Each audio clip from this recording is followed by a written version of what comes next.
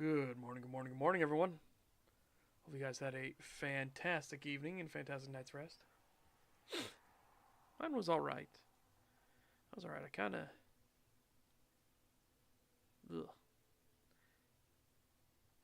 had a rough one.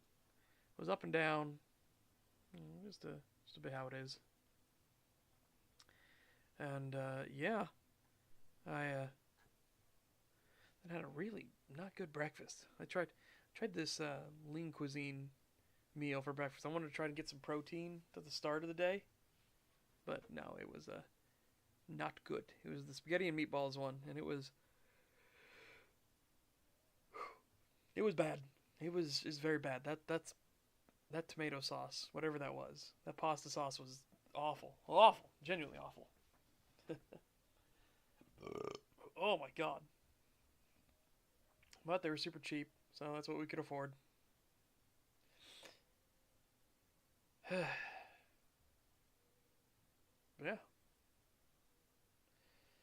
All right, chat. I didn't get too much more written. I was working on some other stuff, but here we go. I'll give a bit of what I've got now because I'm trying to work this a little more.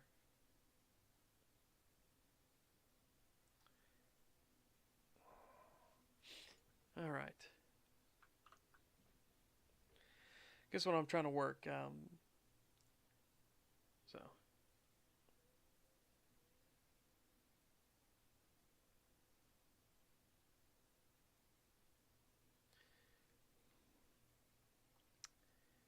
Jeremiah sat in stunned silence, cradling his head in his hands as he took the full force of Jonathan's rebukes and one hell of a punch across his jaw as payback.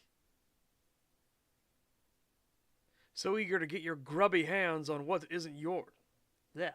What isn't yours, you jumped to the fucking worst you could think and wanted to kill off competition. Who the fuck doesn't do even a modicum of fucking research and... Look, I know I made a mistake, damn it. But I'm getting desperate here. We need a convergence for Highlander. He isn't getting any better, and he's been split in two because of that fucking mageling. Well, tough fucking shit. My tribe has been looking for a convergence for 150 years, and I was not going to deprive another tribe of their own. Well, I understand that now. But your fucking name doesn't help. Jeremiah went silent for a time, and then stood bolt upright and looked around. Fuck, give me a phone right now. What? Why? You think I only plan to deal with you and not the hotel at the same time? Jeremiah searched through his own pockets before realizing he left his phone back in the car. Thus he ran over to one of the wounded false sulfur that was... Yeah. Thus, he ran over to one of the wounded false sulfur that was being tended to and searched through his pockets for his phone. Well, actually, we expected that. Hope you hurry, because we set up a bit of a surprise for anyone coming.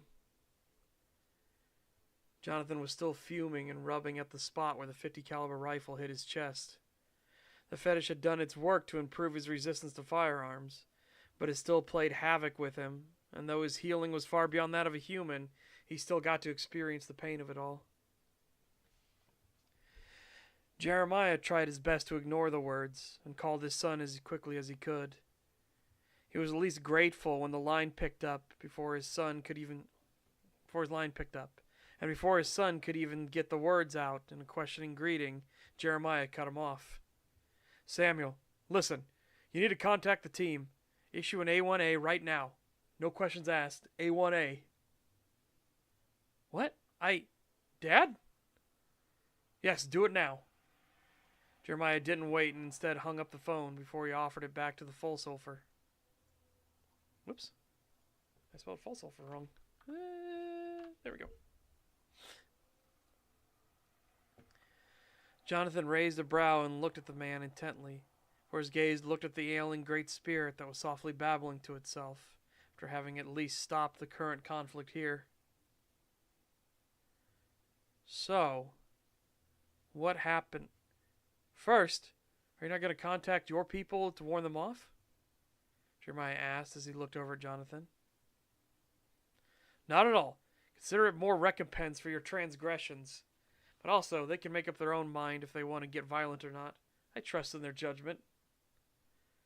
He snapped back at the man for a brief moment, and then let out a long sigh.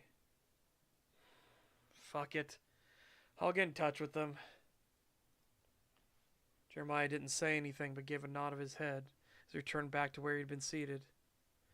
A short distance away, he could hear Jonathan's phone call only partially, as he ordered them all to hold position and not engage. Let the intruders caught at the ambush turn around and leave. He had come so close to finding the cure to what ailed the greater spirit, and in his haste at seeing the finish line in sight, he had bungled things and rushed it. He was supposed to be better than that. He had to be better for the sake of the tribe. Thus, he needed to shift the plan, a new search in a new place, and remind himself that he shouldn't sprint to the finish line, but cross with some dignity. Alright, that's what I got so far. That's what we have so far. Like I said, I didn't get too much. I had other stuff I was doing. Well, you know. C'est la vie. Such is life.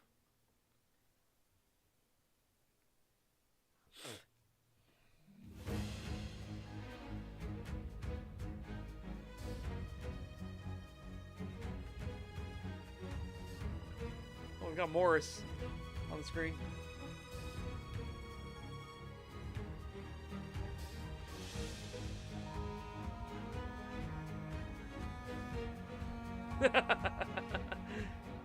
Alright, again, the music's a banger. It really is.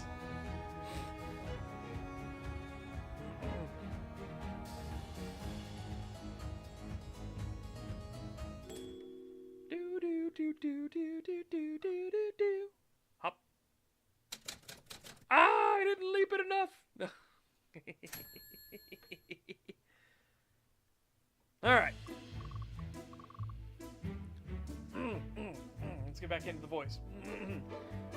Yes. Ah, good afternoon, Vi. I thought that was you. Nox, this is Viola Martele. She's a friend of ours who works in the industrial district. Vi, this is Seven Noxley. He's, visiting the capital today. I'm just showing him around. Oh, good day. Wow. Oh, good day to you, Monsieur Underwood, and his very handsome friend. Yes, well, a pleasure. Do you frequent the industrial district, Miss Martelet? Yes, Monsieur. I am a safety inspector for the government. The district is like a second home, yes? She's in the district frequently, and she knows the owners of the authorship. Perhaps she has seen Mr. Downey today. I should do a quick investigation before I question her, so I can get an idea of her typical habits. Casually, but well dressed. Clean, blue blouse, peach scarf, displaying a silver badge. She is part of the government. I think she's embarrassed for my staring. Making small talk with Mr. Underwood. They seem to be on very friendly terms. It's the one I'm looking forward to, because this is the one that's going to be like, what are you doing?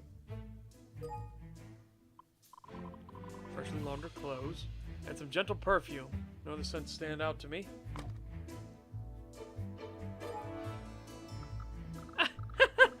Monsieur Noxley, are you attempting grooming? Oh, don't mind me. It's just my way of getting to know you better. Flakes of something buttery on her fingers. The remnants of a late breakfast, perhaps. He licked her fingers. Short, soft fur, with strong hands. Perhaps she comes from a background of manual labor. Still too early. Sunlight is dampening my powers outdoors. She'll have to do without.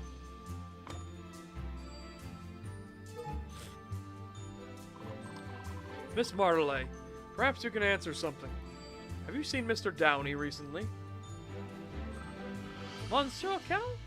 Did he not show up at work this morning? Well, no. I haven't seen him all weekend. I've hired Mr. Noxley here to assist me in locating him. A private investigator? Goodness, this sounds serious. Can you recall any details when you saw him last? Location, time, what he was wearing, what he was doing? It was this morning, yes. During the usual rush, where the factory workers come into the district for the day. Monsieur Downey was across the road from me, so I don't believe he could see me. He seemed to be in a hurry. Part chat. As for his clothes, I'm sure he was wearing his usual blue formal clothes, yes? His work outfit. His work outfit. So we can safely say he was on his way to the authorship then. Thank you both. Shall make a note of these details.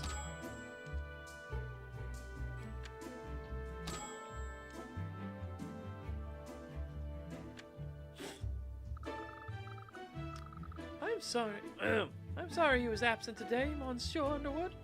Where do you think he has gone? I don't want to get into it, Vi. Me and Cal had a fight last week. There's a chance he's done something stupid. He might have a bit of artist block, too.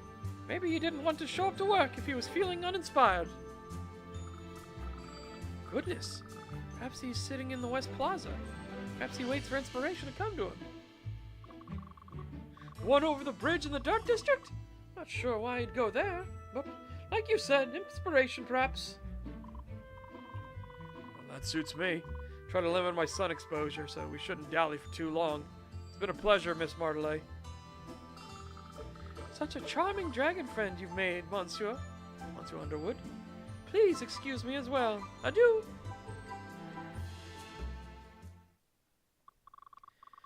Well, Vi saw Cal this morning. That's promising, Knox. How long have the two of you known Miss Martelay? We go way back. At least 12 years. She went to secondary school with Cal. They're old friends. Very well, then. Let's investigate this Plaza Park and then come back and see if the print factory is open. Oh, I guess we're going to the Plaza first.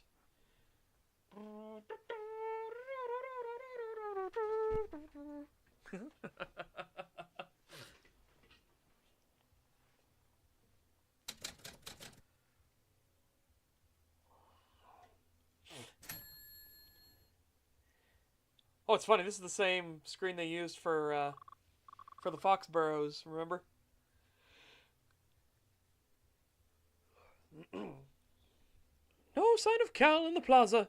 Guess he isn't here after all. It was worth checking regardless. Print factory is not far, so perhaps we should make our way home. Way there. Blech. Not just yet. Perhaps one of the workers in the area has seen Cal today. Let's ask around. Ah, that young fellow there. He has the look of a laborer. Let's ask him. Excuse me, young man.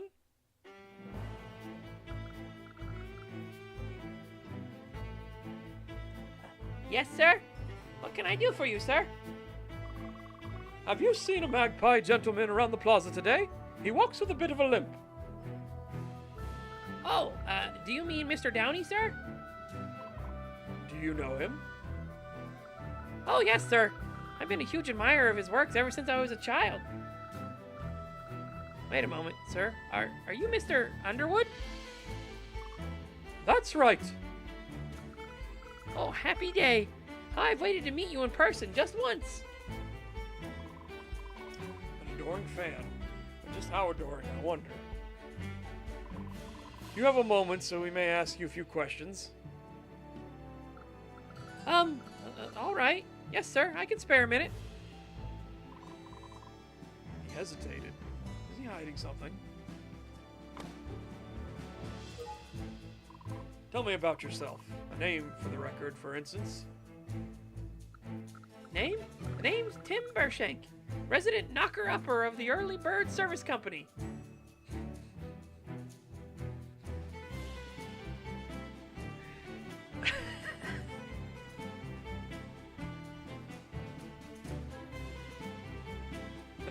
Okay.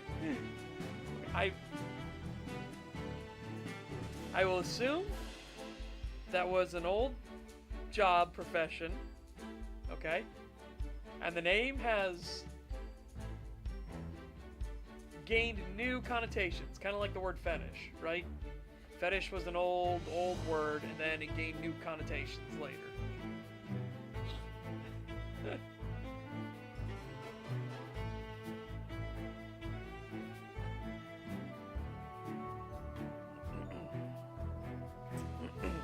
Right. Knocker-upper. Some facet of city life, I presume. Oh, yes, sir. A quick tap-tap on the window first thing in the morning to see our clients arrive at work on time. That explains the pull, then. You've been at it all day? Yes, sir. Some clients request a little tap-tap at lunch hour, or when their night shift is about to begin. I come over from the West District before dawn, do my rounds, then come back here until it's time. I forgot for my second job. He must live in the dirt district. He's a pauper, but he still works very hard, it seems.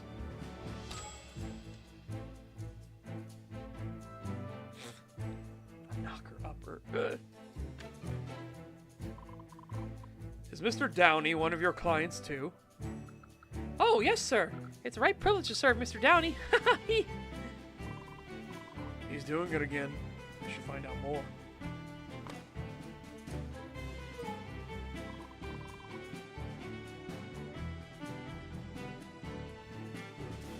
Oh, excuse me. I had some bad gas there. This morning, did you see Mr. Downey at all? Oh, yes, sir. A tap-tap first thing in the morning, every morning. And you're certain it was him? Can you recognize him from the street level? Yes, sir. Mr. Downey always tosses me down a coin for my troubles the first day of the week. He's quite generous. That would be today, then. He paid you today as well? Sure did. Mr. Downey never forgets to tip his knocker-upper. He's the only one who does, really. And this was at dawn, like usual. Nothing different about Mr. Downey's schedule today. No, sir. Same as always, sir. Cagey little fellow. Perhaps he feels intimidated by Mr. Underwood or by me. When you saw Mr. Downey most recently, did you notice anything unusual? Any detail, no matter how small? No, sir. Nothing out of the ordinary. But I have a few hundred windows to hit, so I don't tarry for too long, sir. Can you tell me what Mr. Downey was wearing when you saw him from his window? Was he dressed for the day? Oh, yes, sir. Looked like casual clothing. White shirt and brown vest. The kind one would wear any given day. Casual clothes. Perhaps not yet dressed for work, or dressed for some other occasion. Couldn't rightly say, sir. As I said, I didn't stay for long. Too many houses to hit along the way. Did Mr. Downey change clothes for some reason? Or why did he never make it back to the authorship?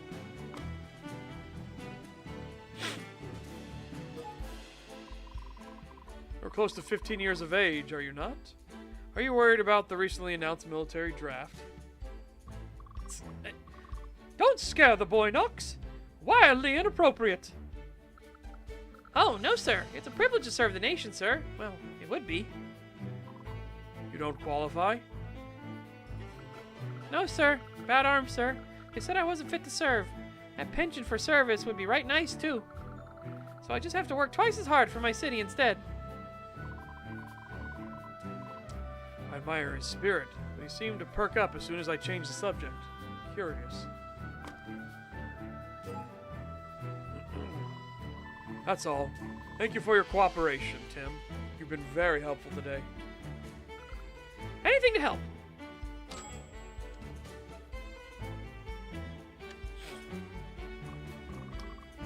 Tim, Do you know where the authorship is? Unit 202 in the Industrial District, northeast of here. You see Cal again today, tomorrow morning, anytime. Would you come by and let me know? Yes, sir, Mr. Underwood. I should get going. I'm due on my second job before sundown. Where would that be? Delivering the evening papers. I usually pick them up from the back of the factory once printing is finished. He goes to the print factory regularly. I wonder, does he have access to the interior as well? We should be off as well. Be well, Tim, and feel free to stop by and say hello anytime.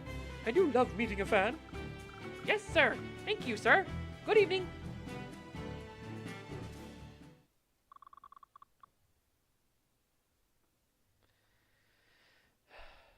You really put the screws to him there, Knox. Did you not notice the discrepancy? The remark about Cal's clothes? Maybe he just slept in his outfit over the weekend and was late to rise this morning. Perhaps. Oh, enough distractions. We should gain access to the print factory before the evening cycle.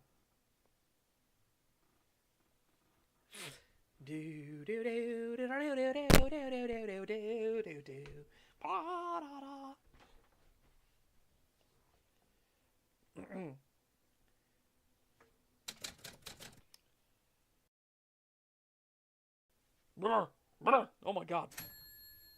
That was a hell of a snort. Here it is.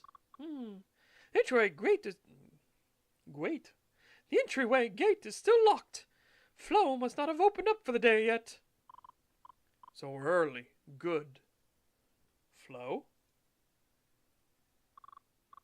Flora Fonwright, master engineer for the Rivulet government. She runs the machines and handles the schedules here. Do you and Mr. Downey work closely with her? I just see her when I need to pick up or drop something off. As for Cal, do you think Flo is the one who beckoned him? Speak of the dragon, there's Flo now.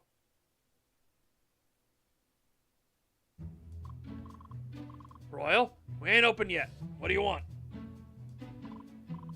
Goodness, quite an aggressive response. Is she hiding something inside the factory? How's it going, Flo? This is Seven Knoxley. Sven, whoops. You mind if we have a quick look around inside? Nope, can't let you in. Dangerous. Expensive equipment all over the place. Not unless you got good reason. A good reason? We have a reason, but I wouldn't necessarily call it a good one just yet. Well, I tried. Don't want to get in trouble. Go ahead and open up for the evening shift. Nah, can't start yet. Still waiting on my assistant. He's late, as usual. I should do a once-over while Miss Fonwright is waiting, in case I can use something to my advantage.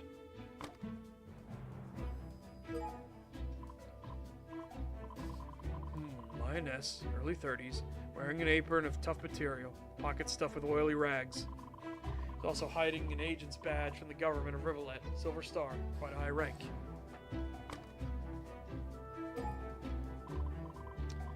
Breathing sounds slightly labored. She must have been running late herself, came in a rush.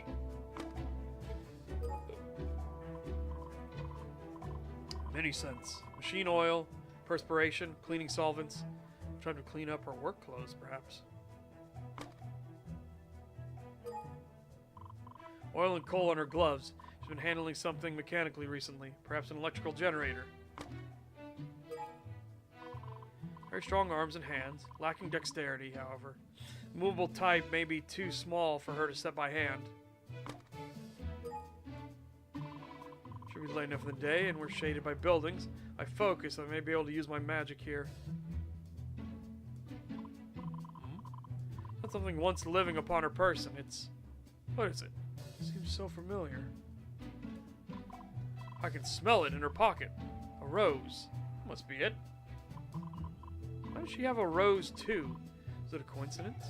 Second rose I've encountered today.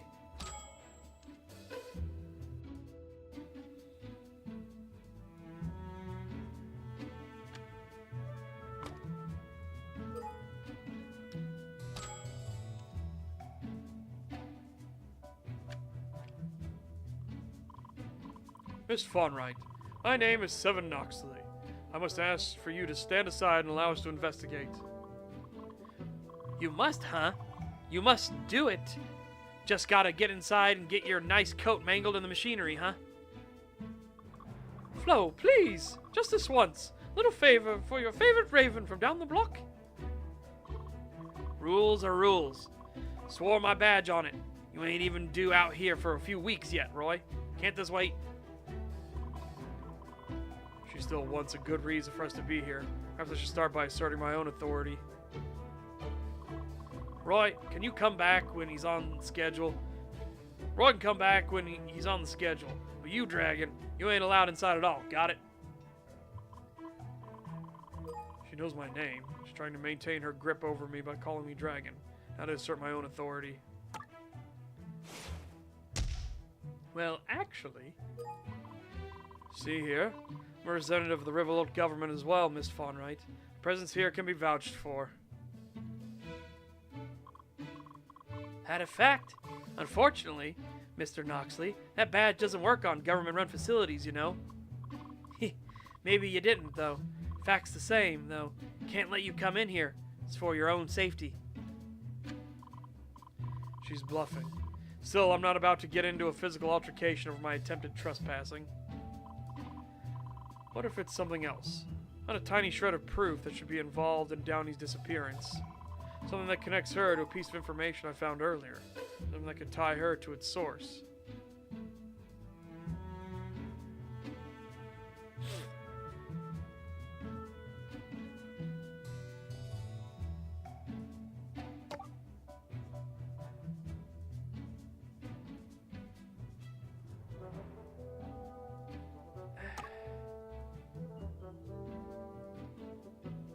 Oh, God, I don't know which one, technically.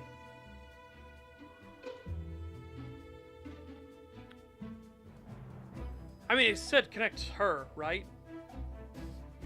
So, it would be more likely the roses.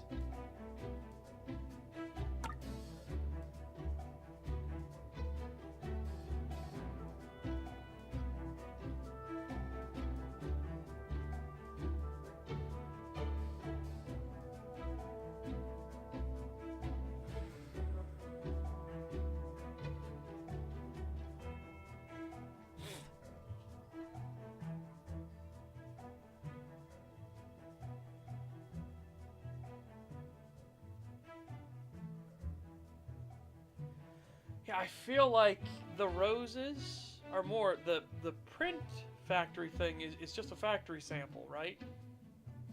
This is more of a direct connection between the two of them. I hope that's what they're getting at. I hope.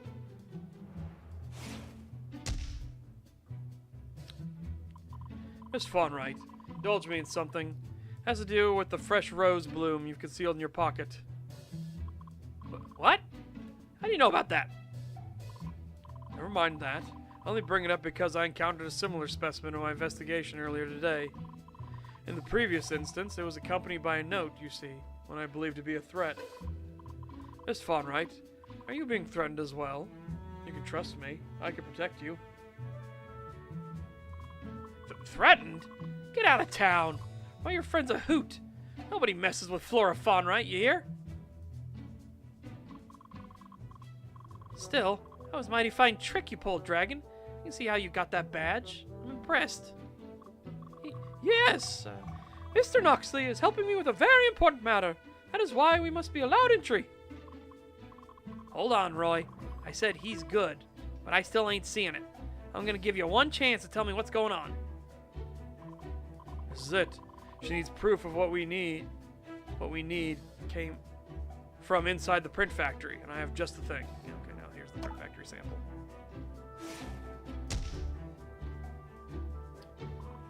Have a look. This look familiar to you. Found it while investigating Mr. Underwood's office today. Yeah, that's one of ours. Test page to look for defects in the movable type. We run a batch of these every week. Please read the note on the other side. Huh. Is that all you have to say? Well, what do you want me to do about it? Like, who do you think wrote it? Doesn't matter if my answer is right or wrong. The important thing is getting inside the print factory. This is whom I believe wrote the note summoning Mr. Downey to the print factory.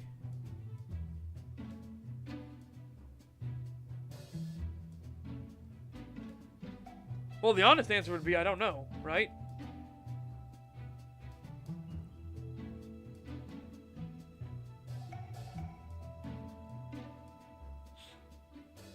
Like, we don't know for sure.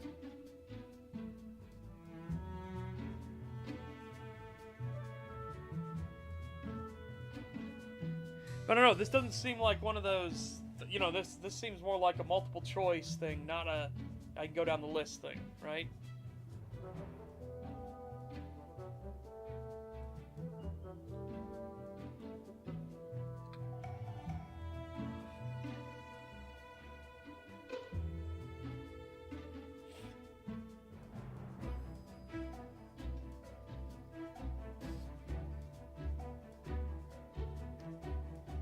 Tim Burshank. I just realized Timbershank. Yeah, Tim Burshank.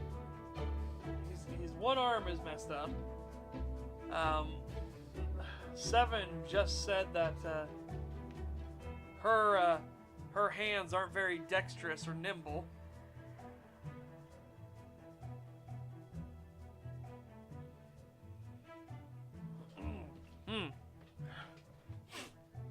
Nope.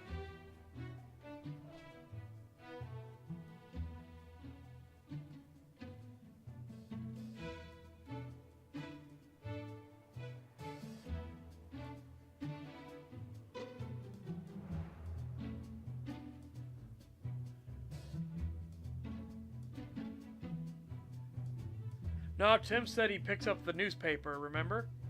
Unless, he is her assistant as well. But yeah, he said he picks up the newspaper to deliver it.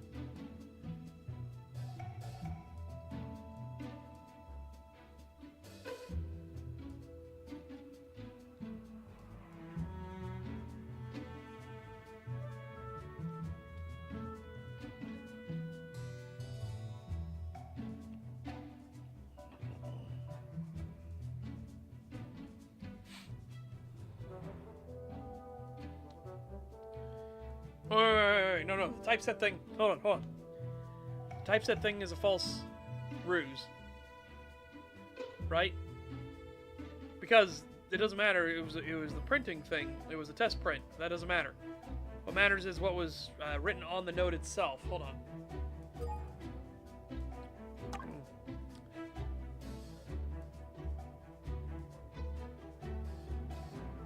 Yeah.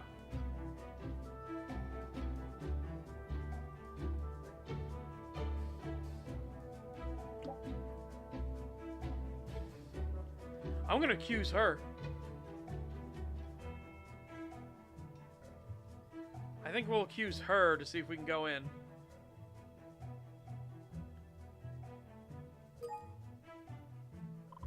Well, the author was you, Miss Fawn, right? You have the means, and you're clearly hiding something. What? You think Flo has something to do with this? Merely speculating. From what we know about the note so far, she's the most likely suspect. Suspect, huh? So you think I did some kind of crime? Gotta say, pretty bold of you. Just want to see the machine that made this print. Must be a clue that was left behind. Until I find out for sure, I can only assume that you were the author. Fine. All right. I'll let you see the machine. I know the one, but I'm keeping both eyes on you. Thank you for your cooperation, Miss Fawnwright. Now that I've knocked down her guard, perhaps I should ask a few more questions about the factory.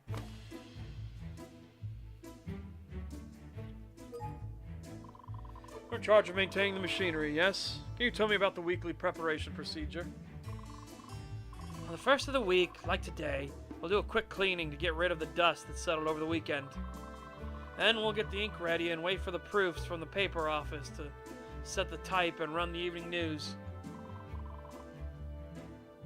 You do all this in a span of an hour or so? My assistant, yeah. Still training, so I've got to wait for his sorry tail to show up first. We just do the prep work. We don't set the type blocks. The typesetters come in later to take care of that. Ah, so you do your inspection, and then the rest of the operators come to begin their shifts. Yep. First day of the week is always hectic, because the government wants as long as possible before drafting the news. Waits. This will be crawling with dozens of typesetters and print operators in a couple hours. Factories remain closed and inoperable all weekend. Her story is accurate. Downey would have come in secret. Can you tell me about the print schedule this week? Were there any unexpected submissions from the Underwood authorship? Ryan Cal's operation? Nope. They run the news at the start of the week, then whatever reservations are left. And Mr. Downey didn't make a reservation for this week? Perhaps a personal project outside the authorship? I don't have him on the schedule for anything, nope. Roy's the only one who ever has any business here. Mr. Downey does not seem to have regular business with the printers. Why was he brought to this place, then?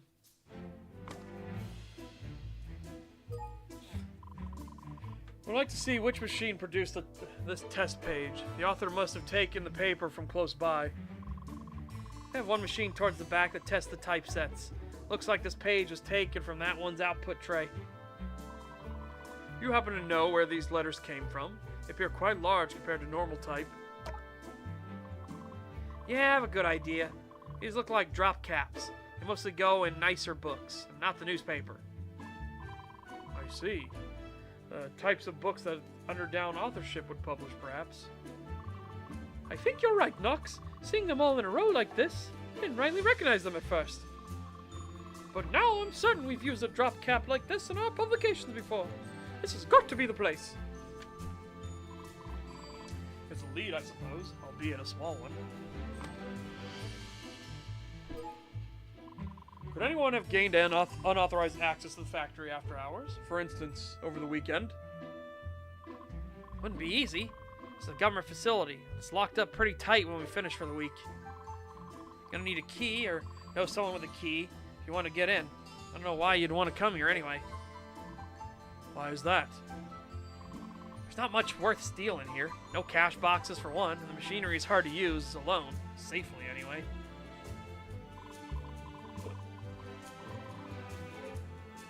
Mr. Downey and his contact could have come to print something, but why? I'm missing something crucial.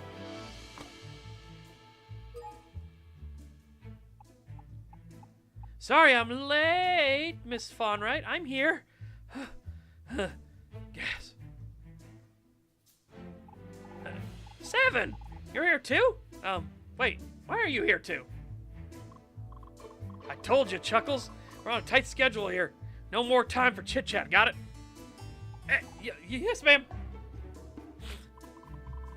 Always a pleasure, Mr. Lestrade. You must be the assistant. So you work at the print factory now? Sure do. Got a lucky break helping out with cleaning and heavy lifting. Ain't this a surprise? Oh, you're the bloke who asked about a magpie this morning, right? I see you took my advice after all. That's right. Royal Underwood is my name. You can just call me Roy. Thanks again for helping me find Knox. Now that we're all here, can you show us the machine that would have produced this printed page sometime last week? Test machine? Alright, follow me. Just keep your hands to yourself and don't mess with the equipment inside. Chuckles, keep an eye on them while I hit the lights. Don't let them touch anything, got it? You got it! No touching and no licking either, 7. Thanks, Flo. We'll wait up front while you get to the lights. Electrical lighting? Suppose you need it in a large structure. The printing machines are electric too? Yep, electrical generators are steam powered. Burn the coal outside so it doesn't get all over the paper. Seems quite mechanically minded. Not my field of expertise, so I shall be relying on her even more.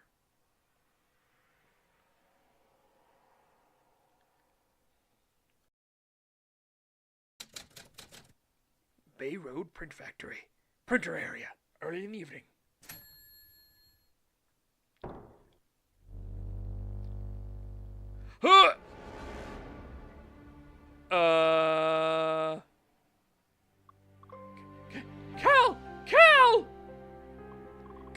sakes alive! This is what I was telling you about. Not again. I'm gonna be sick. Cal, stop playing around. Come on, get up.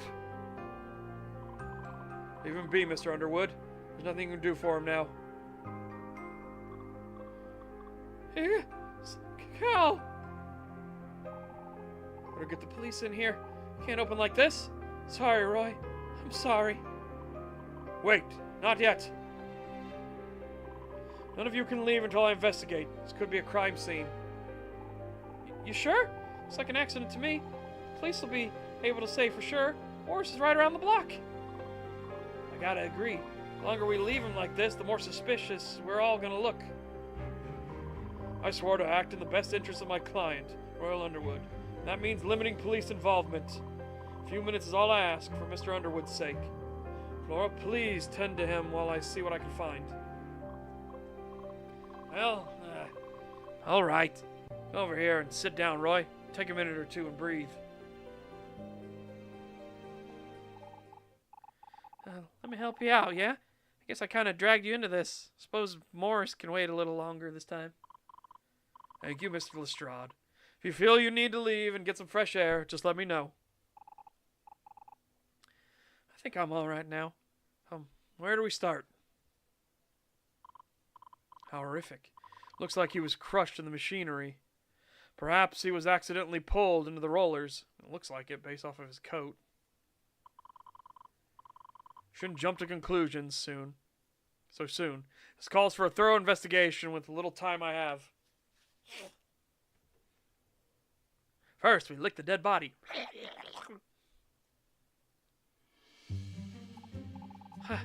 These things are dangerous. Maybe I ought to take my coat off too, just in case. I don't believe we'll be turning this machine on anytime soon. Still, let me do the investigating. All right. Glad you're here, Seven. I know if anyone can figure out what happened, it'll be you. Thank you. I'll do my best. First glance, it's obvious what happened, but I shouldn't let assumptions interfere with my investigation. Yeah, again, he could have easily been pushed. Ooh, what's this? Okay. Entry wall, entryway.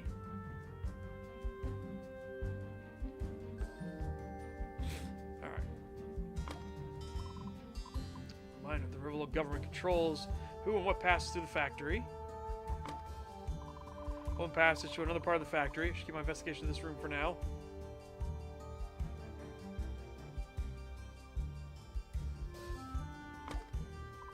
Large, tall brick walls printed up with Rivulet's national motto. This building is quite old. Without something, we are nothing. Maybe without order, we are nothing? Okay, so we're going to work our way from the top and go down. I'll check the windows real quick. Interior with sunlight. The factory's electric lighting can't hope to compete.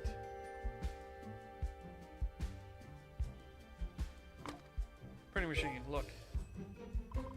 I'd have a look at the machine itself, starting with the side opposite of Mr. Downey's body.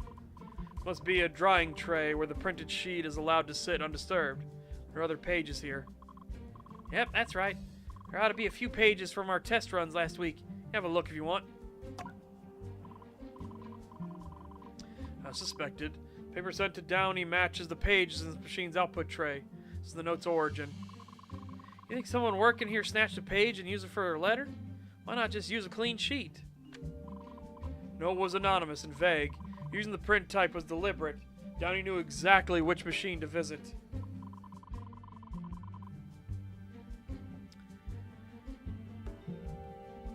I think it's without the city, Rivulet, we are nothing.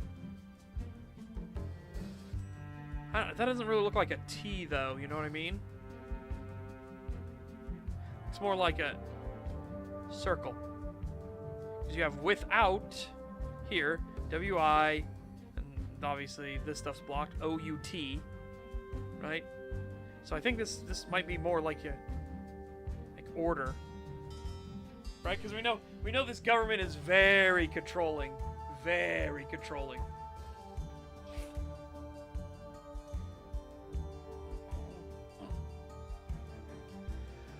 Thus, the author attempted to cover their tracks by offering hints that only Mr. Downey would recognize. Huh. Pretty sharp there, as long as it's right. Also, doesn't make me look any less guilty, does it? Worry not. If you are devout in your innocence, then I shall find the truth and use it to exonerate you. However, if you are guilty, you shall know my wrath.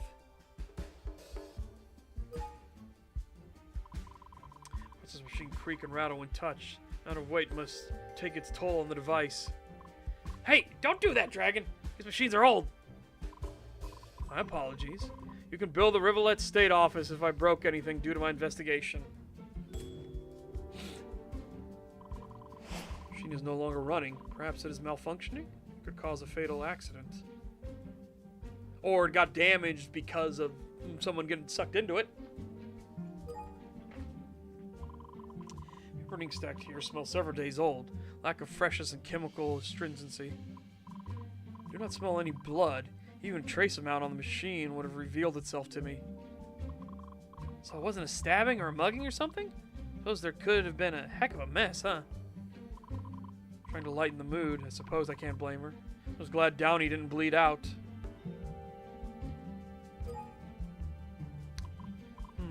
Blech.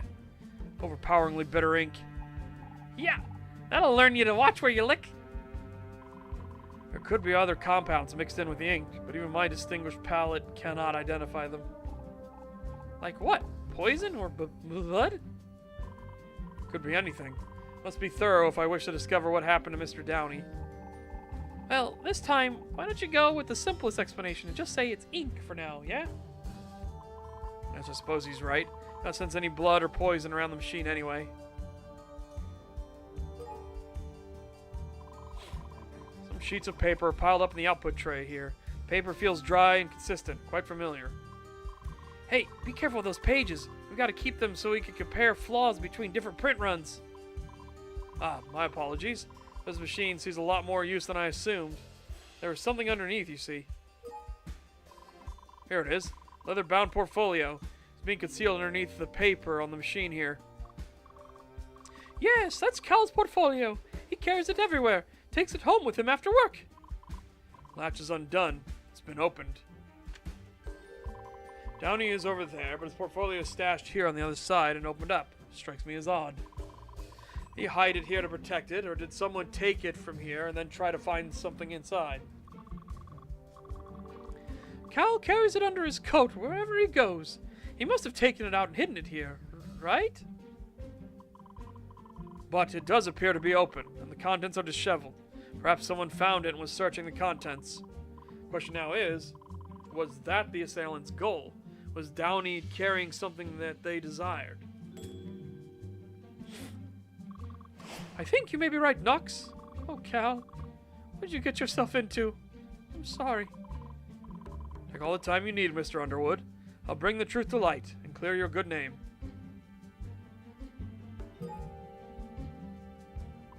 As expected, the roller is mainly inorganic metal, which I cannot sense through with my magic. But... ah, this is what I sensed. A few of Mr. Downey's feathers are stuck to the roller against the black ink. Oh, good eye, Seven. I didn't even notice them against the ink. So, what's that mean for Mr. Downey? Hard to find a pattern, given how easily strewn these feathers are, but I shall do my best. There are likely more feathers around. I should be alert in case I find more. Could be meaningful. There's one down here. Alright, we'll check Mr. Downey, and then we're going to check the machine floor, specifically over here, because there's clearly feathers in the ink here.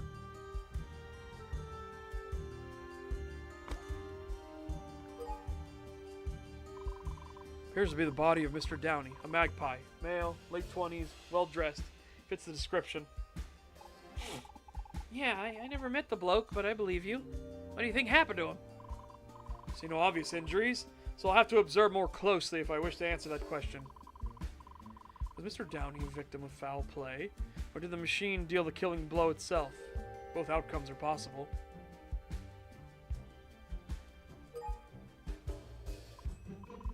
No signs of breathing, as expected. Silence is rather chilling, to be honest. Yeah, This place gets going, it's like a huge wall of noise. That's why we take safety so seriously around here. If your clothes get caught in the roller, someone might not hear you screaming for help. That's what Flora says anyways. Was Downey familiar with the safety protocols around these machines? I don't believe this was his first visit here.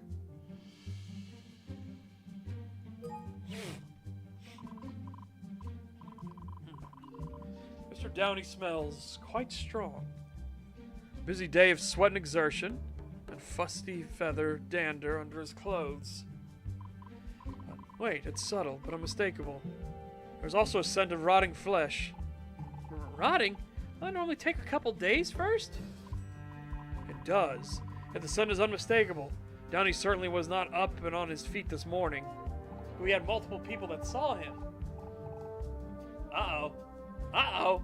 We had multiple witnesses to Mr. Downey existing this morning. Poor bloke. I mentioned whoever got to clean this place up. Probably gonna be me. What's the matter, Seven? Got real quiet. This troubles me, because I have two people who say they witnessed Downey alive earlier today. For real? The heck's going on then? Multiple liars, mistaken identity. Has he been dead the entire weekend? The actual date of death will be important. Now I just need something else that can support this assumption. Something more tangible from the scene.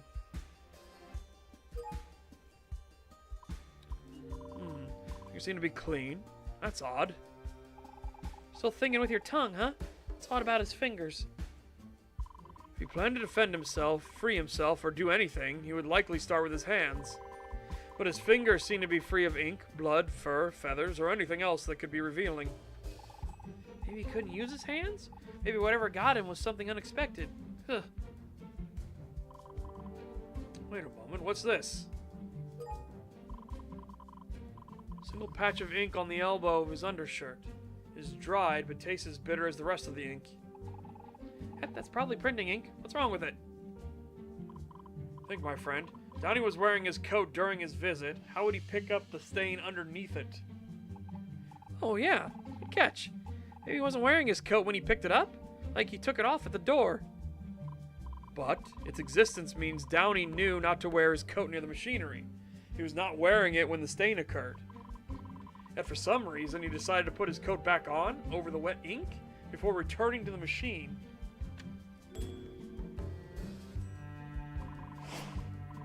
Coat must have been put on in post-mortem. This is an important inconsistency that I shouldn't overlook.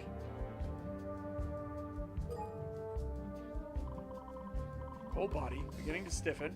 Feathers beginning to come loose as the skin retracts. Huh? What's up, Seven? Something wrong with his neck? Possibly. I can feel a contusion on the front of his throat. Something pulled taut against his skin, hard. Something choked him? Maybe it was his coat? Since it pulled it against him by the roller? Yes, that could be. It could also be due to something that happened after death. I need more evidence. Or a garrote. He might have gotten fucking wired. So, you still think there's a chance someone might have done this to him, like on purpose? Yes. Someone could be trying to lead us astray in order to cover up their actions. Something pressed against his throat. Either way, likely with enough force to constrict his breathing.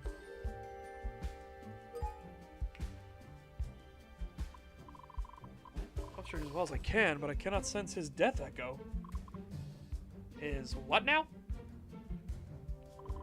When someone dies, the moment of death leaves an imprint in the world itself, an echo of that moment. I can use my magic to sense and relive that moment if I'm at the spot where they perished, but this time... Uh-huh.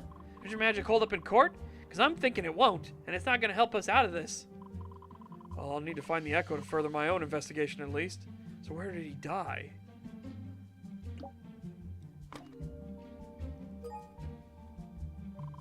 The floor beneath the machine is quite dark, and it appears dirty. A large dark stain close to the machine. Yeah. I haven't gotten a chance to clean up yet. I think some poor fool already walked through it, too. You're right. Dark spots around the ink stain here. They must be footprints. Check the soles of Mr. Downey's shoes. Pretty clean to me. Then these footprints belong to somebody else. Huh. The oldest trick in the book. Unless it was one of us walking through the ink just now.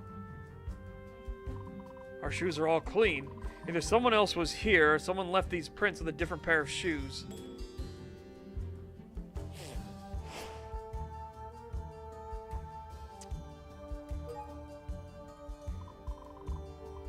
Hear a low hum beneath the structure and a hiss, something low and mechanical in nature. Probably some of the steam pipes. Machines that don't run off electricity are powered by steam. Older models, I assume. And with steam, there must be a source of heat someplace. Yeah, coal burners around back run the steam generators and also feed pressurized steam into parts of the building.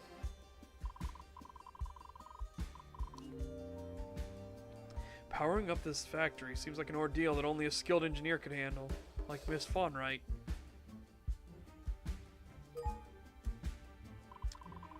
Scents of bitter dust and machine oil line the floor here, also picking up traces of Downey's scent here. Ah, yeah. Hard to clean underneath these big machines, you know? Doing a good scrubbing this week. Not to worry. Downey's unique odor is stronger here, on the floor beneath the machine. It's difficult to see. Oh, that's why. Some of Mr. Downey's odoriferous black feathers are scattered about the floor here. You think it hurts to lose a feather like that? Cannot say. It does seem like it would be unpleasant. Perhaps you can ask Mr. Underwood when he's well again. However, given how many I've found, they must have been shed under duress. Something happened to Mr. Downey here. Are you sure? Cal was fighting with the machine. Shouldn't there be feathers on the other side instead? Yes, something must have happened to him over here as a result.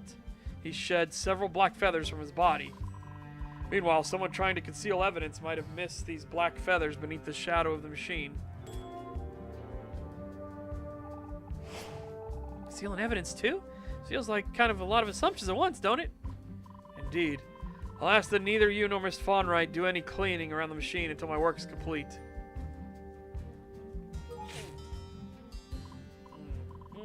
Bitter taste of dried ink. Some hints of rubber shoe soles having passed through. 7? I ain't had a chance to sweep the floor under there yet. Yes, and that is to my advantage. Needs more clues to find delicious clues. More clues to find delicious clues. You're just messing around, right? Yeah. People certainly passed by here, but how recently? Was the ink stain here still wet at the time? Except it's on the roller, the floor, and Mr. Downey's coat. Someone's quite careless with this ink. Yeah, it looks like someone spilled it all over the place. It's gonna be a real pain to clean all this up. Feels slightly tacky to the touch still. It hasn't finished drying. Perhaps Downey spilled it by mistake? Could have been spilled by anybody, I guess. Pretty sure it wasn't one of the workers, though. Better not be. If there's a spill during business hours, we get it cleaned up right away so nobody slips on it. Spilled relatively recently, outside of operating hours. Might be an important factor in some other clues.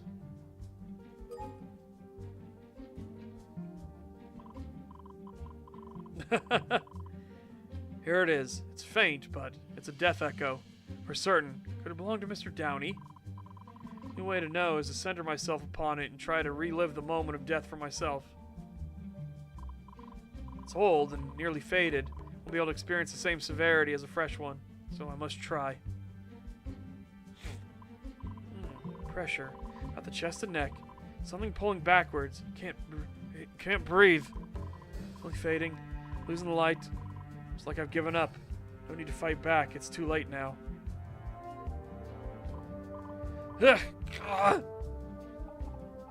Whoa, 7. Easy now. You alright? I found a death echo. Was focusing on it. Oh, one of those again. Come on, take a minute, aight? Thank you, Chuck. Mr. Downey could not breathe in his final moments. That much I can say for certain. But his death echo is several paces from his body. This is not something I can readily explain. Alright, look around. Alright, build clues.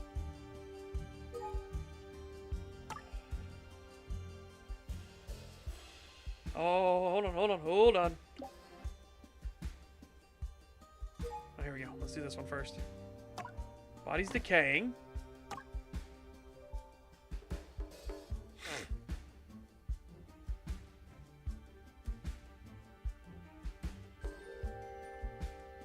Ooh.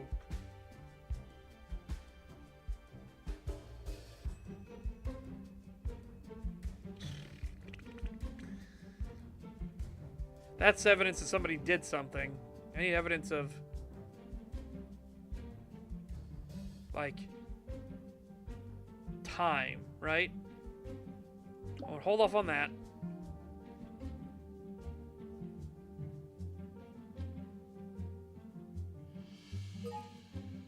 First off, did Downey meet someone else while he's here? Multiple footprints.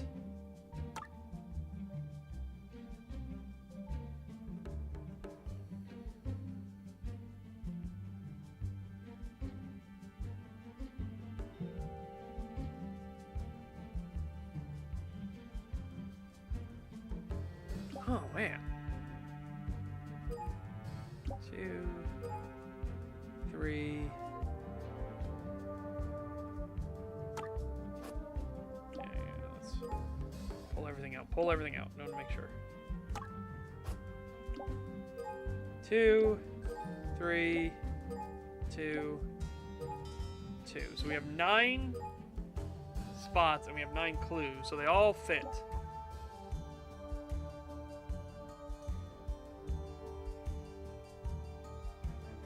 Yeah, Rex, you missed the other one. You should have seen Wild Assault, which is literally furry battlefield? Kind of battlefield? Kinda? Sorta? Maybe? Yeah. You missed the furry multiplayer game. That was pure furry bait. Pure furry bait.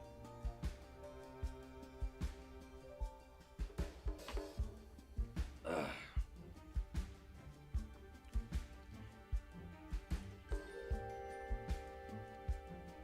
Inconsistencies. So, inconsistencies are disconnect. Hold on a second. Stained undershirt. Disconnect to Death Echo.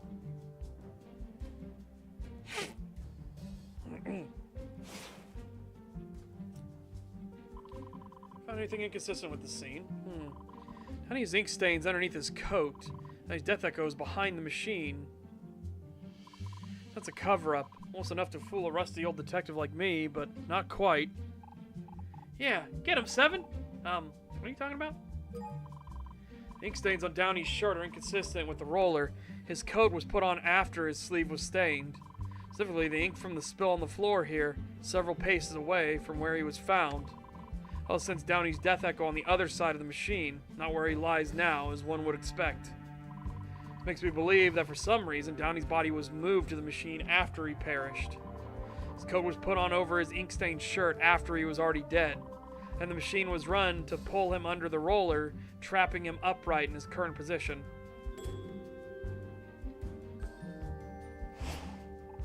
I get you. So he fell on the floor and got ink on his shirt? Then his coat was put on after, yeah? I believe so. Someone wanted to make his demise appear to be an accident. However, their methods were imperfect.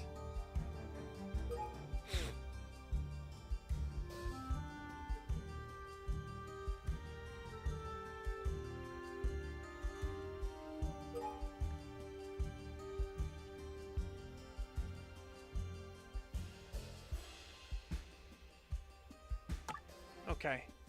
Downey was strangled.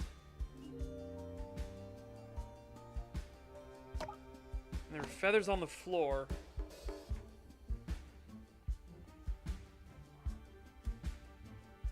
Violently shed. Okay. Let me hold on that thought for now.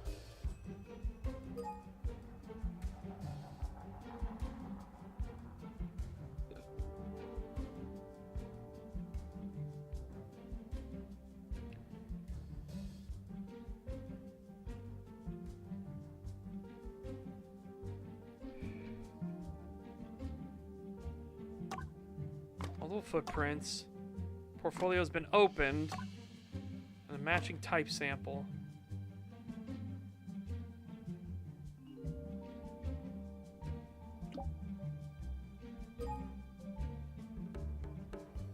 Body's decaying. And the machine malfunctioned. So, that means it would have had to happen before an engineer got to it and was able to check the machine, right? So it would have had to happen sometime over the weekend.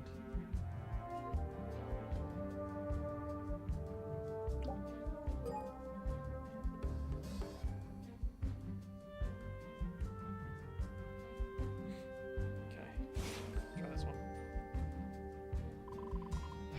Mr. Downey's death truly an accident? Let's see. Something strangled Downey by constricting his throat. Black feathers were violently shed behind the machine. Quantity of black feathers shed around the scene and an inexplicable contusion across Downey's throat. I believe this indicates Downey was strangled by something from behind after a brief physical struggle. Maybe so. He's got black feathers, so the killer must have missed a few in the dark while trying to hide the evidence.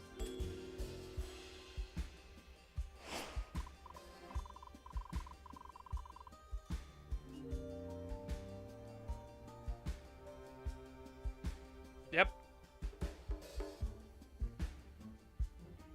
My thoughts as well. I believe this indicates we're dealing with a murder, though that is just the start of my investigation.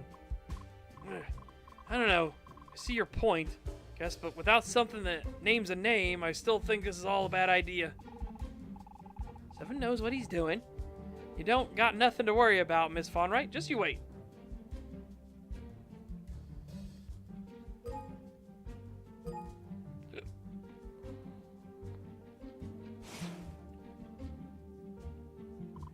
Possible Downey was not alone at the time of his death. Well, footprints not belonging to Downey are on the floor. Downey's portfolio of artwork was searched. The page in the tray matched the sheet from Downey's desk. Seems the memo lead was a useful one. The test pages here match the lettering on the back of this anonymous note. And of course, the set of footprints not belonging to Downey. Do they actually belong to a factory employee? I have my doubts. In addition, Downey's portfolio has been separated from his body and appears to have been opened and searched hastily. Not kind of a stretch. Ain't my job to fit the piece together. Make sure you know the consequences. I know. It's not easy for any of us. Cooperation will be noted when I begin formulating a suspect list. Unless, of course, you're attempting to lead me astray, in which case, I will find out for myself. After the note was likely also the culprit. I'll have justice for what happened to you, Downey. Downey's body started to decay. He was operating incorrectly. Long ago did Mr. Downey perish, roughly speaking. Downey's body has started to decay, and the printing machine is operating incorrectly. Fortunately, my magic is a poor determining method in such a short span of time to find physical evidence. What? Inspected twice a week by another engineer, aight? It's not running right now because of you, Dragon. As soon as you're done sniffing around the machinery, I'll start it up again so we can get back to work safely. Look at Downey directly rather than anything to do with the scene. Help me pinpoint a day. What? Did we miss a...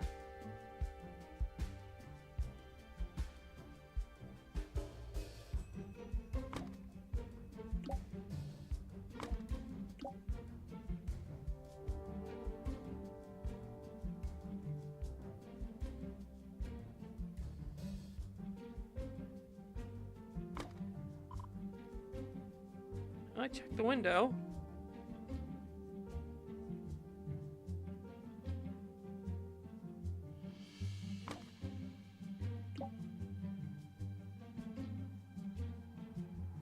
What are we missing? We're missing something somewhere. Oh! Motherfuck. Right here. Blue coat.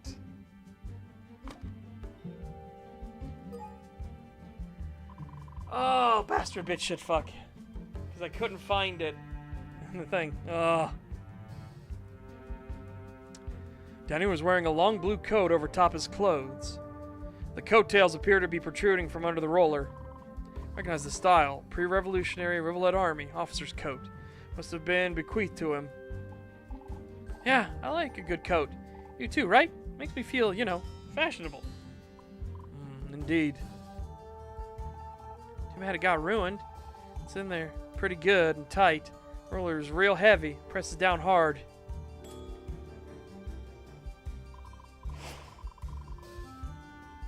Miracle Downy was not completely crushed in the machinery.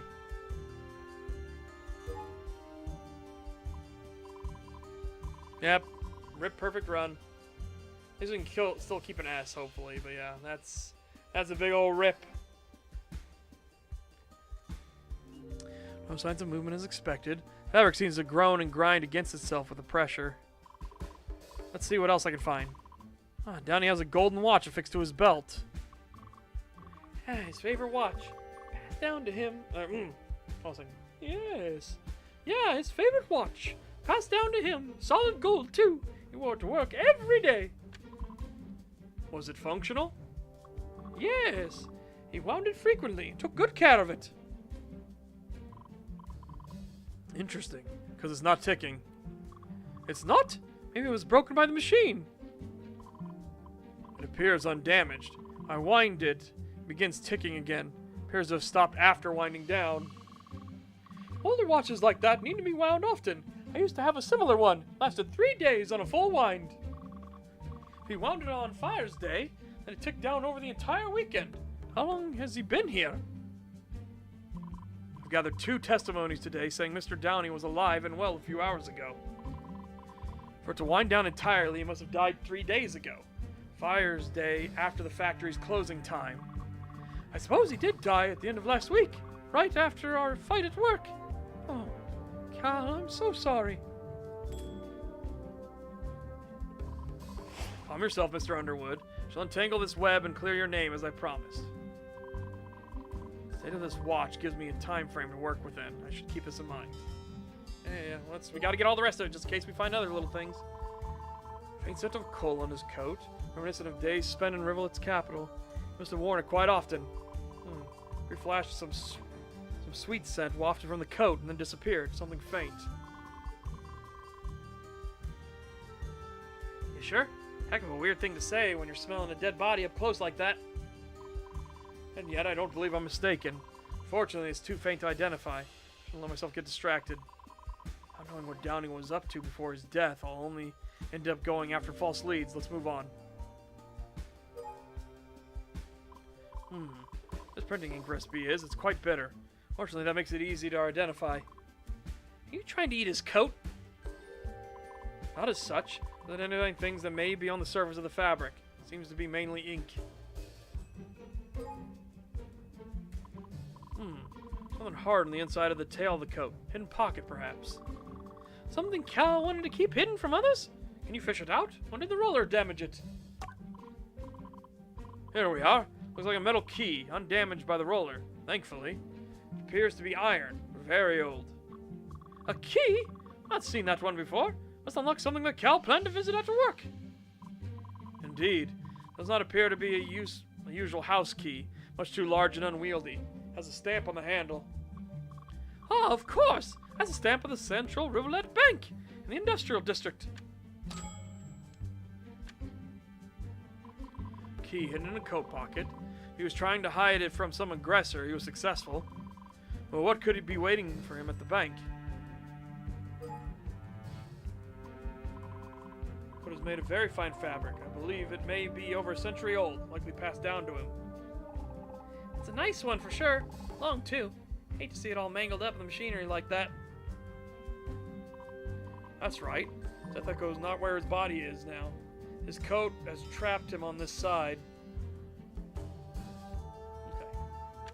Okay. No!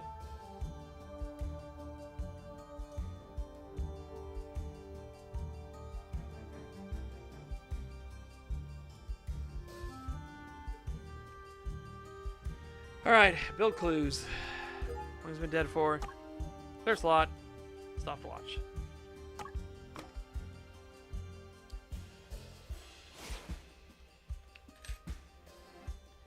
How did Mr. Downey perish, roughly speaking? Downey's body started to decay. Downey's pocket watch wound down over several days. Downey's watch wound down and stopped on its own. His body's just now beginning to decay naturally. This place is the time of death at least a few days ago. Most likely, it was the night before the weekend. The factory went undisturbed all weekend, then he likely died just after the closing night shift on Fire's Day. Oh, Cal, this have been right after our fight. Maybe I truly am responsible for what happened. Don't say that, Underwood. Those are not within earshot of others. I have complete faith in your innocence. He's planning to come here regardless of the fight. More importantly, we know Downey died last week. Okay, so Downey has been dead a few days. Alright.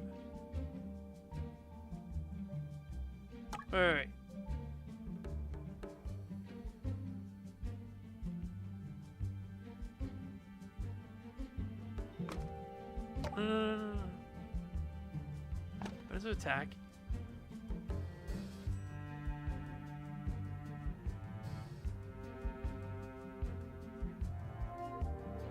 And another destination as shown by the bank key.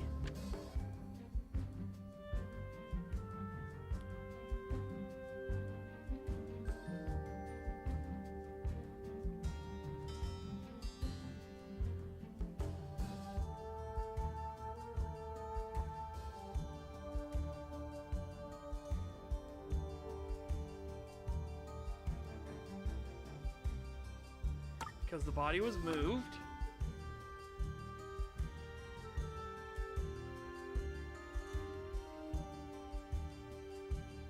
I think dead by a few days was right. Because of Downey's secret meeting.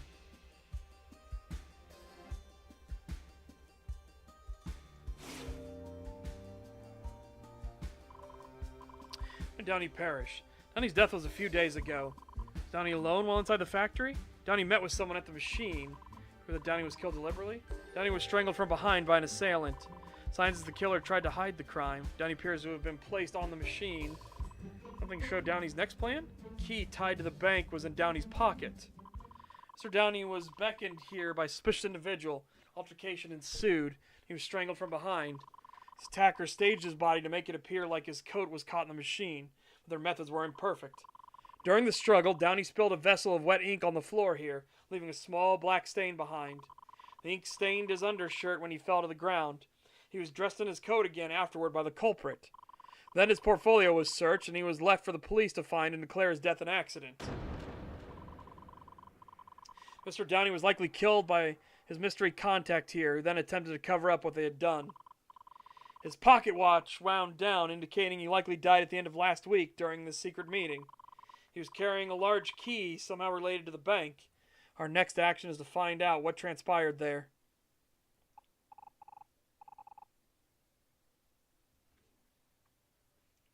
Maybe it was more than one other person too. Yeah. Huh. A murder and a cover-up. Who do you think did it? I do not have evidence pointing to anyone specific yet. It means everyone here remains a suspect, unfortunately. Alright. Suppose I better go and call over Morris and his boys so they can wrap up the scene. Not just yet. We should perform one final round of questioning first, now that I have this new knowledge.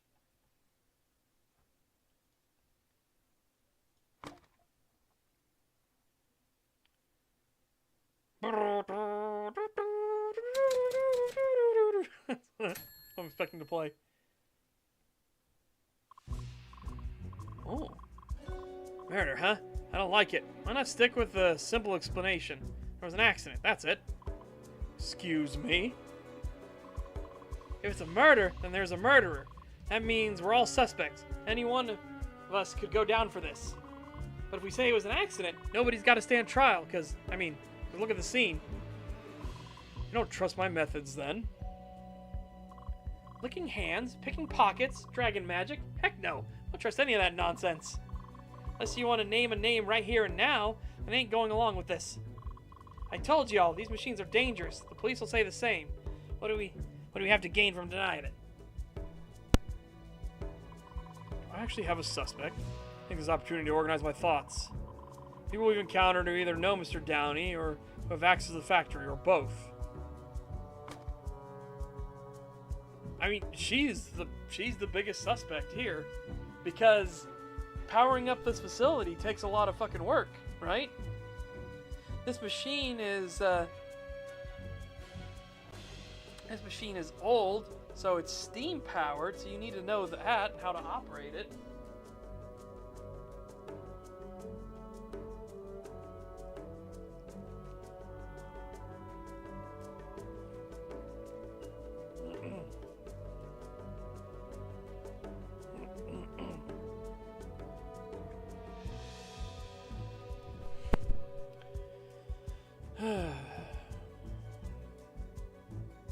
Yeah, but that's the interesting thing. Two separate people lying about it. Could they be mistaken? Was somebody else involved that looked like him, right? Was there somebody that looked like the magpie and was wearing clothes to throw people off, right? Trying to be like, oh no, he was around for, you know, the whole weekend and everything. Tim was hiding something. But then we have the same thing of, what was Viola hiding something? Right?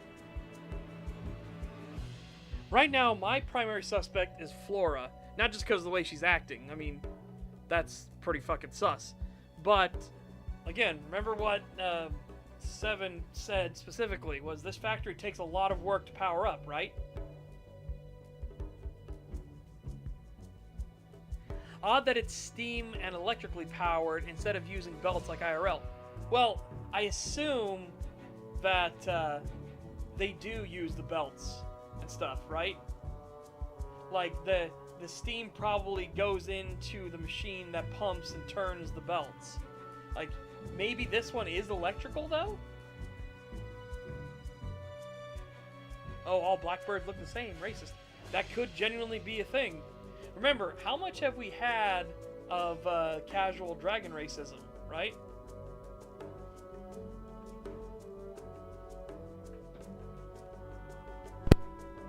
So that could be a thing. That could be like the Tim and Viola could be mistaken in it. They didn't pay too much close attention. Tim wasn't up close. He was looking up a window, right?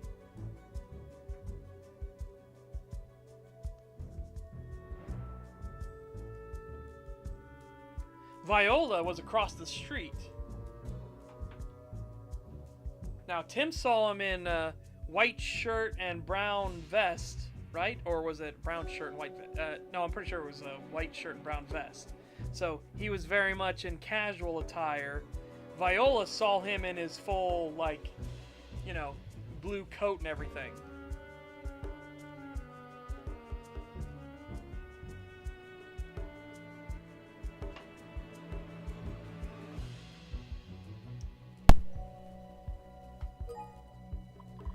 Or a fun, right? Been quite evasive ever since we met. Archie was extremely suspicious. Yeah, knew you were gonna turn on me sooner or later. So what's your argument, huh, Dragon? Access to the factory, knowledge of the machines, and familiarity with the creation of the test printings. Not to mention the physical strength to strangle someone and then move their body with relative ease. Alright, I'll play. I'm the head engineer of this place. Wanted to off the guy, why'd I do it on my own factory? There's something else that ties you directly, Miss Von Wright. The rose you're carrying. You still haven't explained it.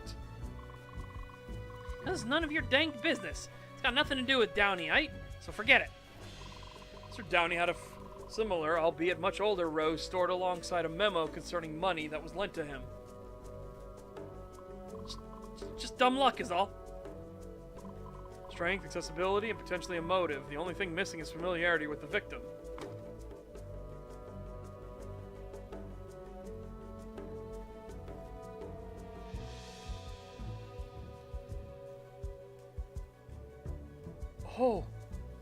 Oh, chat.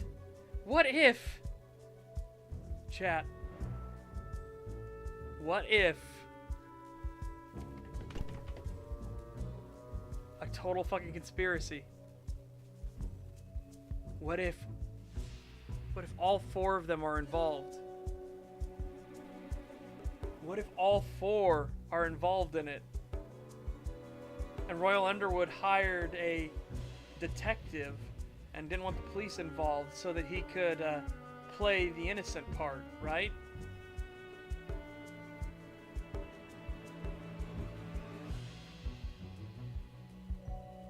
That could be interesting. I don't know if that's what's going to be, but that could be interesting, couldn't it?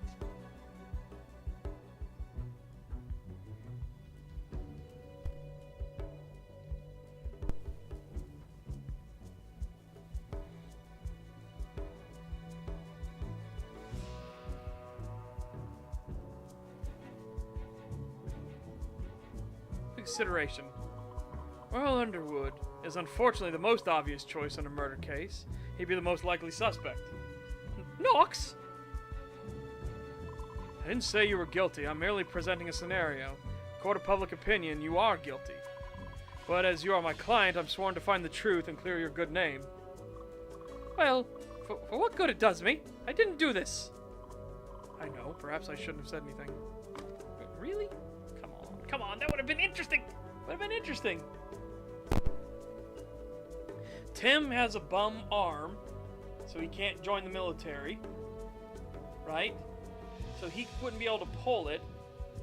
Viola, Myrtle, I feel like it's going to be somebody else, right? He has the familiarity. They're both familiar, but not, like, close. He doesn't have a lot of money.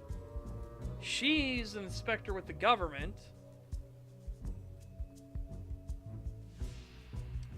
I feel like somebody else. Flora's the one that's the closest, right? Somebody else might have done it. But it would be really neat if it was like a full conspiracy. That would be really cool. I'm gonna put somebody else.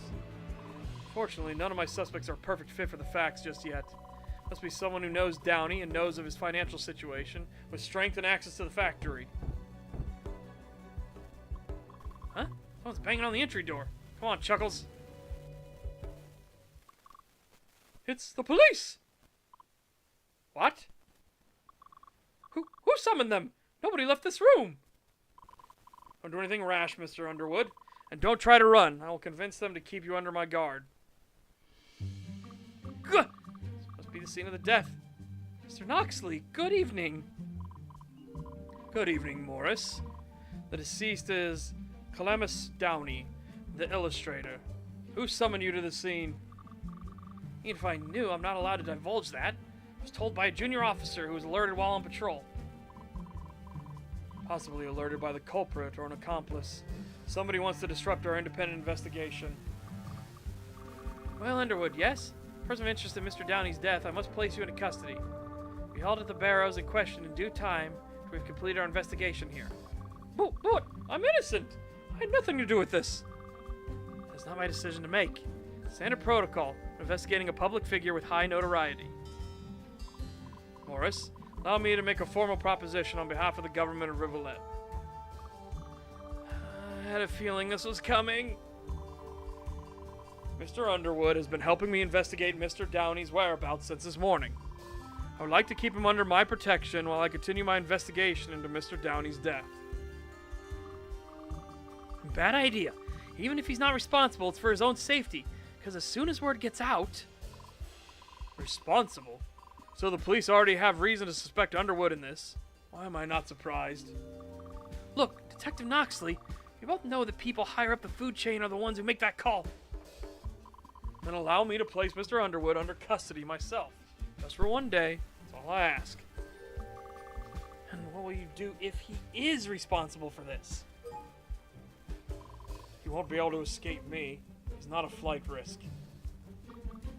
Right. You're one of them. Like I said, I think that's secret police.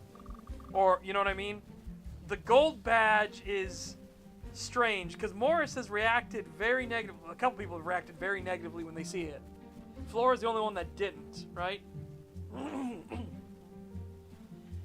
So, I believe Morris is keenly aware. So I'm thinking pretty sure that Knoxley is secret police or something, right? Something connected very high up.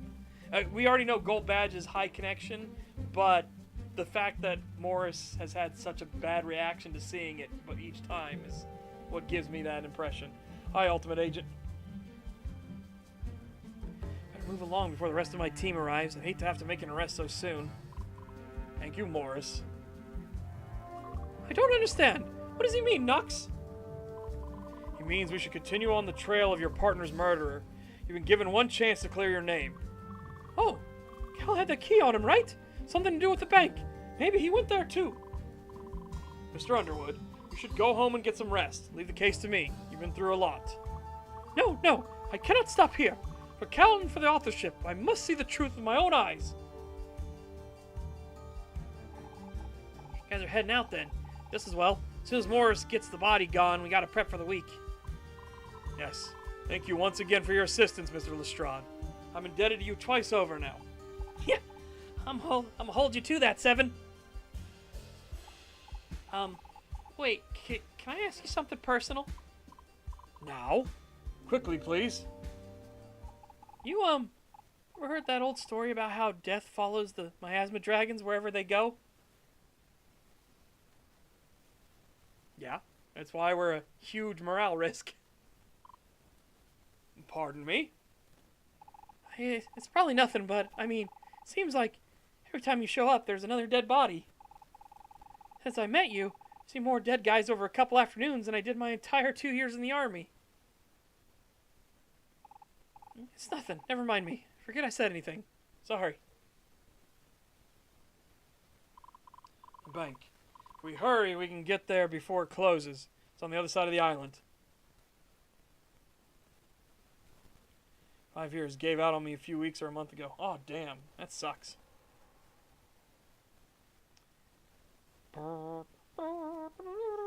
It's the only song, it's that song that's stuck in my head.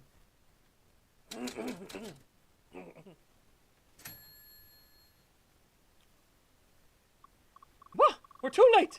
The bank is closing up for the evening. It appears someone is still inside. Perhaps they will let us in if I show my badge.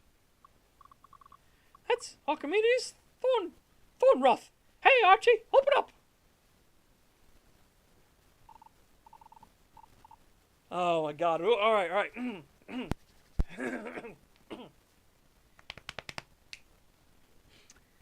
Mr. Underwood, what are you doing here? Bank is closed. Come on, Archie. I gave you the run of the place, right? Just let us in for a few minutes, please. All right. He's with you? Yes, he's my assistant for the day. I can vouch for him. Well, hey, they're good looking. Archimedes Thornroth. Pleasure to meet you. Seven Noxley. Are you the manager of the bank? No, nothing like that. I have a special relationship with this bank. They grant me consultation time after hours. Thornroth. Notorious name that I've nonetheless not heard in several years. I should take a closer look. This fucking song for him, damn!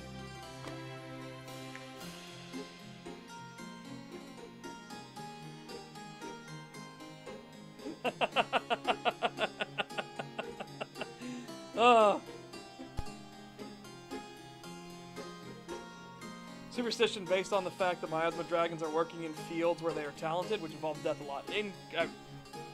I almost say incorrect. I said absolutely. Abso-fucking-lutely. My apologies. I almost said incorrect.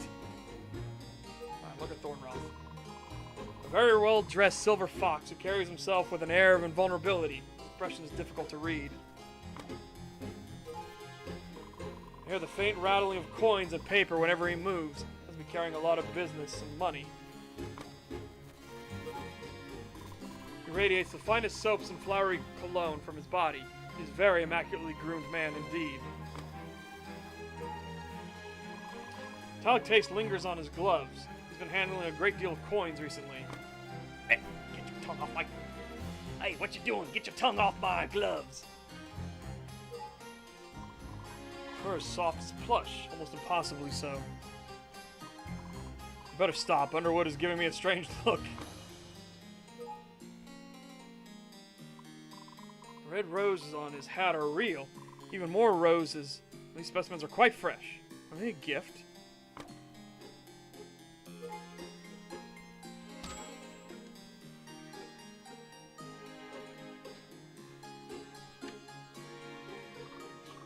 Archie, listen. There's something you should know. Better hear it from me than from your papers. Cal's dead, Archie.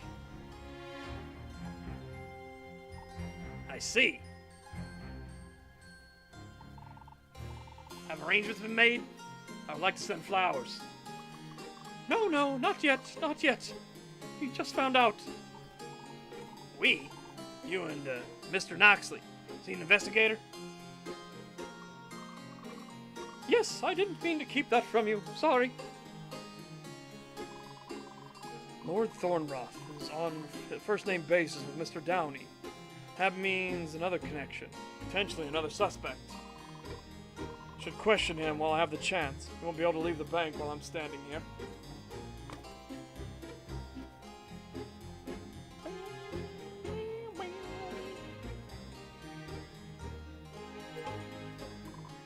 Lord Thornroth, could you tell me a bit about yourself?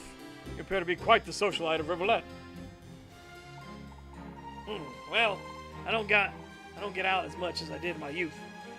Familiar responsibilities seem to have ambushed me all at once.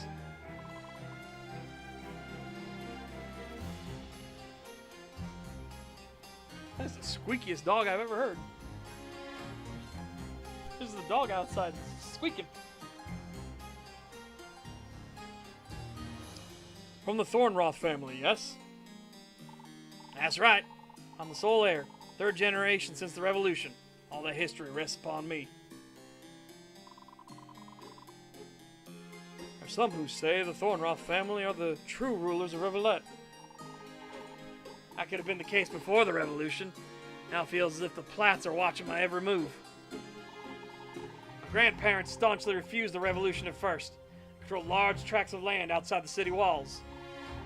Eventually, they were coerced into agreeing to the revolt, and in turn, their lands were spared seizure by the government. I've been investing and revitalizing the region around the family estate into farmlands, something the people actually need. You didn't have to delve so deeply into your family's activities, Lord Thornroth. It is but history. Knowledge just should be free to everyone. Talk your ear off all day if you let me. Well, don't worry. She'll keep it brief. I know you have more important matters to tend to. Seem to know Calamus Downey. Could you tell me about your history with him? That's private. Archie, please. He needs to hear it from you. Very well. Calamus and I were lovers for a short while. We broke off over 5 years ago, I'd say. Spoken off and on since then. We'd meet at holidays, special gatherings. But our paths didn't cross otherwise. Very close connection. 5 years ago. On the age of the mystery investment. Perhaps Downey swallowed his pride and asked for funding.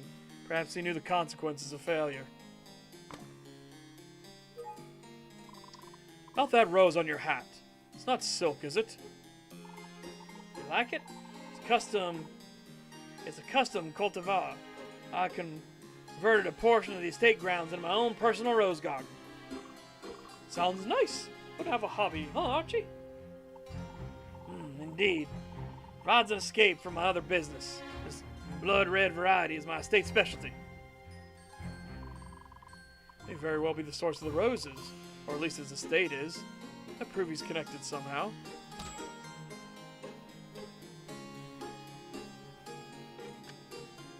More roses. Roses everywhere! Lord Thornroth, answer truthfully. Where were you at the end of last week and over the weekend? You needn't brandish a finger at me, Mr. Knoxley. Truthfully, my answer is rather uninterested. I have business in the industrial district at the end of the week and retreated to my estate home for the weekend. That's all. Can you be more specific, particularly about your actions in the industrial district? This testimony? Mr. Noxley, not at liberty to divulge any details to you or anyone else. Ugh. He was open and cooperative until now. He's obviously hiding something, and the timing of the murder lines up.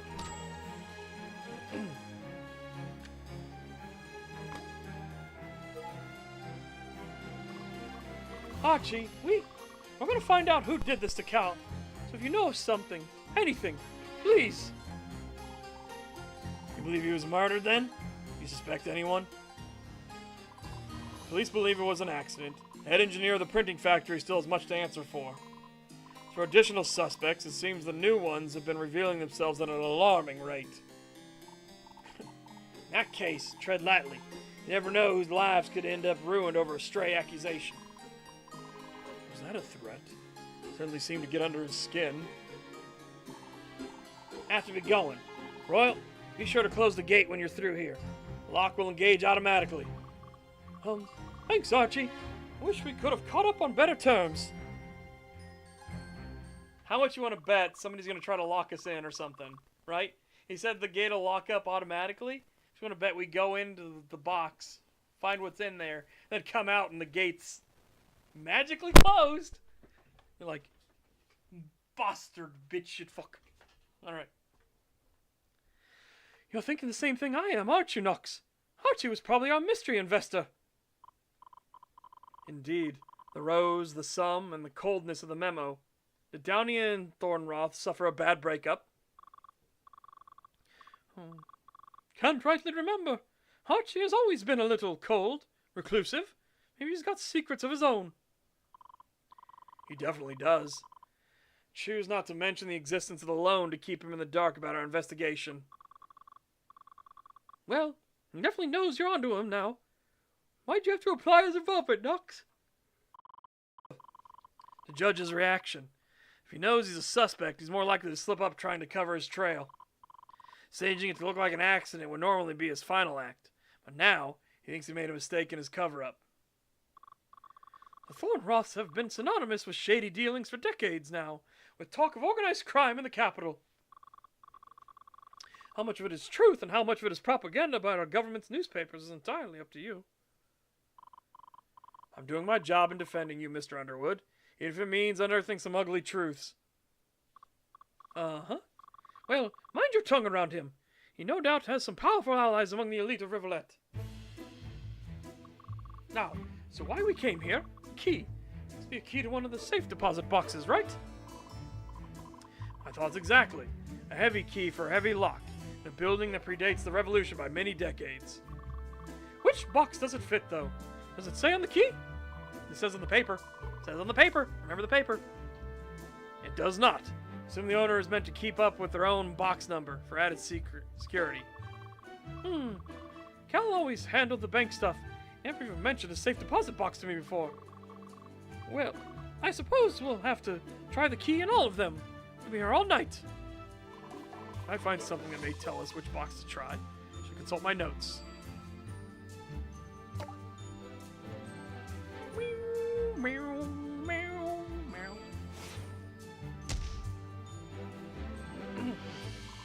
This must be it. 314. Handwritten number on the very first deposit slip. Downey brought back from the bank. He must have ran to the deposit box, then wrote down the number so he wouldn't forget on this scrap piece of paper. Indeed. So that's why he kept it. Let's find box number 314 and give it a shot, shall we? Mr. Underwood seems to be in higher spirits now. Perhaps the thrill of the mystery has given him new determination. There's something inside. Here, Nox, take a look. A stack of papers hidden in the safe deposit box of the bank, unknown to the public. They appear to be drawings, several of them on thin tracing paper. Sketches, perhaps. Look like sketches, all right. So Cal took them out of his portfolio and stored them here? Must be the case. For some reason, he wanted them stored someplace safe before his meeting at the factory. Hold on to them, Nox. I'll be safer with you. You think whoever killed Mr. Downey would be interested in these? I don't see anything incriminating. You never know. Let's get out of here before we attract too much attention from the night patrols. It is getting late. Let me escort you home, Mr. Underwood. Shall pick up again in the morning. Thanks, Knox. I have a room in the cobble district just across the bridge. I'll head and lead the way. Ah! Man, I thought it would have been interesting if the gate was closed. Again, we'll see. We'll see where it goes. We'll see where it goes.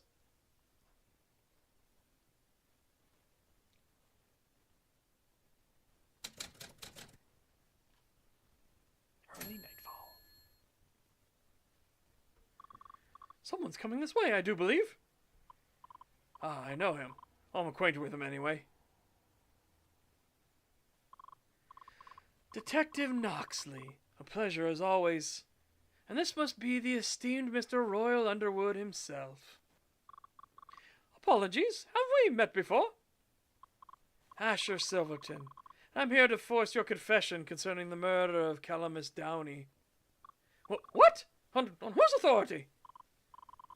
Silverton, I've already declared myself as Mr. Underwood's captor to the police. What's this about?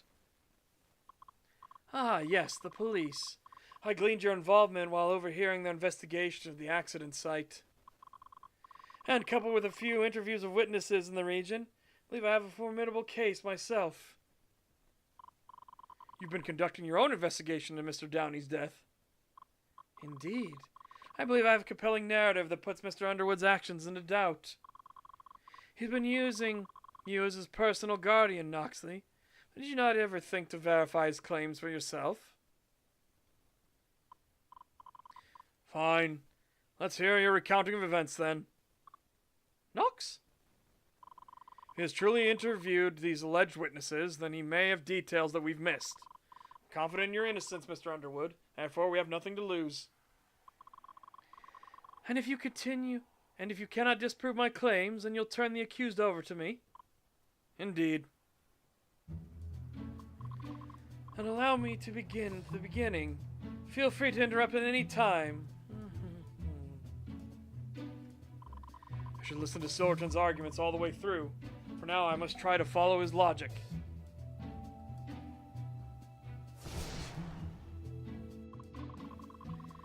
Downey was set on betraying the failing business by secretly withdrawing his half of the authorship's assets from the bank. On the evening of Fire's Day, a black bird wearing a coat was witnessed at the bank's gate, begging to be let inside. Clearly, it was Underwood, who learned of his partner's betrayal and wanted to protect the company's assets more than anything. Underwood was too late. He opened the deposit box in the bank vault and discovered it had been emptied by Downey. That's all? You believe Mr. Underwood learned of Downey's betrayal, confirmed it with the bank, then retaliated? That's right. I have a witness who can confirm the ruckus made by the Blackbird at the bank's closing in the evening. What? This is preposterous. Who do you think you are? Mr. Underwood, please.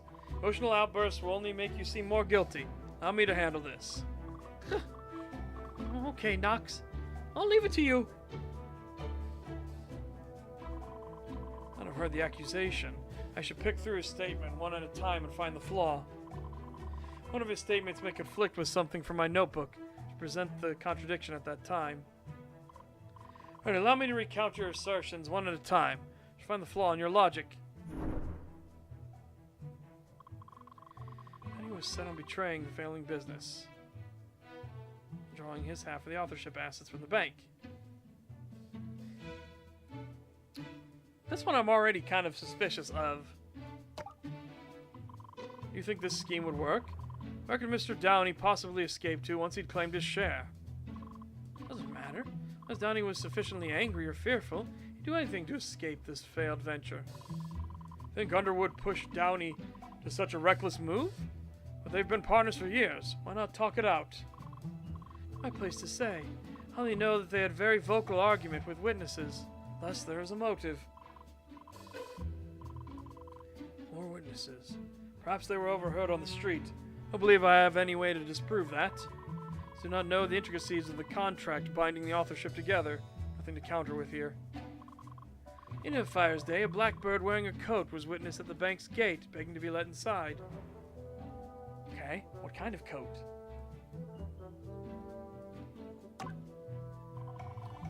See how that would draw attention. Do these witnesses mention anything else? Any other details? Not from what I gathered. Such an emotional outburst that most of them excused themselves from the scene. Whoever it was would have been under quite a lot of stress after such an argument, I would imagine. We're disproving the disruption in the street outside of the bank that night, so I cannot stop here. You know exactly who was responsible. Clearly, it was Underwood who learned of his partner's betrayal and wanted to protect the company's assets more than anything. Why are you jumping there? Witnesses say it was a black bird. Are you certain that it was Mr. Underwood causing the commotion? He's the only black bird that I see. He's never seen Mr. Downey then. Why does he know that there are two blackbirds involved? I cannot prove which bird was the one trying to access the bank that evening. Should let him continue. Regardless, the bank took pity and let the poor bird inside to conduct his business, it seems. Underwood was too late. He opened the deposit box in the bank vault and discovered it had been emptied by Downey. We know that one's not true because we have the key. Cash account in the safe deposit as well. How do you know this? A partnership of this size would have a box in the vault to store company secrets, items of value, things like that. It is standard practice. Naturally, Underwood would immediately want to make sure the box hadn't been plundered. Cash account is one thing, but its items stored in the vault would be significantly more valuable, perhaps irreplaceable. Seems strangely fixated on this deposit box. We already found that it was actually inside earlier, however. Wait. You see? One discovered he had been betrayed and decided to take matters into his own hands. We have a colorful tale, Silverton. I'm afraid it's nothing more than fiction. You see, I found something that proves Mr. Underwood couldn't have visited the bank vault that night. He found the fucking key. That's right. Underwood could not have gone to the bank vault after Mr. Downey, as you assert. Oh, this should be good. You intend to support that counter-argument, Detective Knoxley? The Riverlet Bank Vault is a very old style, pre-revolution. Each deposit box of the vault has one key, and only one key. As it so happens, the key to the authorship's deposit box was stowed safely within Mr. Downey's coat the whole time. For Underwood would not have had the key needed to open the deposit box. He was not at the bank as you described. I see. Who do you presume was attempting to visit the bank the night of Downey's murder? Should be obvious. Mr. Downey himself. He is a magpie, a blackbird as the witnesses described. Of course. Truthfully, I did not have a chance to see the body before police took it away. Should have known. Yes, well, all is forgiven if you would let us go. Not just yet. I believe the motive still exists, even if the events of that night weren't quite what they seem. How long do you plan to let this farce go on? Until I am satisfied. Rest assured, I have my own share of evidence that casts doubt on Mr. Underwood. He has evidence? Is he saving it for some coup de grace? I don't like where this is going. We confirmed Downey visited the bank, but Underwood's whereabouts still have no explanation and no alibi. After the argument, perhaps Downey had second thoughts, decided on a neutral location to work things out. That's why Downey invited Underwood to meet with him in the factory. Why else would Downey be there after hours? Fortunately, Underwood was still uncooperative. In a fit of rage, he decided to end Downey's life that night. So you insist that two men met in the factory to reconcile. Why would they not meet in the authorship itself? They had just enjoyed a very visible fight in their office, with witnesses on the street overhearing the whole ordeal. Picking a neutral location, which they were both familiar with, would let them solve their issues with privacy.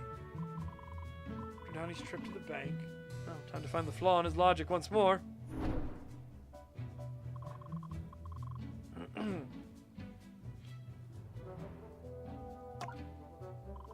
Well, that's true. Did not meet him until this morning. No one's definitively placed him at the factory either. Hold that thought, Detective Knoxley. Let me set the stage and show how Underwood has been misleading you. Does that have to do with the supposed evidence he's gathered? As you continue to play along for now. For the argument, perhaps Downey had second thoughts, decided on a neutral location to work things out. The factory is a government-controlled facility. Why do you suggest breaking into a secure building like that? They are a book publishing company. Both have had ample experience with the printing facility, no doubt. You're aware of how tightly the Rivulet government protects its assets. Well, the building was empty at night. Anyway, I can't disprove that Underwood went to the factory. So should focus on why Downey went. That's what Downey be there after hours. So Downey ended up in the factory due to an invitation from Mr. Underwood, correct? That's right. It was after hours, and the week was over. Downey would have no other reason to be there. Aha. Seems my investigation remains a step ahead. Demonstrate why that's not the case. I know that look. You're about to tell me that Downey was at the factory for some other reason, aren't you? Trying to remove the thrill of the hunt from me, Silverton. Indeed, Downey was at the factory for a different reason, as I discovered during my own investigation.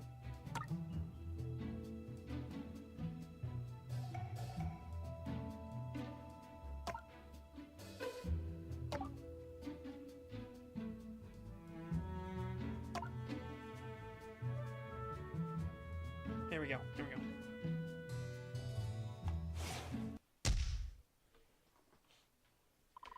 Take a look at this note, and what was written upon. I found it hidden in Mr. Downey's desk this morning. I see that Downey was invited to the factory ahead of time. Take you've not discovered the author? Not yet. Presumably the author is also the killer. Did you not once stop to consider whether Mr. Underwood was the author? What? Could have planted this note in hopes of throwing suspicion onto someone some unseen third party. Take it. It was in the mail.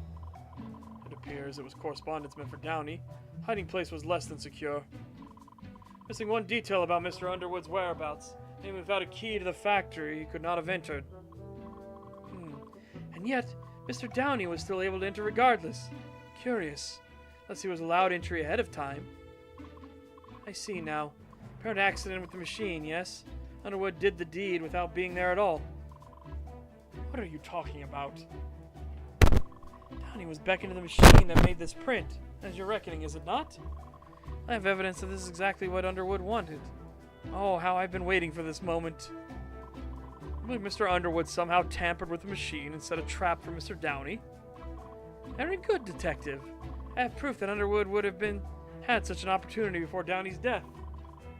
Must be the evidence he found. Something that I missed. However, he's still under the assumption that the machine killed Downey, even though his death echo was elsewhere. Still, his evidence could be useful. For that reason, I shall allow this absolute charade to go on.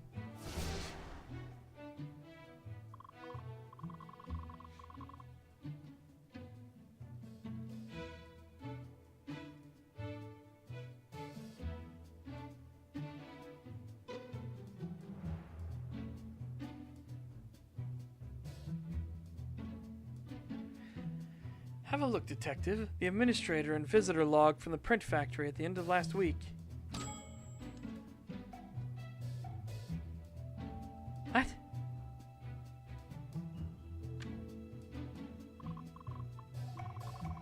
As you can see, Mr. Underwood did visit the factory right before Downey's death. I'm sure he mentioned it to you. For 15 minutes? He did not. Mr. Underwood, explain this. I'm sorry, Knox. I didn't think it was relevant at first. When we found Cal's body there, I guess I froze up.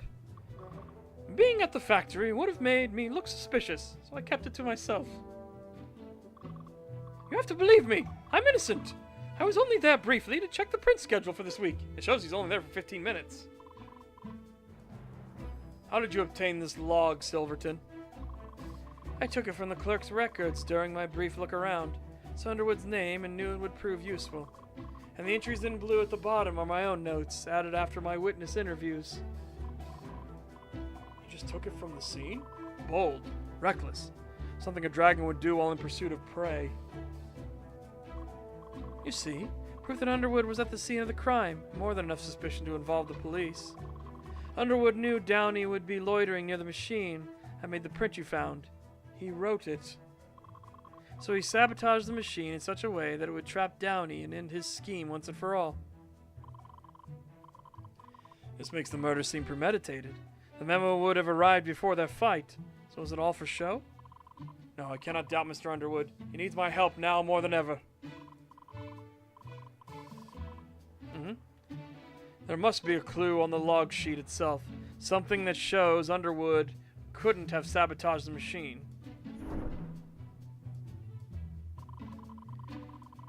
Do any entries on the log contradict Silverton's story that Underwood sabotaged the print machine while at the factory?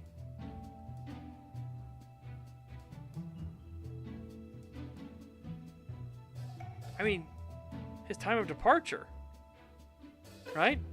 And then you have her departure.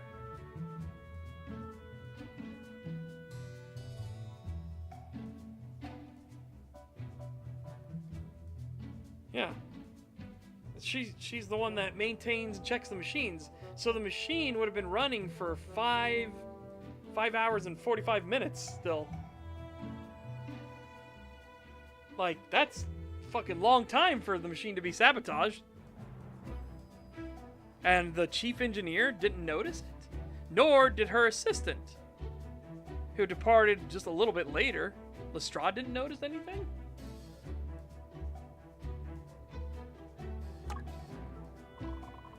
Alright, is the last to leave. Sounds out last. There are no more entries after this, officially at least.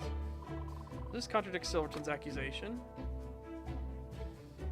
Ooh! Hold on.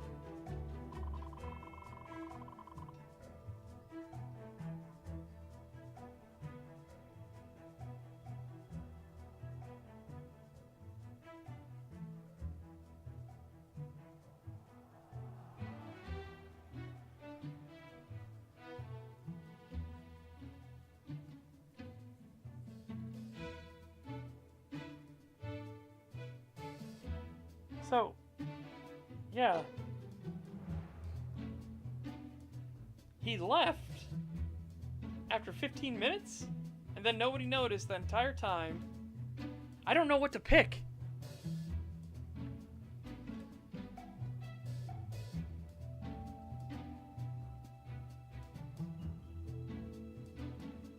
Without our nation, we are nothing. Okay. Yeah. Without our nation, we are nothing. Without, I said without order. That's a lot of words. Was all of that really covered up? Huh. Okay. All right. Think here. So he departed, right? It shows he departed, and then an unidentified person entered. I'm assuming he's gonna say that was Downey. Right?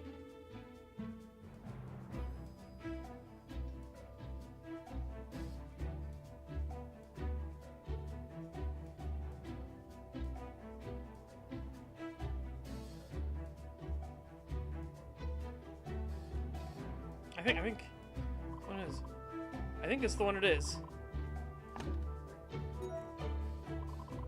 Smartwright signed out. Perhaps she didn't actually leave at this time. What?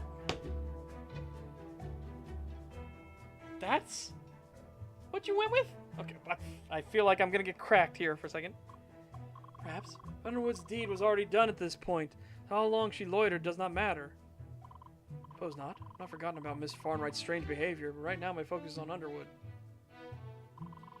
Entries of the log contradict Silverton's story that Underwood sabotaged the print machine while at the factory. I didn't know that's what he was gonna go with. Ah!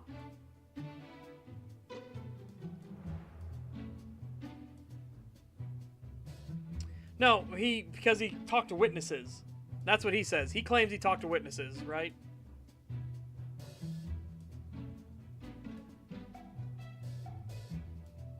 Oh! She's the inspector, right? Isn't that what Martelay said? Hold on.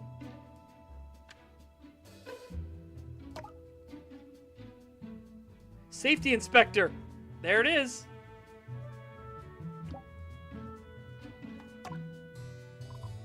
Martelay, the government safety inspector, arrives here.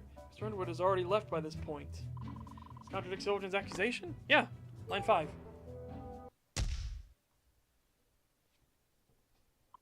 Here, Miss Martelay entered just after Underwood's departure. She departed a few hours later, as shown in the log. Miss Mardelay is a safety inspector for the government. She inspects the machines to ensure they are in working order. Naturally, if a machine had been tampered with, as you said, the inspector would surely have noticed the danger. And that would have spelled the end of Underwood's supposed death machine sabotage scheme. What do you say to that? Not bad, Detective Noxley. See, you've interviewed quite a number of witnesses yourself. Please, Silverton. You're blinded by your fixation on Underwood's guilt.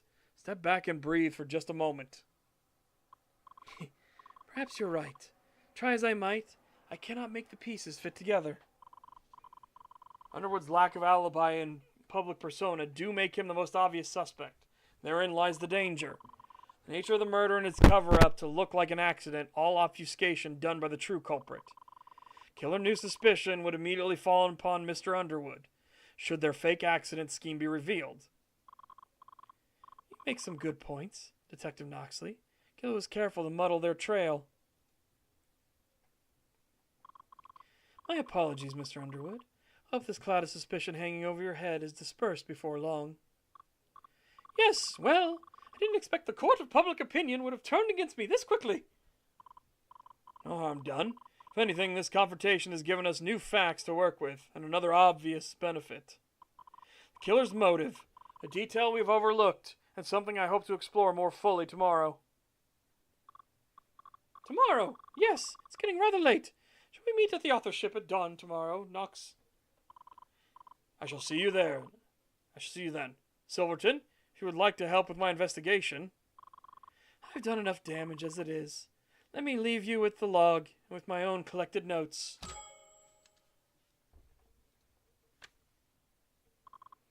We shall meet again, I am certain. Good evening. Good night, and thank you. I don't know where I would have been spending the night if it wasn't for your help. Just doing my job. Get some rest, Mr. Underwood. I should tidy up my notes from the day, then retire as well. All that frolicking about in the sunlight was quite exhausting.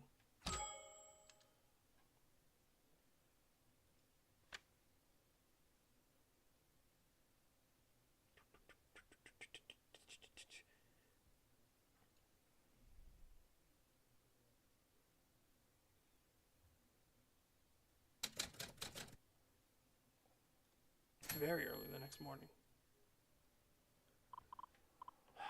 Morning already.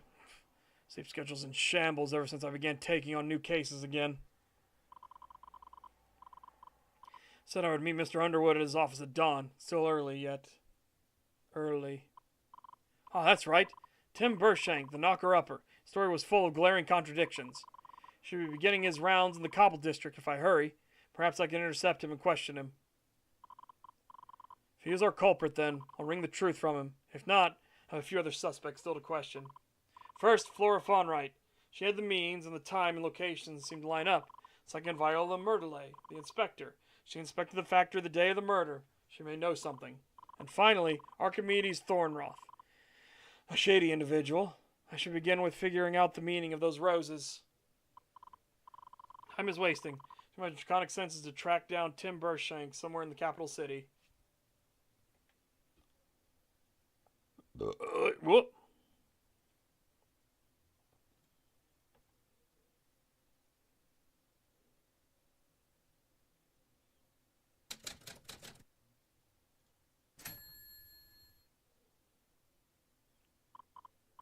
There you are. I knew we would have to pass by this bridge eventually. Now to get his attention. Ah, Mr. Noxley, sir. Good morning. Good morning. Tim Burshank.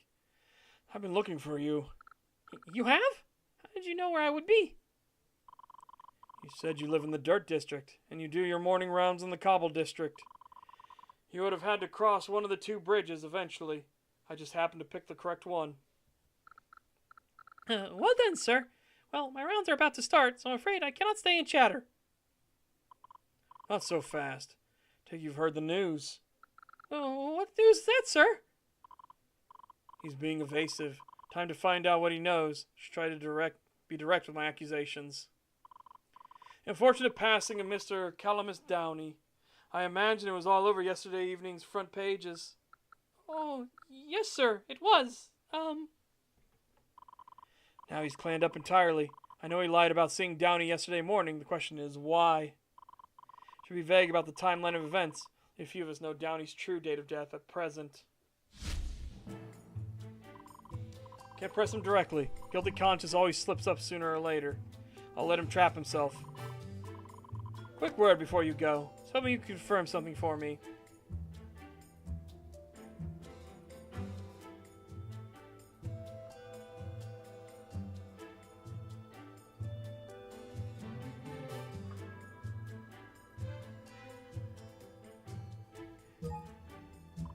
Just a quick confirmation for my notes.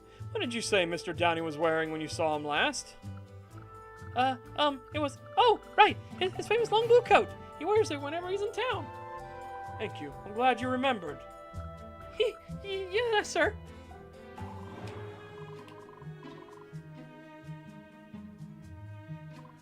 Says Mr. Downey was wearing his long coat. You saw him last. Can I disprove that somehow? Brown casual clothing. Tim, think back to yesterday. You said, and I quote, he was wearing his casual clothes. No mention of his coat. Yep, I did? Indeed. Discrepancy calls into question whether you actually saw Mr. Downey at all on Moon's Day. I know. You said the last time I saw him, right? Truth is, I saw him again, later that morning, yes. You did? No, you didn't. Yep, my mistake, sir. So, whatever you wrote down yesterday morning is no good now. Doesn't matter. I don't think you saw Mr. Downey either time that you said you did. Well? Ah, but see here, I can prove it. Remember I said he always tossed a coin down to me as thanks? I just so happen to have it right here. I haven't had a chance to spend it yet, so it's at my trousers. I see. Gold, is it not? Must be a solid 2 weeks' worth of wages for a boy your age. Oh yes, Downey's rich and successful and so generous. He shares his success with others. Cute story, but just that. Downey was already dead by this point, so this coin presents a new mystery. Looks like he wants to say something else. This must be his chance to retort and try to throw me off the trail. What about your schedule, Mr. Noxley? Shouldn't you be reporting to your own job soon?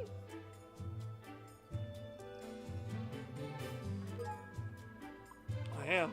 Private investigator, and I'm investigating. Privately. Like in the mystery books?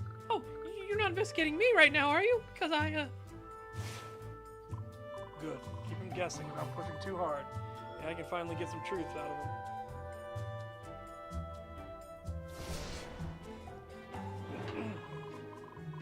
I mean, one lie. But he's chosen to double down on it.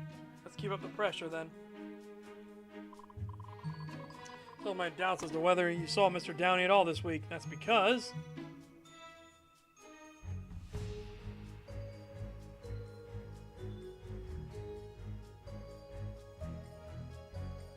Ooh.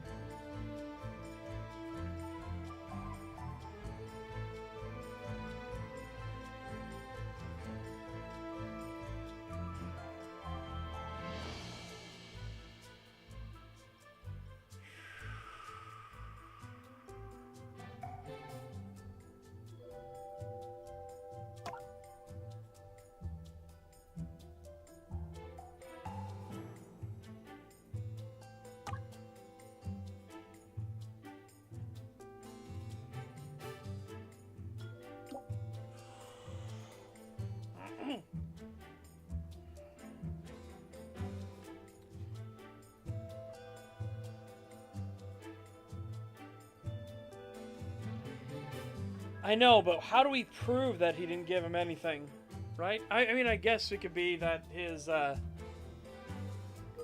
business was in trouble, right? Do we have that?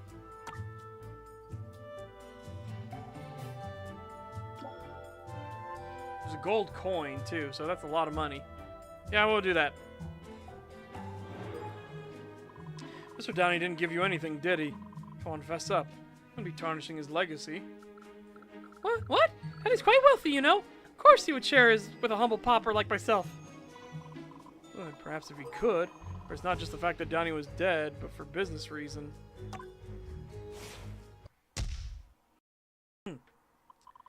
A gold coin he allegedly tossed you, never mind its weight from the height of several stories, would be dangerous. But Downey wouldn't willingly part with such a sum, you see. The authorship is facing great financial strain as of late. It is? Indeed. When I investigated Downey's workspace, I discovered that he has been fretting over the company's finances. So callously sharing such a large amount of money is no doubt generous, but not believable in this instance. I had no idea, but he gave me the coin, I swear to it. I guess I should come clean, sir. Finally, you seem so adamant that you met with Mr. Downey and received this gift from him. Explain yourself. Right, I suppose all the talk of him in the papers has set me confused. I'll tell you where I saw him last. It wasn't actually yesterday morning. No, it was before then. Yes, that's right. Not at his home at all. Truth is, I saw him at the bank. Yes, that's why he had the gold coin. He must have withdrawn it. It's quite a swerve in his story. Curious.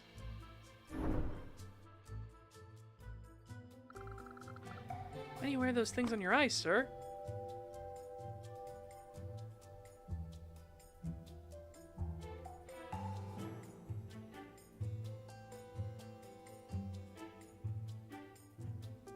Maybe. Do I want to scare him?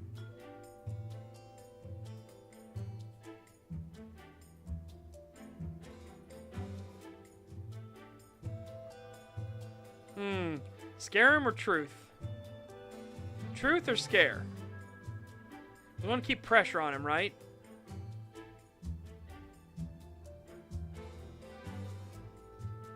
We can play into the miasma dragon thing, right?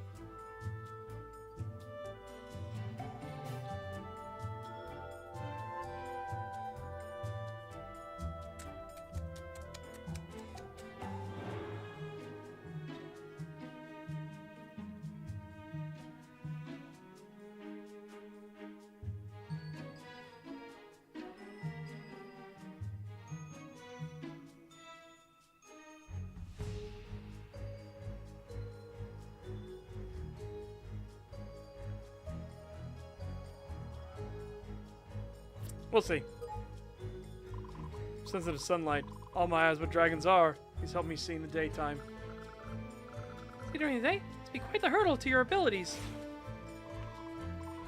Why'd I listen to you, Eldritch? No! Demonstrate that I'm more than capable at any time of day. Fuck, that was a huge hit! Following your encounter with Mr. Downey, I have one little problem with your tail. My tail? What's wrong? Something stuck to it? No, your story, Tim. Not seeing Downey attempting to enter the bank last week. What did you say? That was when he tipped me. He came out carrying a big stack of papers in his arms and couldn't see his hands. Must have fished around in his pocket and handed me the first coin he had. Found. That's why he gave me the gold one.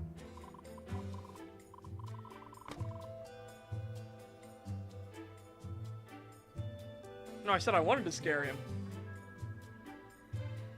I feel this story is too a fabrication because I think something about this bank account doesn't add up.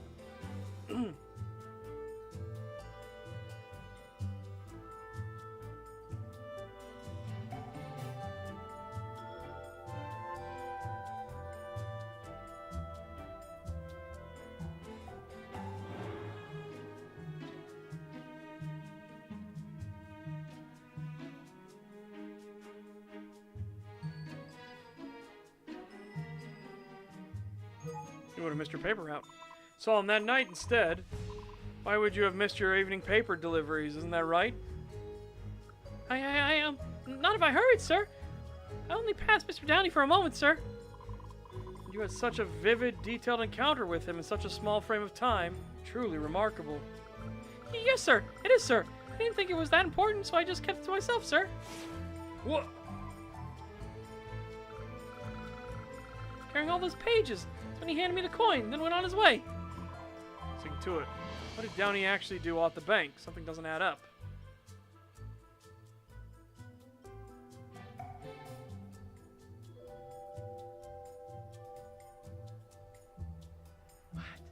Again, I wish I knew where this would, like, go with these, you know?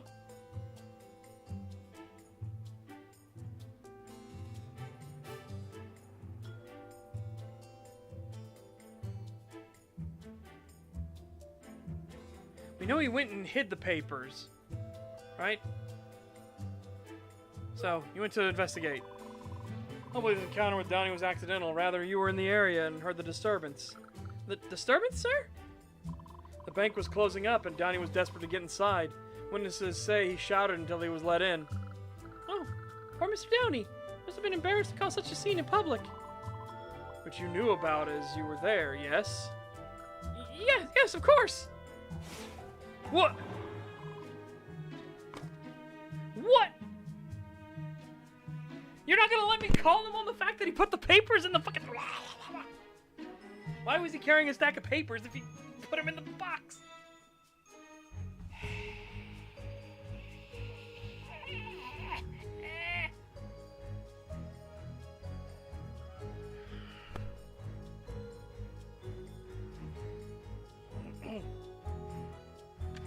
What? Oh my god.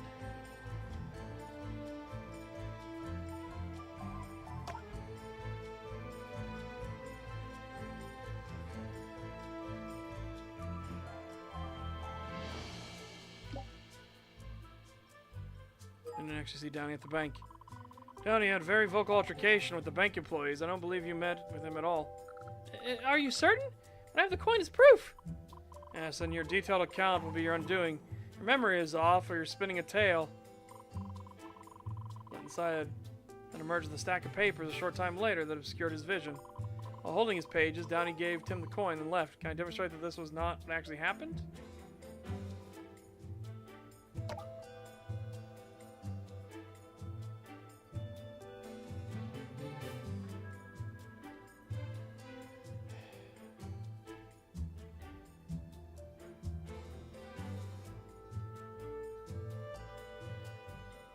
Should be a stack of drawings.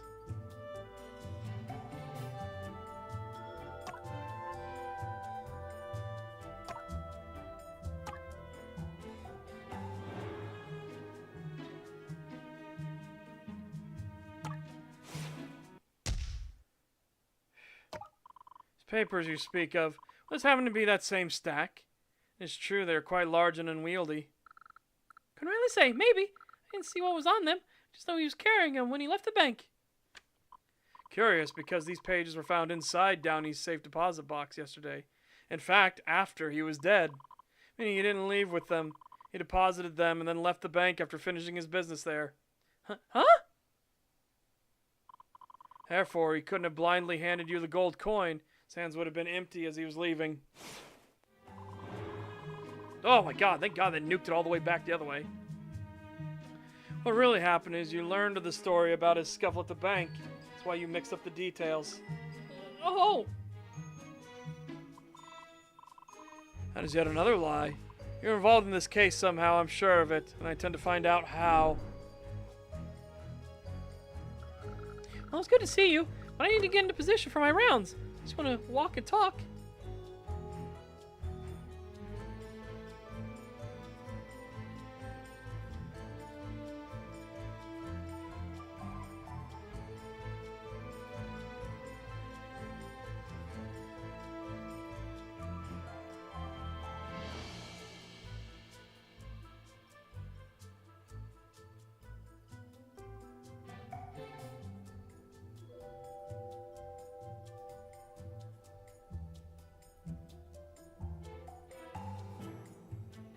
Don't want to keep up the pressure. This could also be like, you know, like, no, I'm not going away. I'll walk with you. Fuck it, I'll see where you go.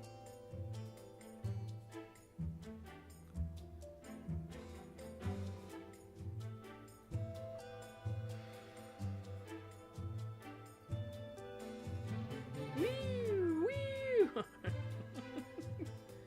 I don't know. I don't know.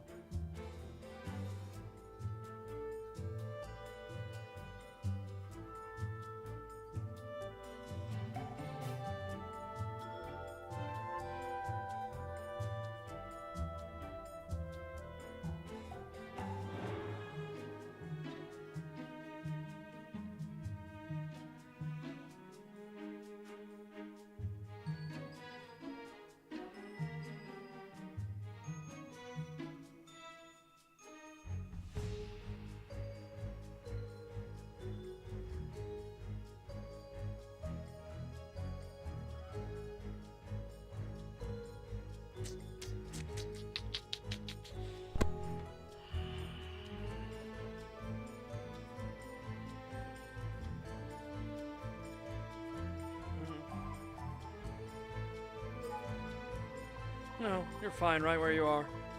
I can't have you scurrying off without me. But Mr. Noxley, I wouldn't dream of such a thing. Says that, but I can tell he's toying with me. Need to keep up the pressure.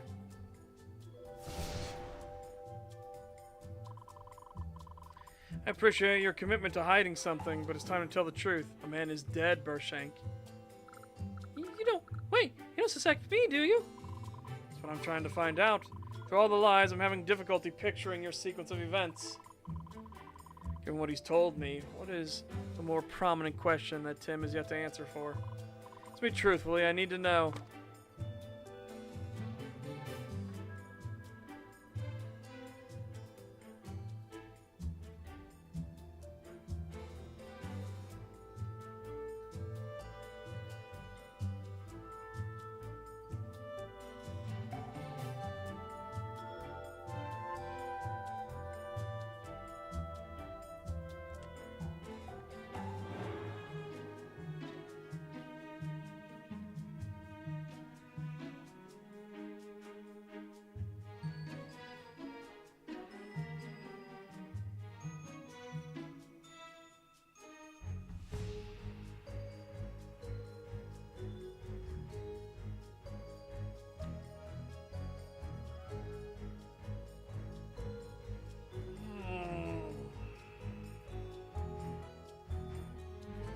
Fire's Day is Friday, Thorn's Day is Thursday, Moon's Day is Monday. So,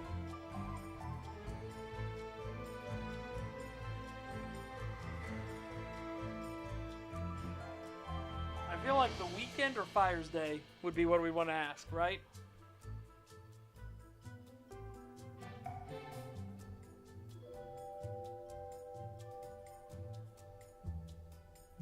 No, he's hiding something about Moon's Day, right?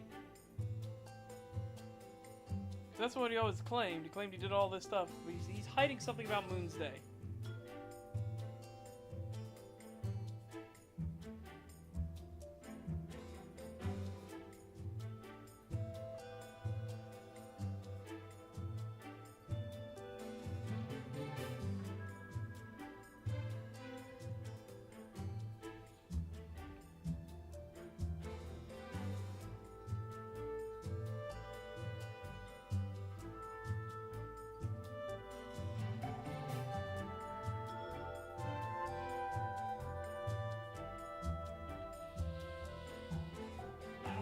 Hint coin. I don't want to use a hint coin.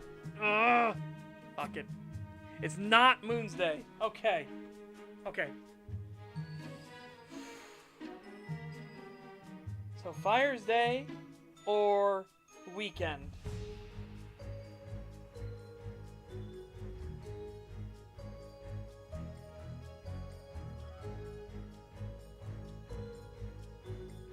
I'll have to assume Fire's Day. Because that's the time of the killing, right? I need you to answer honestly and carefully, as you are presently a suspect of Mr. Downey's death. Downey was found dead in the Bay Street print factory, questioning anyone who may have visited the place. Where were you the evening when he was last seen at work? Fire's Day. Last day before the weekend, last week. So you do suspect me after all? Mr. Noxley, thought we were friends. Thought we were too. You've been spoon-feeding me lie after lie this morning, and I have had my fill. I wouldn't have harmed Mr. Downey that night. I wouldn't. In fact, I couldn't have. Oh, no? So you have an alibi, then? After my rounds, I went straight home. It's anywhere near the factory on Fire's Day, in fact. Tim, who or what are you trying to protect? For a fact, you didn't just go home.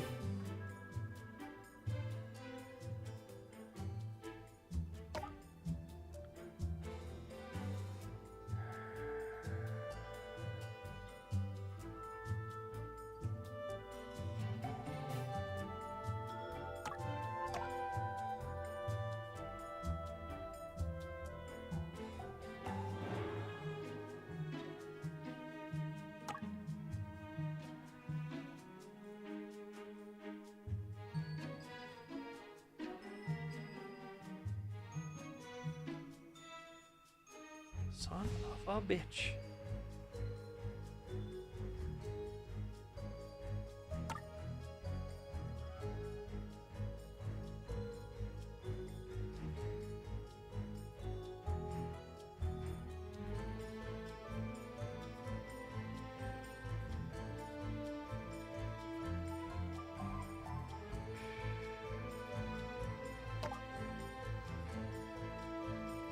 Oh, here we go. Yeah, Tim Burshank. Oh, thank fuck. More lies. Tim, look at this record sheet. Logs all the visitors to the print factory on Fire's Day. Oh no! Oh yes. I think I've given you more than enough chances to be honest with me. Now I'm going to have to get nasty. I'm sorry. Please don't tell my employers. I made a promise that I wouldn't. A promise? What sort of promise? No, I can't. I didn't. You seem genuine. Almost at his wit's end. Take a moment and collect yourself. It'll all be over soon. I'm alright. Ready to talk. Well, I highly doubt that. I think I'm finally ready to put the pieces together. Of sorts today. You okay, sir?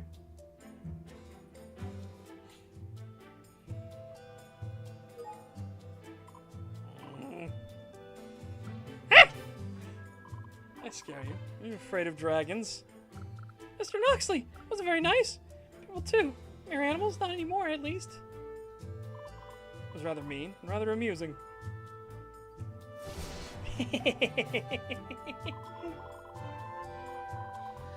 That was strange that you signed into the factory visitor log. Normally you wouldn't do such a thing, yes? Then I realized that you created an alibi. You needed proof you made it to your job on time. The paper delivery. Truth, you were late. Missed your pickup time due to your late start. There's 2 jobs now in jeopardy. You signed into the factory at your normal time, left to finish your knocker-upper rounds, then returned to sign out. That wasn't your only visit to the factory that night, was it? After all, those newspapers had to end up somewhere. You must have come back in secret after the factory closed so you could pick them up outside and finish your deliveries. But something else happened. Something that explains many of the lingering mysteries surrounding that night.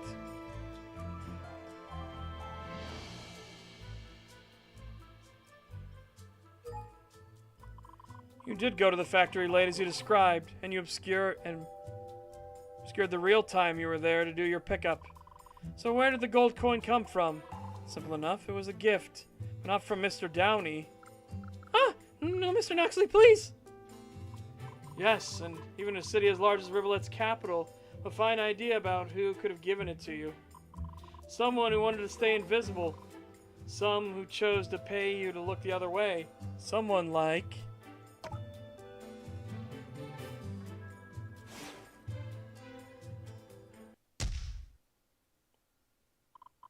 Archimedes Thornroth, social darling of the wealthy elite. His actions in the industrial district were a mystery until now. Even if you don't know his name, I have no doubt he fits the description. Male, silver fox, black top hat. No, I promised him. Stay quiet. Pretend he was never there. Tim, I'm trying to catch a murderer, and I need your help. No amount of gold is worth silence on this matter. Lord Thornroth is one of my top suspects. Yes, a silver fox with a rose. That was him. I'll tell you everything, I swear. Ugh, it was messy, but we did it eventually. Fucking hell. Could have avoided all of this grief if you'd just done so at the start. But now... Please don't arrest me, sir. I promise I didn't do anything wrong. And tell me this. Why all the lies? Starting with yesterday. You said you saw Downey in the morning. Right, sir. I'll do my best, sir. The truth is, I need these jobs. They're all I have. I don't want to lose them. Knocker-upper in the morning and a delivery boy at night. Both dependent on a strict schedule, no doubt. Yes, sir. I was late to rise 2 mornings in a row. My employers found out I'd be sacked for sure. Morning of the murder. And yesterday morning. Looks like he still has his employment today, at least. The lies, the factory log, all to ensure your employer didn't find out you were running late both days. When your customers realized you knocked late, you must have hundreds of clients in the district. Early ones, yes. Like Mr. Downey. Truthfully, none of them even know my name, except for him. As long as I Insisted I was on time and had the log at the factory to prove my schedule. I could keep my job. Risky gambit. He must not have known the ramifications. So he'll keep his secret as a show of goodwill. A few more questions, then I'll let you be on your way.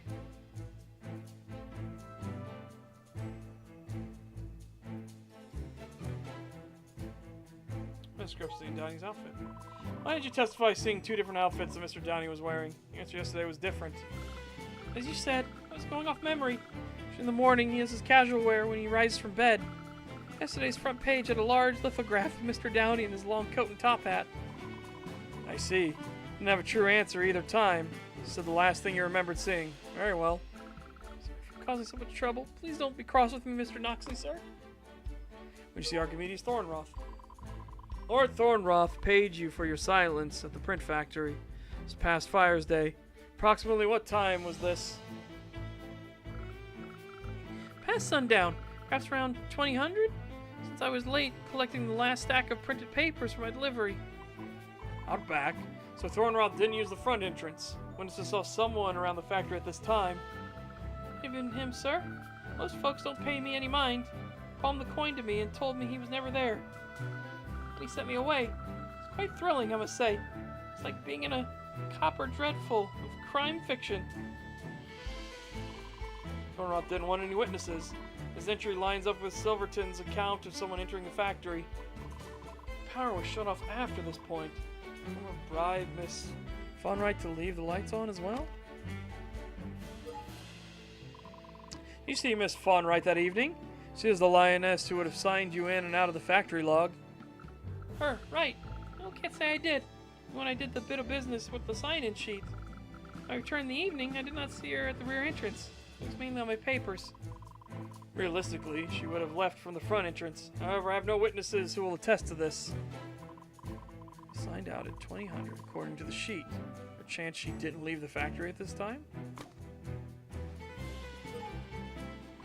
You see Viola Myrtle when you were at the factory to sign in? She's a government safety inspector, a cat. I can't rightly remember. I only hopped in at the front and then ducked out after filing the log sheet. Still trying to form a clear picture of her whereabouts thus far. It seems like she was in the capital all day. Think she had a hand in this? Government inspector? Wow, now that's the kind of service I wish I could do. Thinking of taking on a government position. Oh, Tim. Reminds me, question Miss Myrtle if I see her again. She'll pass by her this morning. Anyone else into the factory while you were waiting for the papers? Did Lord Thornroth have any accomplices? Accomplices? How mysterious. No, I believe he was alone. I was the only other person at the back. That's a relief. I'm thankful you weren't harmed or antagonized in some way. No, sir. Fox was quite a gentleman. He smelled just wonderful, like a field full of flowers. Oh. I don't know for a bird to notice. He must have been spraying the floor of cologne on thick. Or why, I wonder. So go start your rounds. Out of everything you've told me. You're very helpful, Tim. You can go. I feel like he was trying to rekindle, right? And maybe he found... This could be a red herring entirely. What if Thornroth was trying to rekindle the romance, right? And he found him dead. And he was just like, what the fuck? And so he panics, starts leaving, and he bumps into Tim here and pays him off. Oh, I didn't mean to click to that. This is that affair. Cry if you must. Don't feel the need to hold it all back. No, I'm better now. Should go start my rounds. Morning, Mr. Noxley. Nearly sunrise. I should hurry to meet with Mr. Underwood at the authorship as I promised.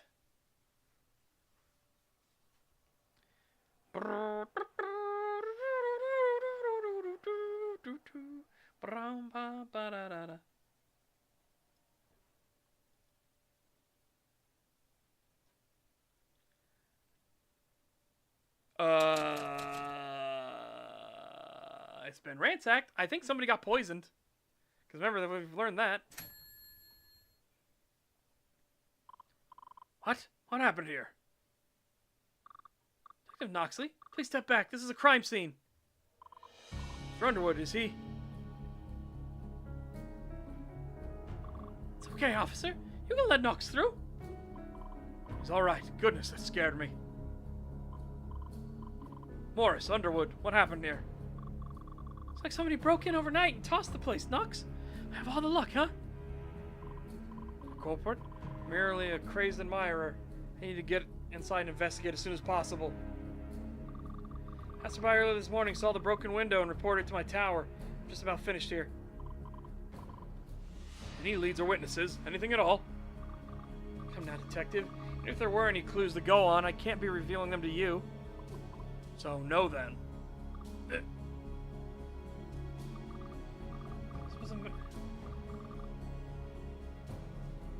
was a message. Earl Underwood, I can take you into protective custody right now. Highly advised compliance. Not yet. Still have a few hours left of my deal. He stays with me until then. Right, Underwood? Yes. I would feel much safer under Knox's protection than in the Barrows, officer. I'm sure you understand. Of course. Be sure to check in at Tower 51 by noon, or you'll be declared a fugitive, Mr. Underwood. I'll formally report this break-in for you. Be sure to bring me a list of any assets that were taken. Thanks, officer. I guess I'm spending my last few hours of freedom cleaning up this mess. Yeah, this is an opportunity. Our culprit is to blame. They might have inadvertently left a clue behind. I don't smell any blood, so it's unlikely they cut themselves in the glass. I'll just see what's missing inside. Thanks, Knox. Did you find anything else out? Lord Thornroth was at the factory the night of the murder. He's currently my prime suspect. Archie? Really? Didn't know he was into breaking and entering, too. I trust your judgment, Knox. Someone's hurrying this way. Oui, Monsieur Underwood. I came as soon as I heard the news. So sorry about Calamus. Eh? The detective? What has happened here? The window. Oh. Hey, V. Don't worry about it. Just some local trouble. Watch out for the broken glass on the ground. Oh, no. How horrible. You have seen so much grief today, Monsieur Underwood. Oh. Miss Martelet, while I have you, may I ask you a few questions? It concerns Mr. Downey. Oh, poor Cal. Should like to visit his family in the countryside. We've been close friends for so long. Miss Martelet? Oh, yes, of course. My mind is on so many things at once. Go ahead, Monsieur.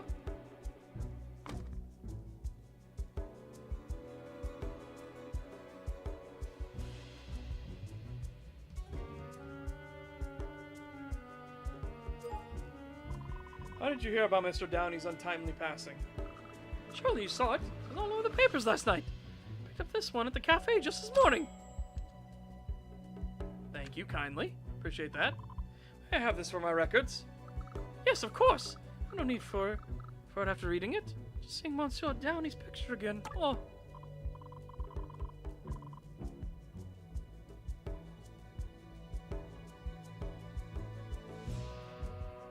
First you learned of his death? Thank you. This morning was the first you learned of his death from this newspaper. That is correct, yes. You weren't contacted by the police or by Flora Fawn, right? You're an employee of the factory, are you not? No. The print studio is but one of my responsibilities. I've not spoken to the police yet. Should I expect to? Yes, you should, given where his body was found. The circumstances around his death were not revealed to the public yet, going by this newspaper story. You need to be careful not to leak any facts for our investigation to any witnesses or suspects.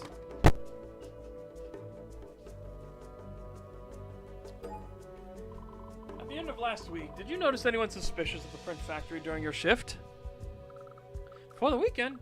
Oh, no. Not paying mind to anyone, of course. Just the machines. Why do you ask? Any public knowledge when Mr. Downey died, I need to keep that detail under wraps. For information about the people on this log sheet. Anyone stand out who shouldn't be there? Ah, the log file. You have it. Where'd you get that? Given to me by a friend. Now.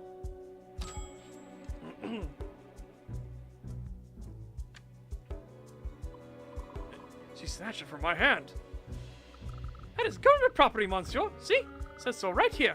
Not allowed to have this. Do not worry. I'll return to the police when they come to do their investigating today, yes? Alright, I apologize if I caused Miss Fonright any grief. I did not abscond with the page myself. You bastard bitch. No harm done, monsieur. Why so much interest in the factory workers? You perhaps seeking employment, too? Just curiosity. On Fire's Day last week, before the weekend, what did your schedule look like that day? Oh, well, I began my usual inspection of the factory at a 15 sharp and worked for 2 hours. It's quite specific. Yes, yes. I have 4 properties to inspect and a tight schedule to keep. And as a sanctioned government agent, you have free access to all these buildings, including the factory. Just during operating hours. I cannot very well do my job in the dark, monsieur. What about after your shift? What did you do for the rest of the evening? I went to the White Street Market for groceries, and then I went home. Nothing too exciting, monsieur. Do you have an alibi for your whereabouts that evening? No, I do not.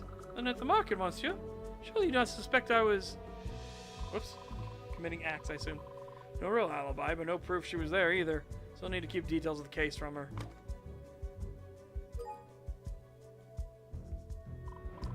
That's all, Miss Martelet. You can go now. Yeah, thanks for coming by, Vi. Means a lot. I guess I'd better get started on this mess. Oh, Monsieur Underwood. Been through so much. Sit, rest, let me clean up for you. I'll help too, with your permission. And to see if I can find any new clues. You're certain, Monsieur. Time must be valuable, no? It will take half the time if we work together. Let's get started over here.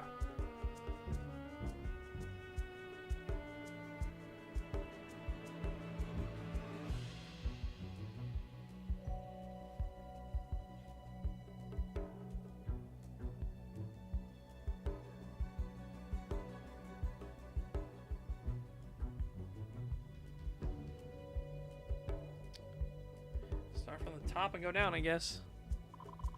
Ship's accounting records are fanned out as if they were being searched for something. The mystery investment is still on top of the stack, so that wasn't what they were after.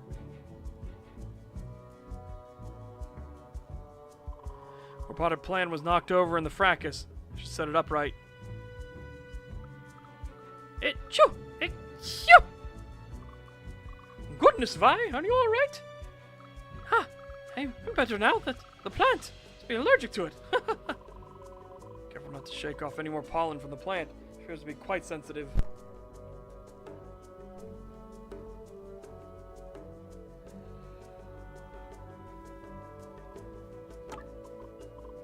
Wait, that's no mechanical oil. Ah, there appears to be a discarded handkerchief balled up with the paper. Still slightly damp.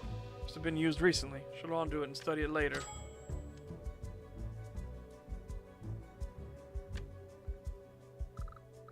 Monsieur Noxley? What is the matter?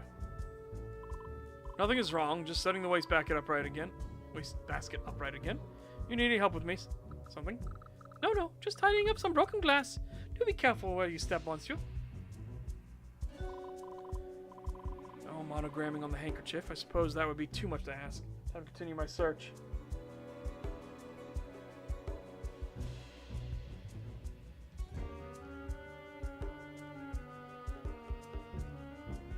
Typewriter's been moved.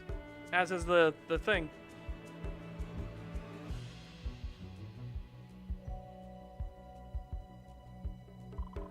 Drawer where the memo was hidden. It's open, and the box appears to have been searched as well.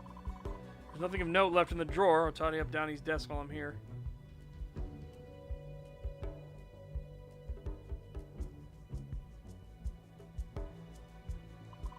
What? What's with that look? What's with that look, Knox? Page left in the typewriter. It's typo again. Leave the package here before tonight, or you are next. Mon Dieu! What? What? You're joking. You aren't joking. How did the police miss this in plain sight? Morris had his eyes on the window, I would imagine. This is quite serious. What's it talking about? What package? A pretty good idea now.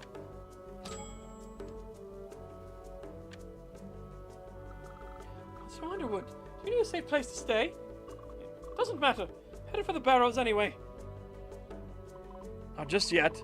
I'll get to the bottom of this. It's the last thing I do. Letters and envelopes have been disturbed. They're being searched for something, it seems.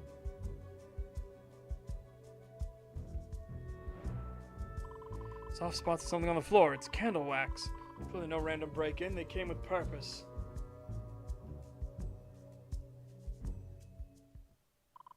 That's everything. A careless crook left me some new material to work with after all, it seems. I should do it. I can sweep up the rest from here. Thanks, guys. Do not worry, monsieur. Your friends will always come to your aid, no? Oh, but look at the time. Yes, you have a shift to attend, do you not? Stay here with Mr. Underwood. Yes, at the harbor today. Adieu, messieurs.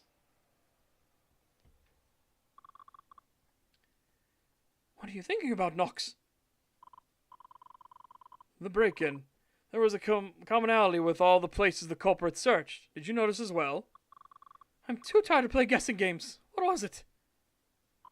The records, the pile of mail, the drawer, and even around the typewriter. Common theme is paper. The culprit broke into your office in search of something related to paper, something they didn't find on Downey's body. That's right. You said Cal's portfolio was searched, right? It's got to be those drawings. My thoughts exactly. Fortunately, Downey had the foresight to stash them someplace safe before his fated meeting. Something else we found. That handkerchief. It is recently used. I believe the culprit dropped it and left it behind by mistake.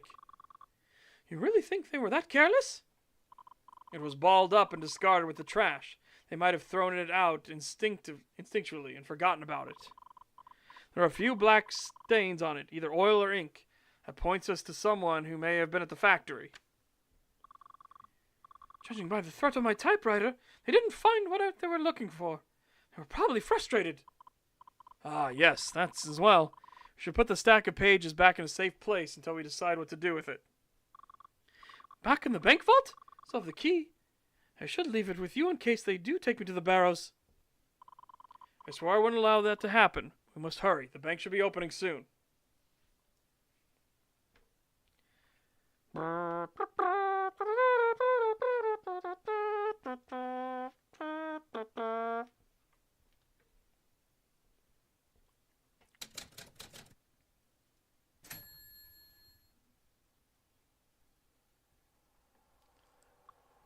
Good. Nobody else is here yet. I had a thought, Knox. About the pages? Indeed. I must admit, I haven't made time to look through them. I recognized the one on top, so I paid no mind to the rest. But now that you say the culprit was likely looking for these, perhaps we should go through them once. I assumed it was extortion from either an admirer or a competitor. You think there's something more to it? We won't know until we look. Just a quick gander before we put them back in the box, eh? Very well. Hand them here. 2 of 4. 3 of 4. Pale dragon and miasma dragon? We're missing... Okay, 2 of 4, 3 of 4, 1 of 4.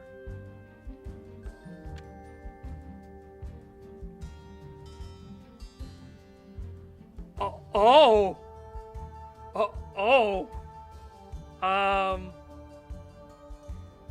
She might have gotten jealous. Oh my god. 2 people appear to be sitting together in the park. She's not numbered like the rest. I'm not sure, but sometimes Cal gets ideas and brings them to me later. Could be something he was working on. For further scrutiny. This one doesn't belong. It's not numbered like the other sketches. Subject matter is concerning. True, it doesn't appear to fit. What's wrong with the drawing, Knox? This is what stands out to me.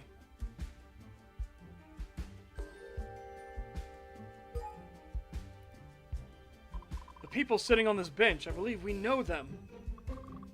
That spot of red, is that blood? Not blood, it's paint. A deliberate, important detail. I believe it's meant to be a red rose on his hat. Oh, you're right. That's supposed to be Archie? That's exactly. Archimedes Thornroth. But who is he sitting next to? Appear to be quite close. Archie isn't married. It does look like he's out on a date. Looks like he's sitting with a lion. Oh, no. It's Flo! Flora Fawnright. I think so, too. Why the negative reaction, Underwood? One of the Thornroths in a relationship with a member of the Rivulet government? Scandal of the year, Knox. I see. Sure does seem more salacious than I remember it being. This drawing is an accusation. And also be a recollection. Someone might have caught Archie and Flo together and wanted physical proof. But it's not proof. It's just a drawing. Unless it's meant to be blackmail. That's pretty clever. The drawing is saying, I know about your relationship, Archimedes Thornroth. Goodness me. Yes, and the hush money to keep this under wraps must be something Lord Thornroth was willing to pay. This has got to be what Cal's killer was after. No wonder he hid it in the vault that night. He knew it was dangerous. The question now is, did Downey create this drawing intending to blackmail Thornroth for money? Two met in the factory after hours, and Thornroth killed him instead of paying. It all fits. I don't think Thornroth did it. I think she did it.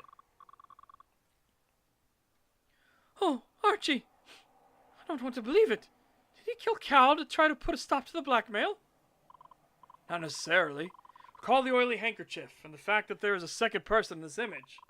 A second person whose career and public image could be ruined if word of this got out. Yeah, Flo. I insist we question Miss Fawnright immediately. Your freedom rides on finding our culprit, Mr. Underwood. I know. Flo should be starting the morning shift at the print shop any time now. I also insist that we keep these drawings instead of putting them back in the vault. It could prove useful to us.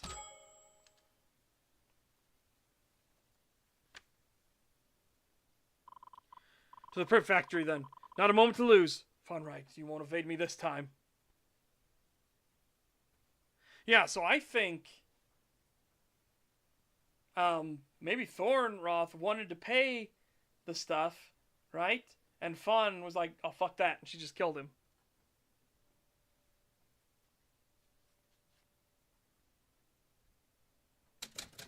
Oh, shit. Silverton's here. Uh-oh. Uh-oh. I'm pretty sure he's a platinum holder as well, right? I think that's what we learned from the first episode.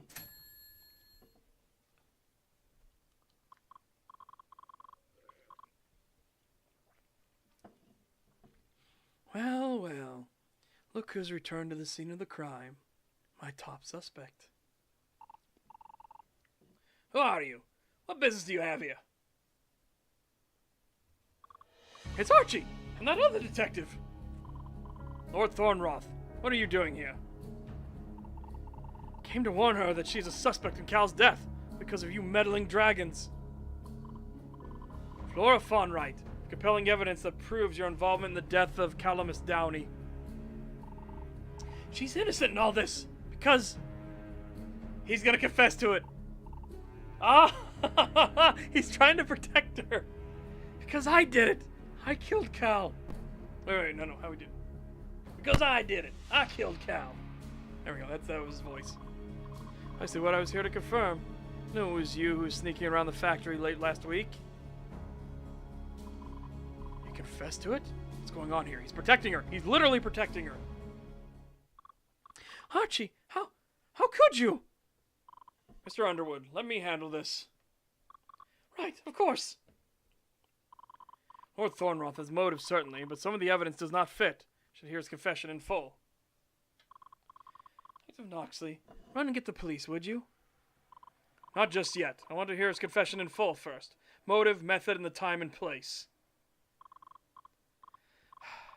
Ever the thorn in my hair, aren't you? Very well, Lord Thornroth. Give the good detective what he wants. That's right. I'm guilty. I did it over the weekend, when no one else was here. I pushed him into the machinery while it was running and let it crush him, so I didn't have to dirty my hands after all. That lines up with the police investigation. Will you need to hear any gory details? Incorrect! I knew it. Thornroth's confession is baseless. You can prove it and end this ridiculous farce right now. I'm not convinced. Say you used the machinery to crush Downey. Shows why I'm skeptical.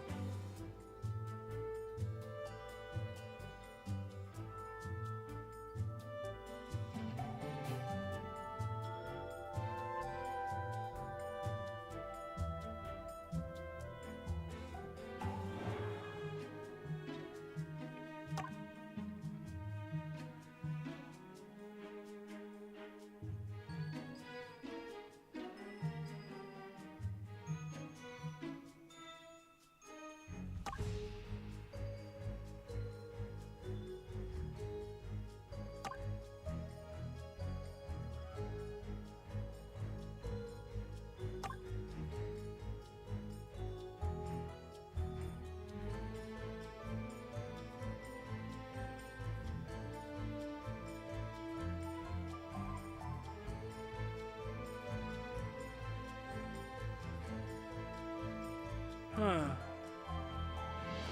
Hmm.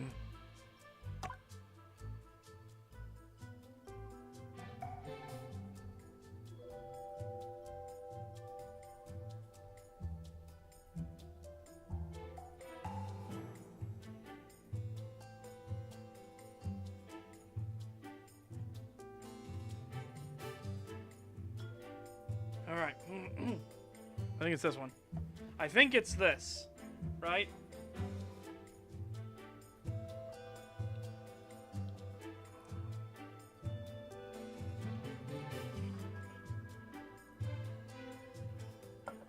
I think. So here's what I think that she signed out but didn't leave, right? He shows up, okay? And he's gonna talk with Downey, and he's wearing very, very thick fucking perfume, right? Very fucking potent perfume. Enough that a bird could smell it, okay? Which we know birds have very weakened senses of smell. He sees that either, like, he sees her picking the body up and putting it on the machine or something, right? Or he sees her leaving the body. He panics, and he's running away and runs into Tim.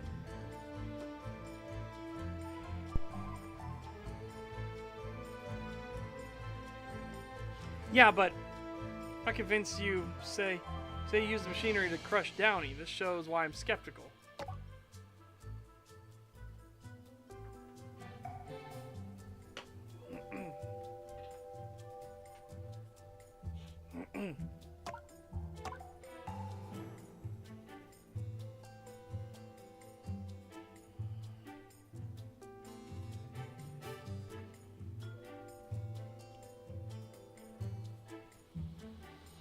I don't know which one to pick, though. You know what I mean?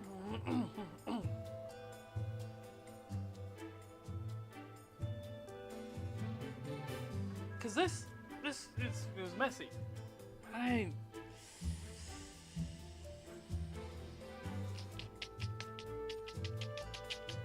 Chat, I don't know.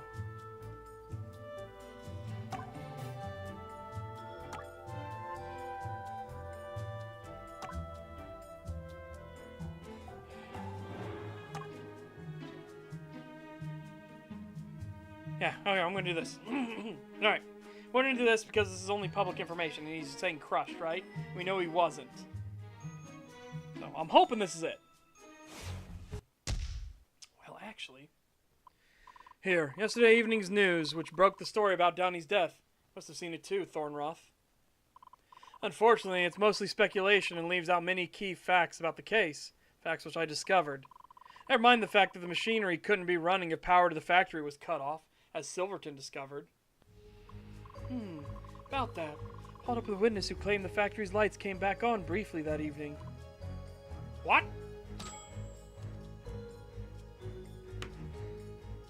You bastard bitch! That's right. Ample time to trap a man against the machinery and crush him beneath the heavy roller. Stop leaving out important details. She's speaking up. She's part of my initial investigation. You're relying on me to demonstrate Thornroth's innocence, also hiding your own potential guilt. You seem at a loss, Detective Noxley. I'll allow you to share in the credit if you allow me to detain the culprit now. No. I want to hear it from the accused, Lord Thornroth. Why were you at the factory the night of the murder? Isn't it obvious? Isn't it obvious? I waited until cover of night and ambushed Cal here and did the deed. Why else would I be here? And the fact that he came here, I see, but the actual reason he was here was something else. Be too clean, too neat. You weren't here for Downey, Thornroth. You were here to meet with someone else. Thanks to a friend, I believe you came to the factory to meet with someone else for a different reason.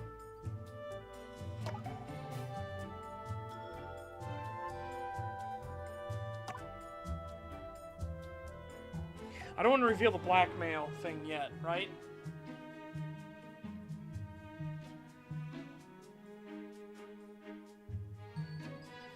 Strong Flora clone.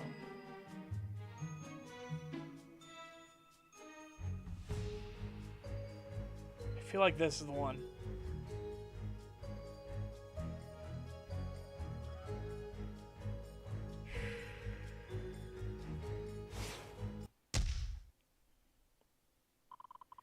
An innocent bystander placed you at the scene, it's true. However, you were not dressed for murder. It says you were well dressed, carrying a flower and doused with cologne, not for even a bird to notice. You were not at the factory to kill anybody. You were there to impress somebody. Goodness, what a charming twist. So this is a case of a jilted lover, then? That disproves nothing, Detective. It is just as likely this sordid little affair went awry, and Lord Thornroth killed his partner in a fit of passion. Well, Lord Thornroth, care to explain yourself? It's true. I was at the factory, like you say. The rest is a farce. It's how I always present myself. Is it? You look rather ragged today, Lord Thornroth.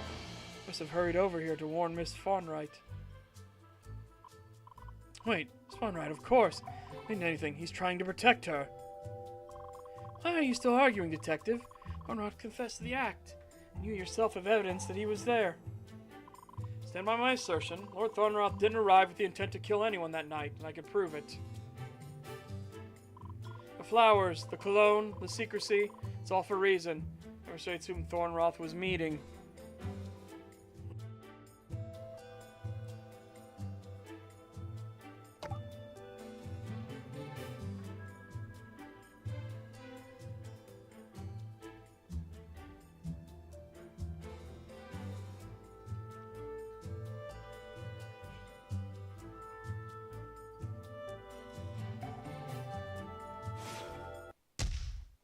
Blackmail.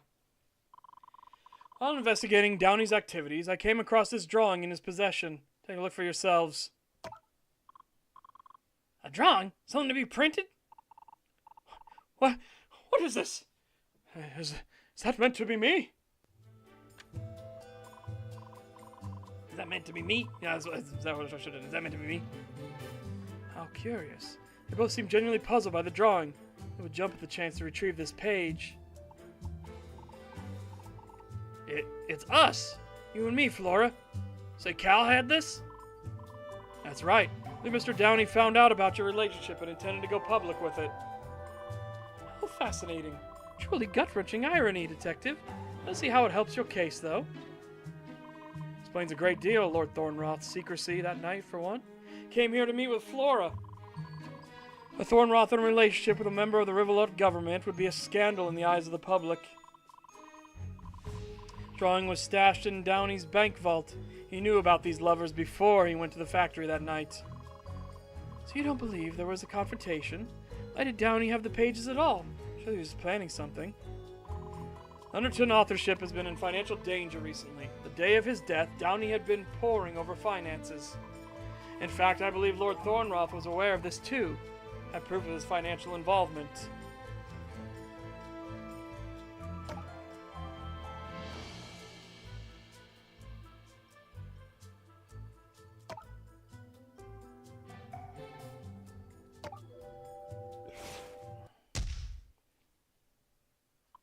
This memo, which I estimated to be from 3 years ago, It was stored amongst the authorship's accounting records and mentioned a deposit, and it has one of Thornroth's signature roses sealed in wax paper attached to it. It was never a threat at all. He was sympathetic. He kept that? Downey has asked Thornton for money before, a secret investment, kept from the public and his own partner. Cal was struggling, weighing the option of begging for help again or blackmailing him for the money instead. Sounds to me like you've dug your own grave, Detective. Proves a motive for Lord Thornroth after all. I'm afraid it's not so simple. No, I have a pretty good inkling that Lord Thornroth didn't seek revenge on Downey. He isn't saying anything. He knows I put the pieces together. Shows why he wouldn't kill Downey.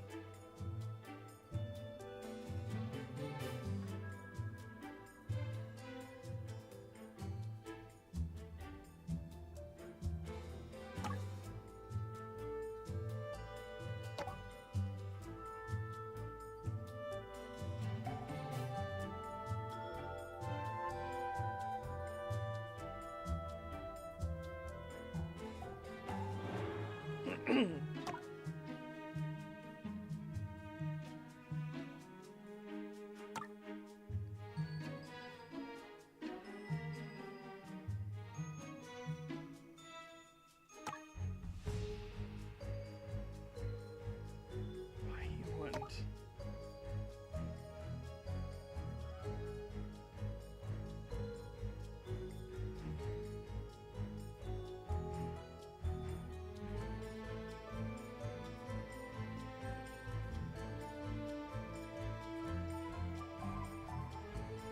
Maybe he still cared about him, maybe.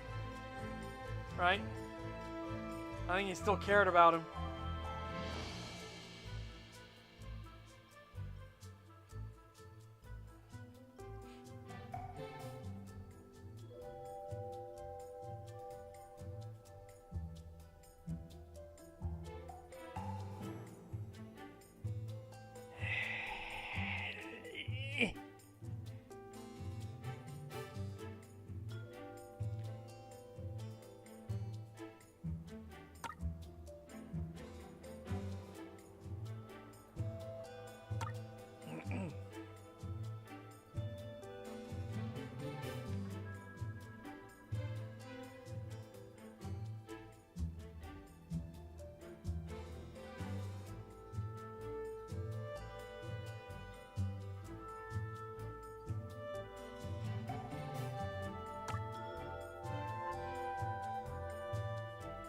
Yeah, it says they were.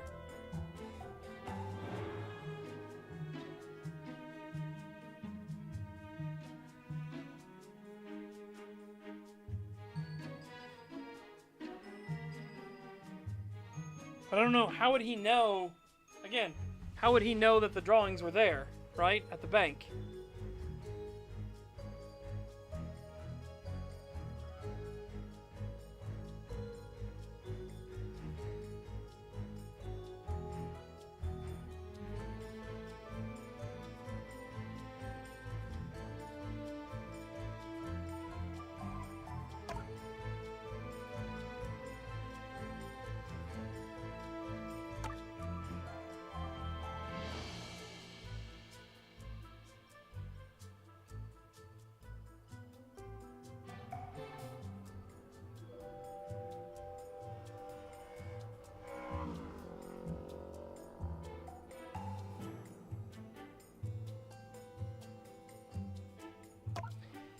Man, I don't know what to pick, chat. I don't know what to pick.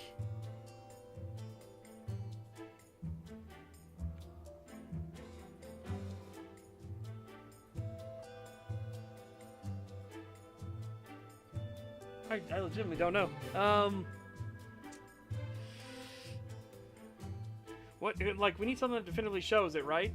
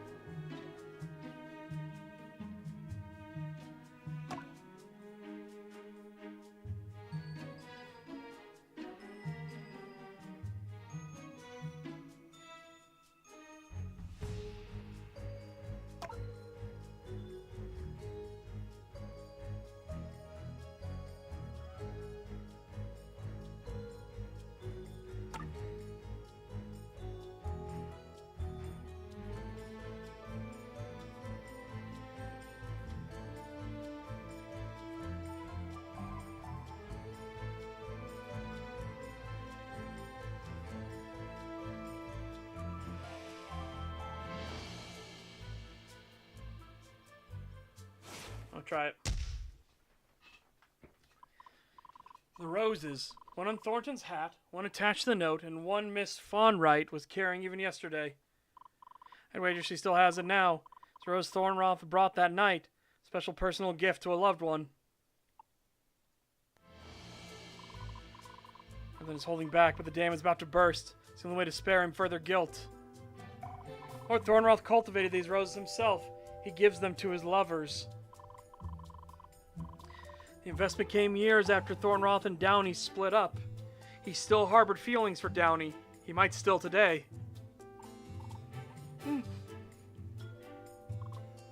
Very touching, but do you have any proof that his feelings were reciprocated?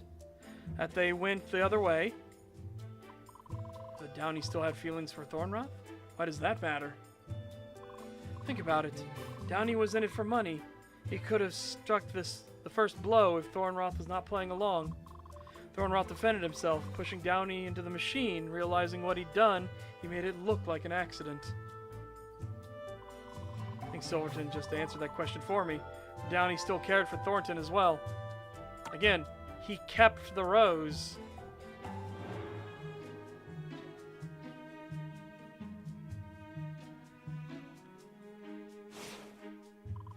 Hey Carter, not a direct admission of feelings, but something that shows indirectly how Downey felt. He wanted to, but he didn't. How can I show that is what happened?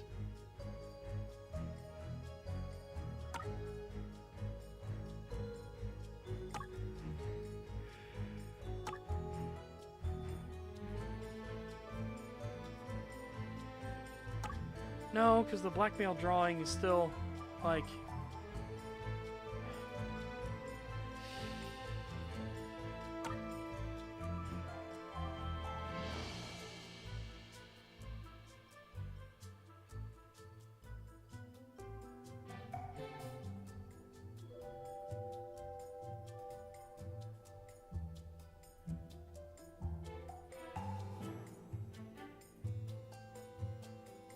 You don't want to release it, right?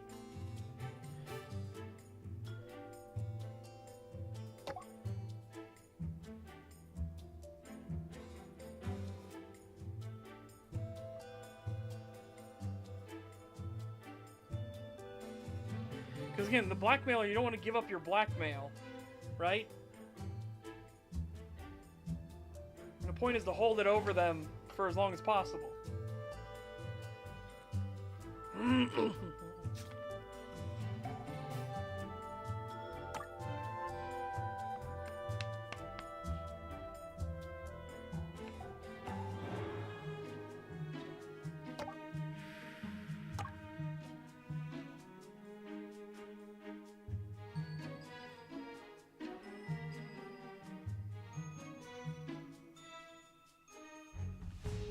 Fuck.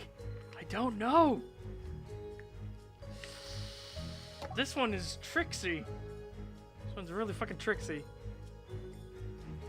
Said it didn't have to be directly, right? Said indirectly. Indirectly.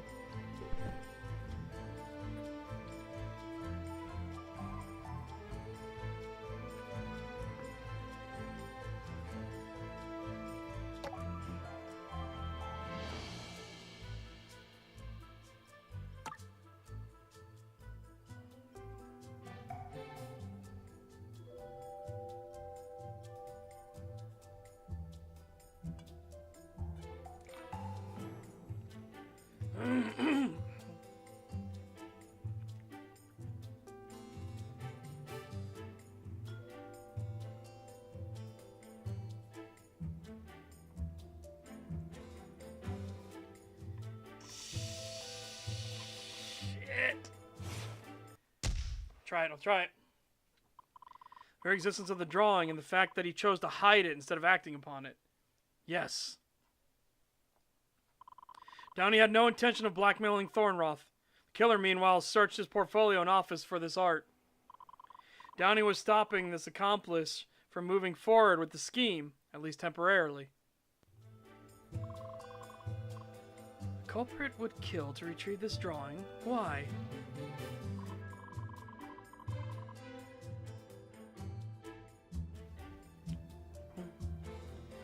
If the drawing was found by anyone else besides its blackmail target, the scheme would fall apart instantly. Thornroth could be publicly humiliated, and Fawnright would lose her badge, but the need for blackmail would vanish. What does it matter? I've been found out. As I said, I did it. Haul me away. Just leave Flora out of this. Interesting. Detective Noxley, you came here to accuse Fawnright of the deed. Well, let's hear your accusation. I was certain to forget when I arrived, but now I'm not so sure. It's all because of one piece of evidence.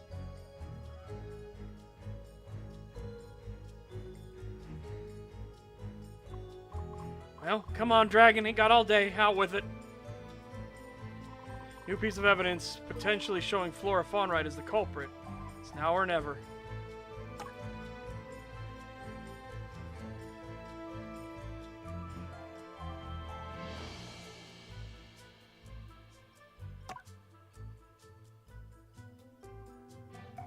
Both of these technically work, because remember, she said it takes a lot of effort to boot the factory back up, right?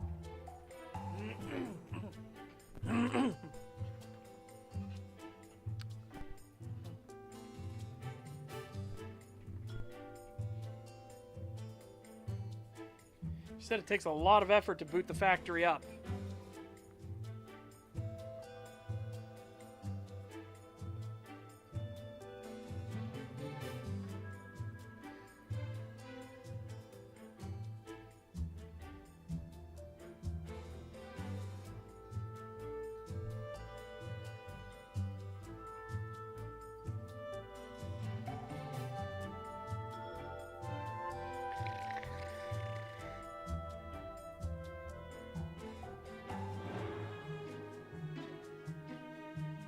Yeah, I'm gonna do this. No! Something I found that could potentially put Fawnright at one of the crime scenes. Motherfucker. Fine.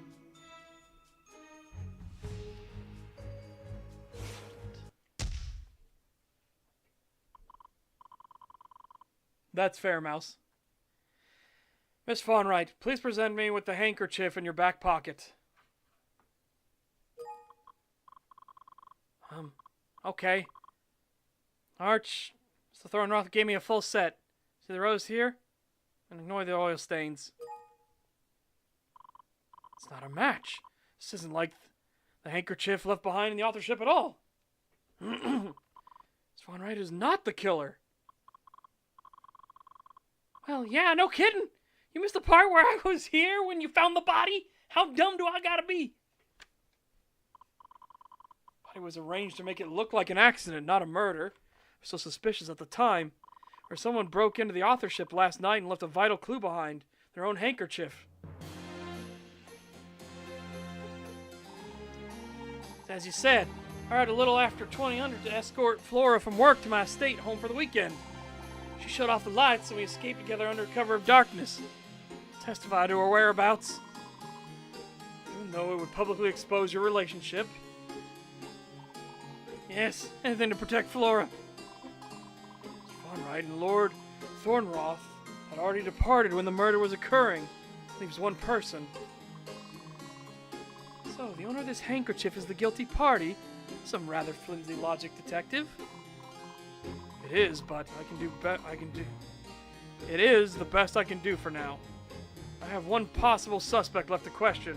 Should be here any time now. Viola? She was conveniently at the authorship this morning, likely in search of something she missed in the dark, and I believe I shall give her what she wants. The blackmail material. I think she'll recognize it from a distance. One way to know. Leave a stack of blank pages on the tray of the machine, sticking out from Downey's portfolio. Very visible from a distance. Sure to want to search again when she thinks the coast is clear. Silverton, you can make up for your constant obstruction by assisting me. As soon as she takes the bait. And what about the others? Mr. Underwood is due at Tower 51. Lord Thornroth, could you escort him there? Ask Horace to delay transfer of the barrows. Tell him Noxley is calling in the favor he's owed. Miss Fawnright, Sign Martel in and act like all is normal. Then drop your loudest tool. That can be our signal. If Miss Martel sees anyone here who doesn't belong, she may become suspicious, and we'll lose our opportunity. Understood. You haven't let me down yet, Nox. One last little adventure for us.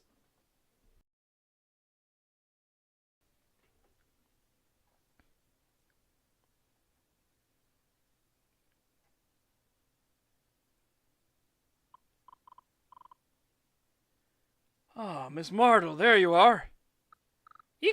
Goodness, monsieur, you frightened me.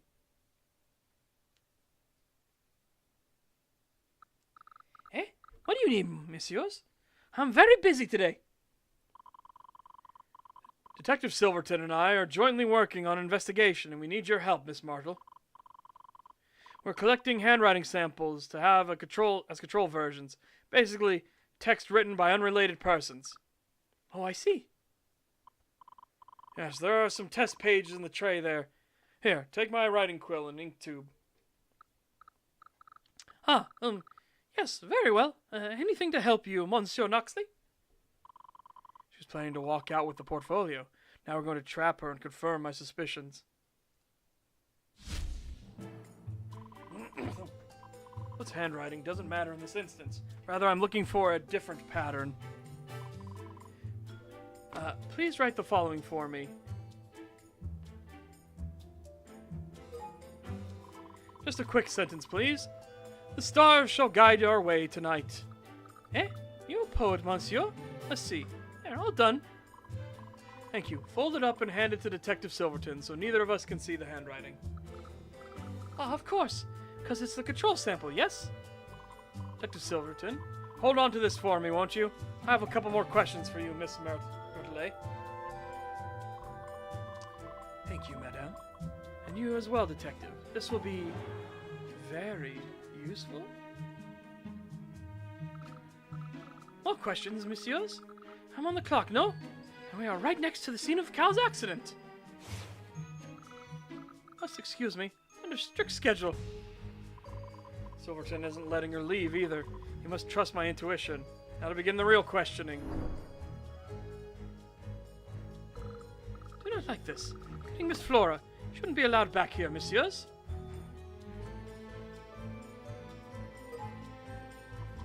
Oh, don't you worry. Miss Von Wright knows I'm here. We've developed something of a rapport lately. You? Madame Von Wright? So she has opinions about dragons. She knows you're here, then. Writing to Miss Von Wright wouldn't help you anyway. Now, since I've got you cornered here. By the way, we're looking for tonight. The two ends. She's done it twice now in her threats.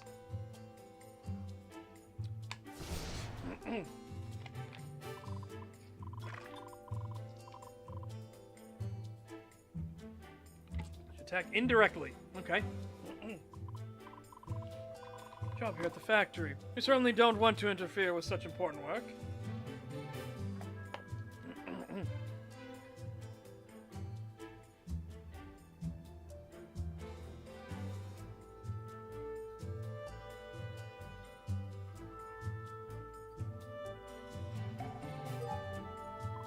When do you believe this machine will be operational again? See that it's presently unpowered and unprepared. Yes. When the police say so, no? Speak with Madame Von Wright if you wish to schedule a printing time, yes? Right. Thank you for clarifying that. Why? Why is that what you said? Why? I picked the machine clean of clues already and said I need to be indirect, sneaky. How is to help you, then? Perhaps we can discover something new after the machine has a thorough cleaning. No, that won't do at all. Only trained hands sanctioned by the government itself may handle this machinery. Are you certain? The sooner we finish this task, the more time for questioning we'll have. Surely just this once. Not happening, monsieur! I swore my badge upon this rule! Ooh. Very well, I can see you're entrenched in this rule. Can't be direct. I need to reveal details of my investigation slowly and subtly.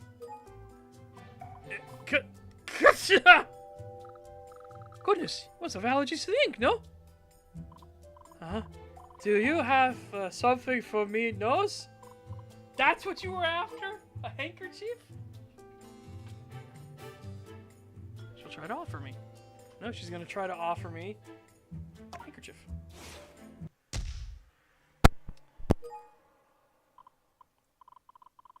Oh, never mind, I have one right here. Oh, look at that. Yours looks very similar to mine. Eh? Oh, oh, ho, ho, ho. He's so dainty, no? Indeed. You and I must have similar taste. This handkerchief looks exactly like yours. And mine seems to be ruined with ink stains. Ink. What a strange coincidence, isn't it? Goodness, would you look at that? Where did you buy that handkerchief, Detective Knoxley? I didn't. Found in the authorship after the break-in. Thought it might be useful. Don't you agree, Miss Martelet? Eh? No. Coincidence, as you said. See? What need would I have of two of the same? Unless you lost one after using it, or discarded it. Imagine not owning a spare is necessary. Coincidence. Ha! As long as you're feeling well, monsieur. Have a cold? You should be home in bed, no? Shouldn't even flinch. Now that I know I'm on the right track, it's time to start being more incisive. Messieurs, please. You are contaminating the scene of the accident. What will the police think?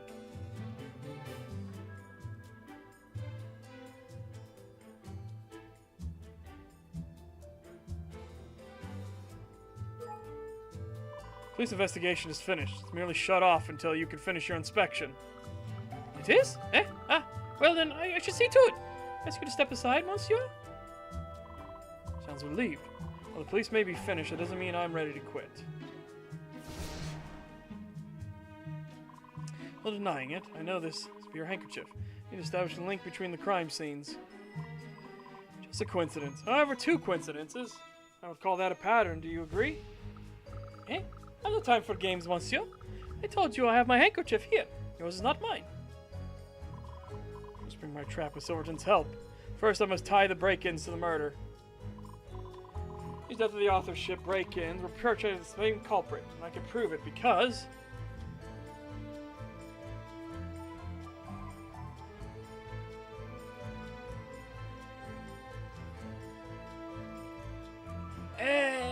Both of these technically can work? Which one are you going to give me? Okay, cool. 2 messages. Culprit was quite chatty, communicating both with Mr. Downey and with ourselves indirectly. We know the letter to Mr. Downey lured him here to meet his death. What about the second message? What message do you mean? Perhaps some sort of love letter addressed to Monsieur Downey, no? Nothing so whimsical, I'm afraid. Yet I feel it gives a vital clue to the culprit's identity regardless. That links the murder scene to the break-in at the authorship we discovered this morning.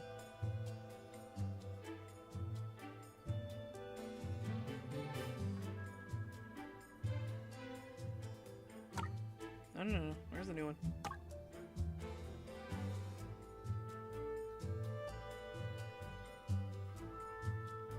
This is the message that links the murder scene to the break-in.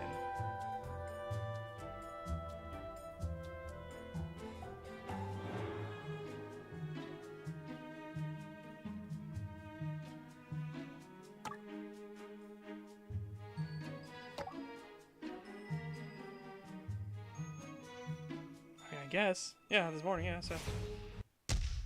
Yeah. That's right. Typewritten threat. Left behind by the culprit after they searched the authorship last night. A threat?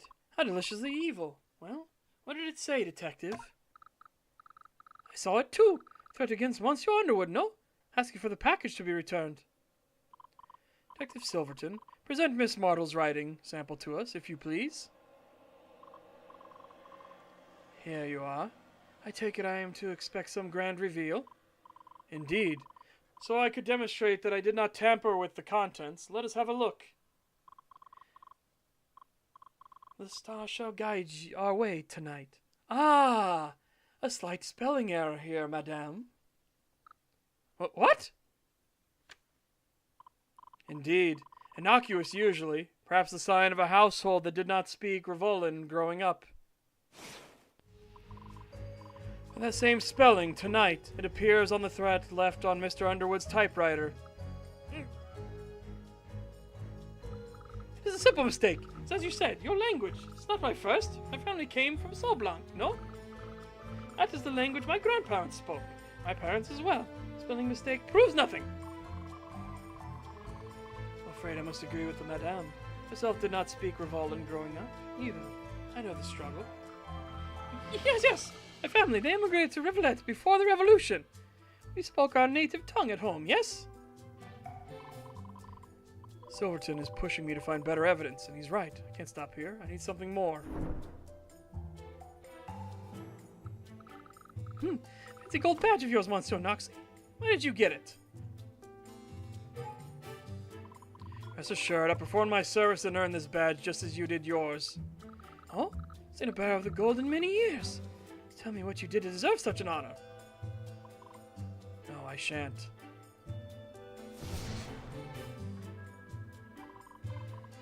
No more coincidences, no more excuses. I'm going to question you, and you're going to answer truthfully. Oh, monsieur! A dark and mysterious type, no? Be gentle with this poor mademoiselle. If I come across as dark, it is because you forced my hand. I know that I shan't bend so easily. Trying to form a narrative in her head. Continue to be indirect and let her make her own mistakes. It's important. I need you to tell me.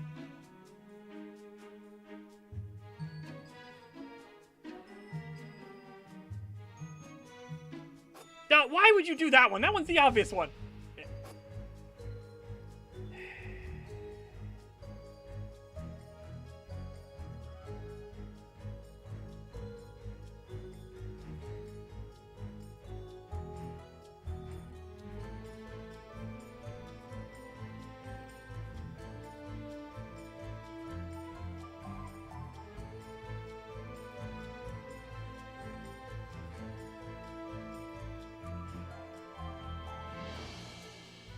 Fine. Oh god, it was the machine. I was humming and hawing between the two. Fuck.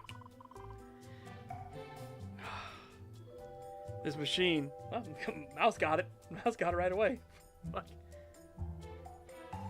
This machine, yes? When was the last time you serviced it, Miss Martelet? I know it's used for test printing. Ah, of course. Check frequently. Must have been, the day that Monsieur Downey passed away. Monsieur? What is the matter? Interesting answer. Same day Downey died, you say? So even though the machine was operating safely, it still appears Downey was injured by it. That must be tragic. Oh, yes! I'll be cursed to wonder. Did I make a mistake? Could I have stopped Monsieur Downey's accident? Oh, we're trying to get it. Yeah.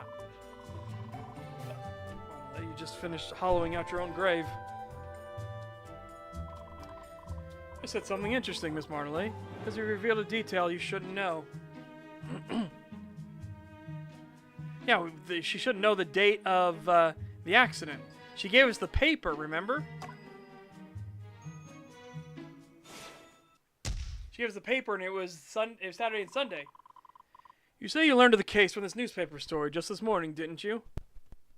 That's right. It's all anyone talks about today. Miss Martelet, when does it say Mr. Downey passed away? Sometime over the weekend. Oh, mon Dieu! You said you worked on the machine the day he died. A weekday. But his true death date was unknown to the public. Oxley, you've done it again. Give someone enough rope, hmm? Well, madame, care to explain this inconsistency? I just knew somehow. It was a lucky guess. I knew when Monsieur Downey passed. I could feel it. News vilifies the authorship. It revels in its failures. You cannot trust anything the papers say, messieurs. Somehow, despite all odds, she still denies everything. She will crack before long. I can feel it.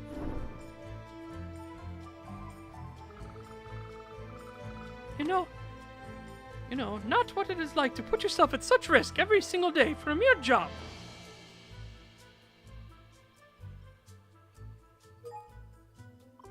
I do the same. This is my health and safety right now, as a matter of fact. Oh, no, monsieur. It was nothing. Your own stubbornness has brought you to this place. What? What? We're confronting murderers!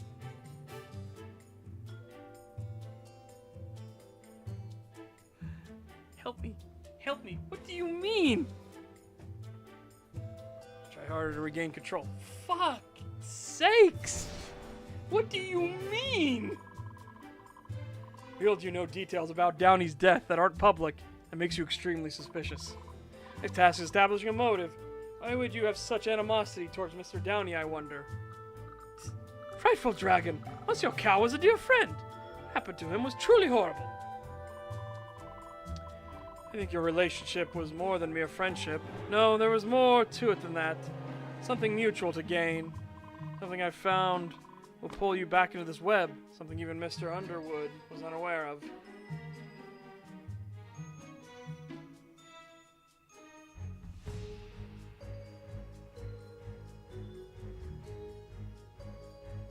Fuck me, chat. Okay, now I think I'm screwed.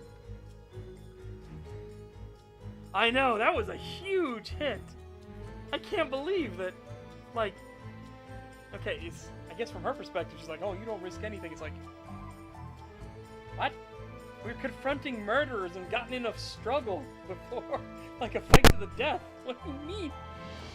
No, that's fair, that's fair.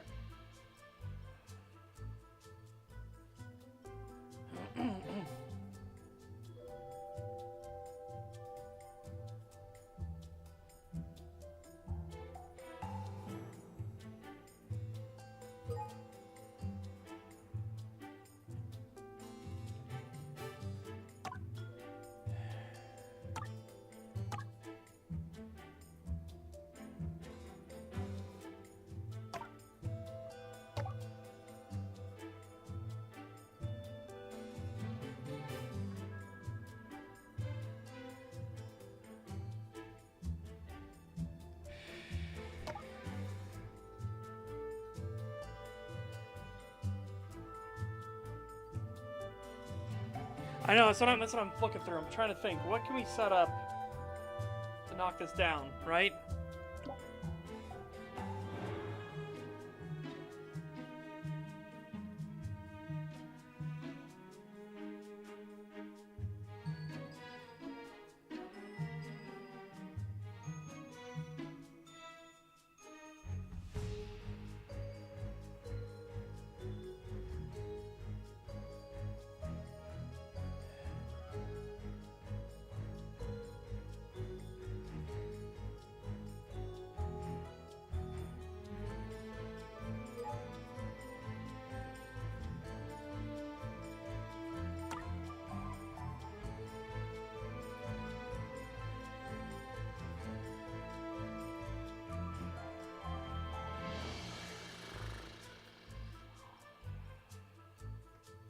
This is potentially partnering?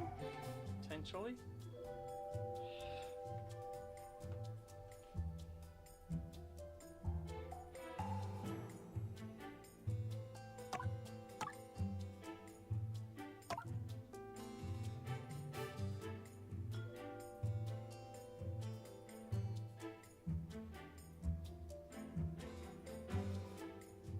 Because it's something Mr. Underwood was unaware of.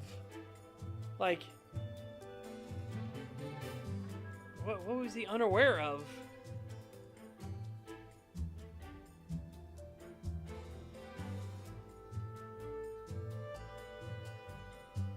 Yeah, that's the one that's spelled as tonight. But no, he's kind of found will pull you back into this web, something even Mr. Underwood was unaware of.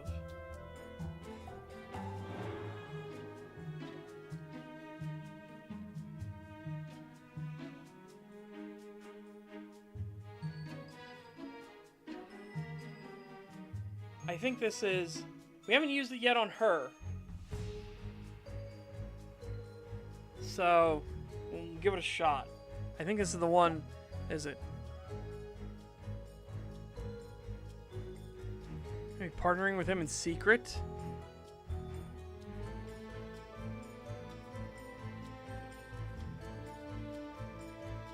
I think this is the one.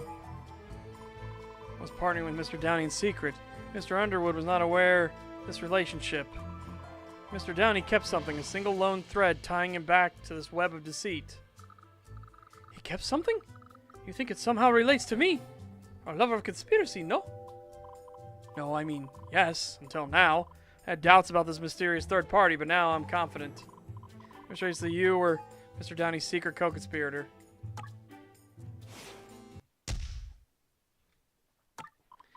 The note was hidden in a locked box in Downey's desk. It beckoned him to this very spot the night of the murder.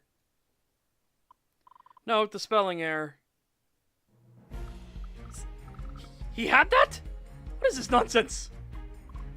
Ah, that same misspelled word once again. I see the fruits of your gambit, detective. Well done. This letter says nothing.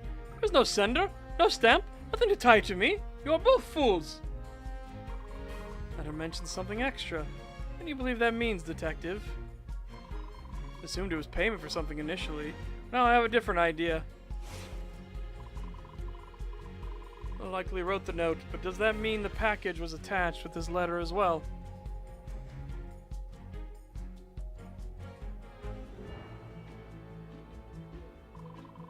Call something new into question, something I should hold on to for the right time.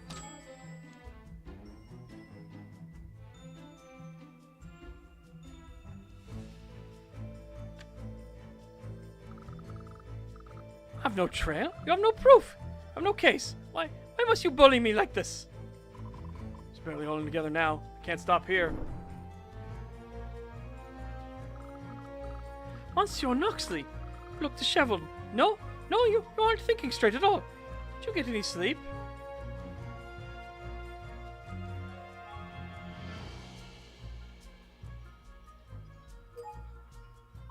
Oh, I'm fine. I had a nap a little while ago.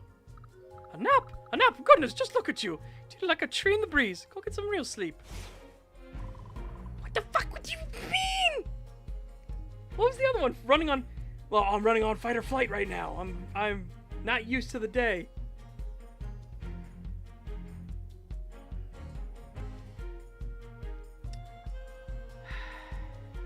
This is wicked. Evil. Evil. Wrote this note. Admit it. Even made the same spelling error, purposely vague, but not vague enough. All this trickery, and yet you have nothing, messieurs. Monsieur Underwood could have planned the note, no? Considered that. Once attention turns to the factory, that accusation falls apart. There's a theory that greatly narrows down the pool of suspects, and it wouldn't include Underwood.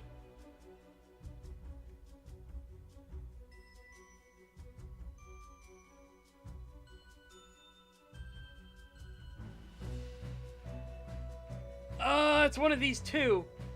Because you need to know how to start the factory up.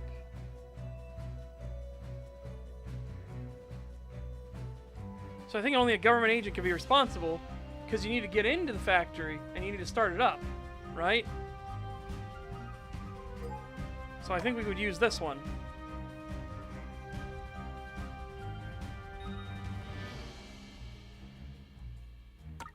Maybe you could be familiar with printing.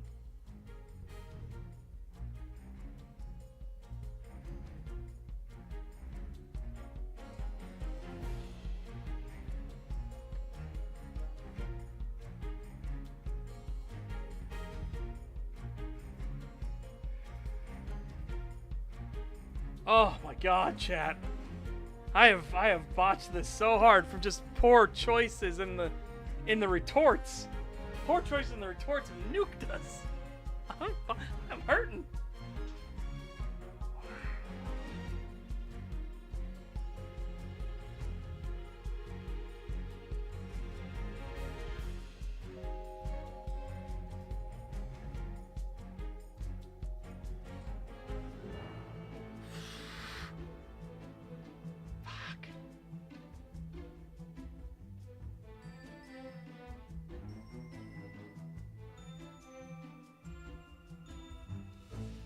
It has to be the factory. The factory is the important bit, right?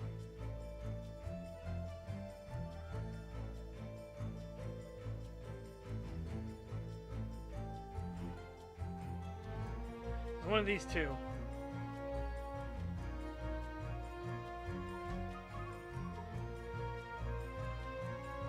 This is a government facility, right?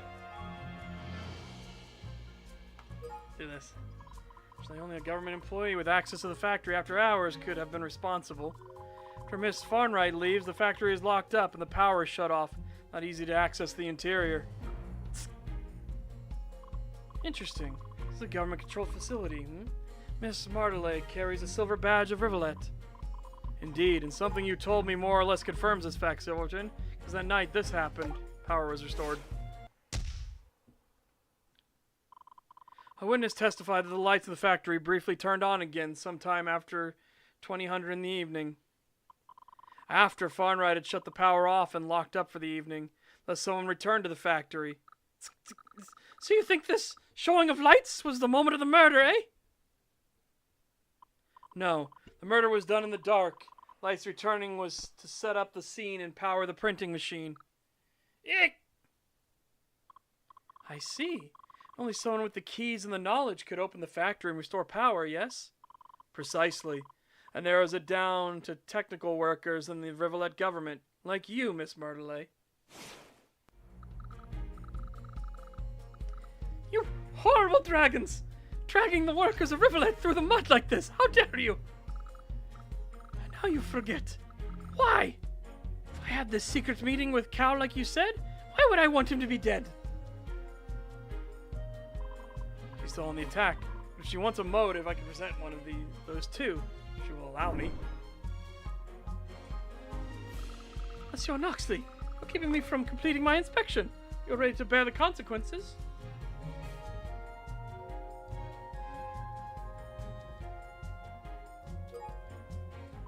Your job is not necessary right now. You need to listen to me and cooperate instead. Monsieur, pulling rank? Sure your strongly worded complaint of conduct is to follow. That's right. Get angry and make more mistakes. Oh my god! This has been a fucking roller coaster. You're familiar with the operation of the factory and with free access to the locks. Fall under both umbrellas, Miss Martelay. The walls are closing in. If you confess now... You forget your own tale, monsieur. The culprit did the murder. Why would they risk themselves so? Risk themselves? The break-in at the authorship. If the killer had been caught. It was a foolish and risky move. And do not forget, I was there this morning. Helped yourself and Monsieur Underwood with cleaning up.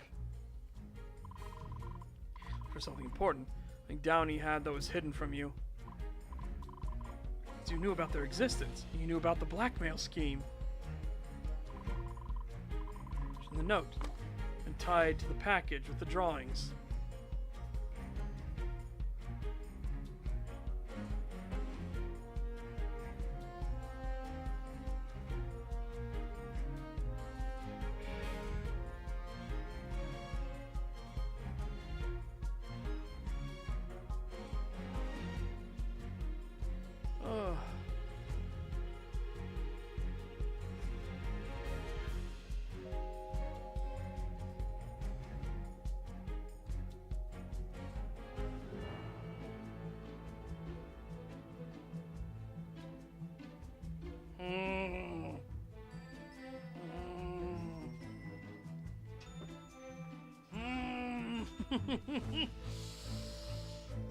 It's this one or this one with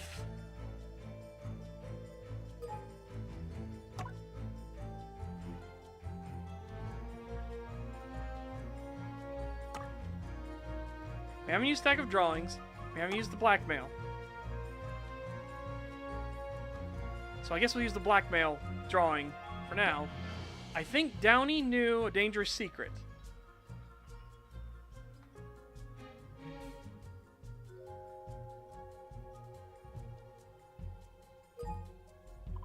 And he knew your secrets. The only way to silence him was to lure him into a trap and kill him. What? What secrets are these? I am confused, monsieur. Detective? Wouldn't Downey have written these secrets somewhere as a contingency plan for his own safety? Perhaps. Perhaps he wasn't aware. Perhaps he wasn't well versed in espionage either. Sure either. He's cognizant enough. What the fuck?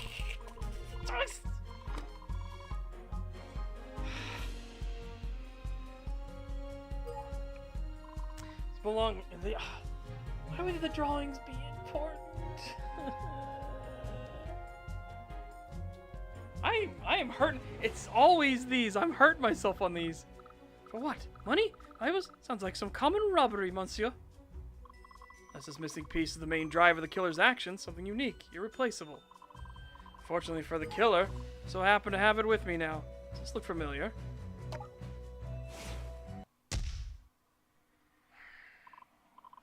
That's right, this drawing. Honey had hidden it in his bank vault before his planned meeting with the killer. Thus he knew its existence was valuable and possibly dangerous. Could not bring it with him. You have? Wait! What is that? One of Monsieur Downey's drawings? Yes, you came back to the spot to search Downey's portfolio for the stack of drawings again. Fortunately, you'll find it is missing, holding the extra one. These are the package the killer wants back. You! Nonsense! Drawings? Scribbles? Meant for children? Toy soldiers and book covers. They have no value. What did she just say? No one would care for such things. Anyone who would kill for these drawings is completely unthinkable. I disagree. One of these drawings is quite valuable in the right hands, as the crux of Downey's plan. Nonsense. Oh, another vital clue. Everyone eventually cracks under pressure, and she's no different. Please, love of God, brain, focus, work.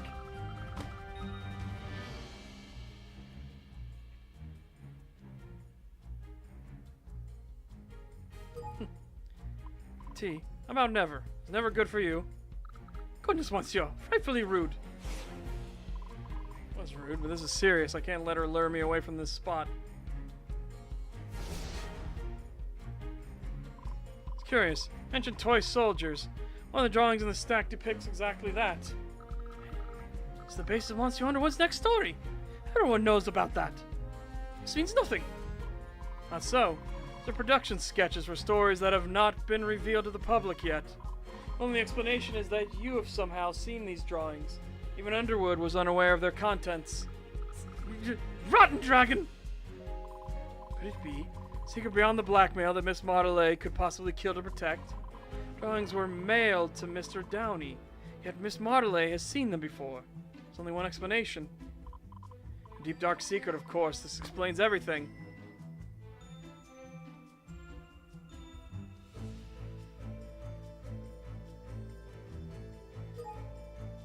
Downey was a useful pawn to you.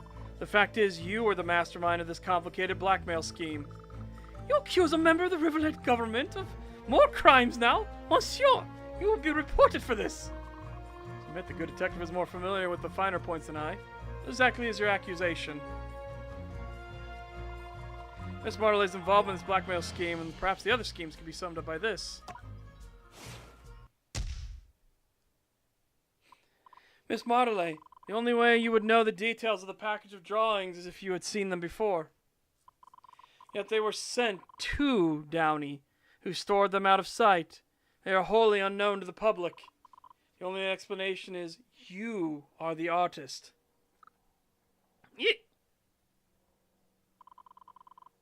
Underwood paid no attention to the quality of the art. He was under the impression that it was his partner's work. This begs a new question. For how long have you been the artist of the Underwood authorship's works? Downey was a fraud, a cheat and a loser. He begged me for help. Could not draw to save his own feathers.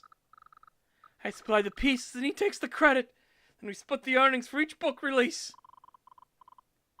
But the money was drying up, and you had bigger plans. The blackmail of Lord Thornroth. This was your scheme. Monsieur, please. I've been through so much. Detective, as you can prove her guilt now, she'll walk away, ashamed but free. What? Downey was the face of their scheme. No Downey, no income. Why would she kill the Golden Goose detective?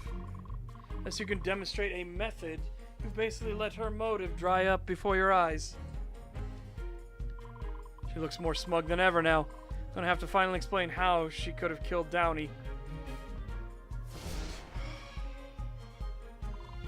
Well, straw's the method. It's true, the killer attempted to make the scene look like an accident. However, throughout my investigation, I've seen not a trace of the murder weapon. Unfortunate. That's right, monsieur. You haven't a shred of evidence. Not a single thing that will see me in the barrows. You certainly are sweating, Miss Martelet. Would you like to borrow my handkerchief? Ha! Shut up! Silence! Scene was made to look like as if Downey's coat pulled him against the roller. It's almost a passable ploy. But the murder was spontaneous, and the murder weapon would have to be improvised as well. First, a clarification.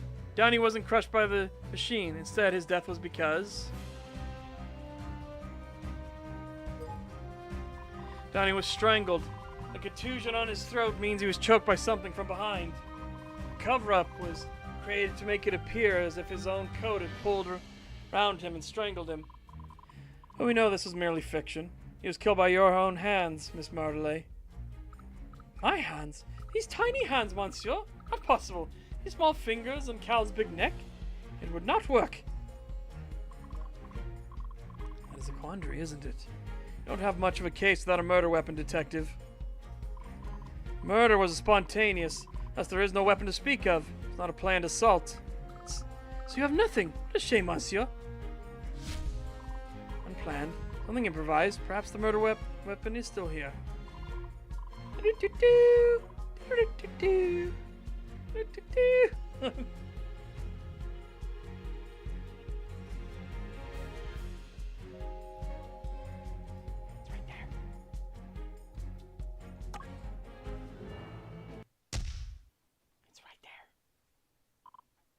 As you're carrying the murder weapon right now, Miss Martelet. The silk scarf around your neck. No. How is this possible? Mr. Downey was strangled, requiring something taut and flexible. Any piece of cloth would do in the right hands. Your handkerchief is too small, but the scarf is just the right size, and sturdy enough to withstand the force. Imagine it must have stretched slightly. If we were to unfurl it, we would see it slightly oblique to the corners. Any doctor investigating the contusion on Downey's neck would no doubt come to a similar conclusion. Yesterday, when we found the body, it was you who summoned the police early to try to disrupt my investigation. By maintaining the illusion that it was all an accident, preventing any deeper scrutiny, you would be free and clear. Well, Miss Martelet? Cal, you idiot! If you'd only listened, we would have been wealthy beyond measure. Yeah.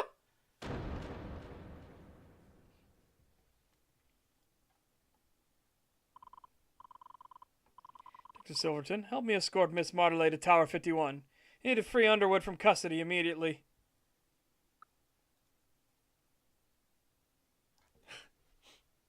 I thought she was going to try to fight back, and he's going to be like, well, I'm a pale dragon, you're a miasma dragon, we got to figure it the fuck out.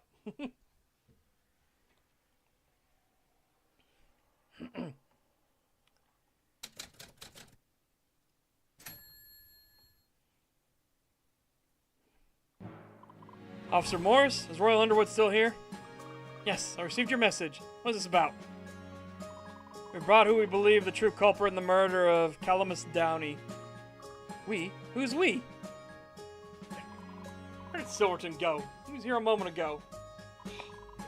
Multiple people to thank, including the suspected culprit herself. It was an accident, I swear to you. It was a crime of passion, no? Slow down, madame. What happened? I met with Monsieur Downey in the print factory. For it had closed.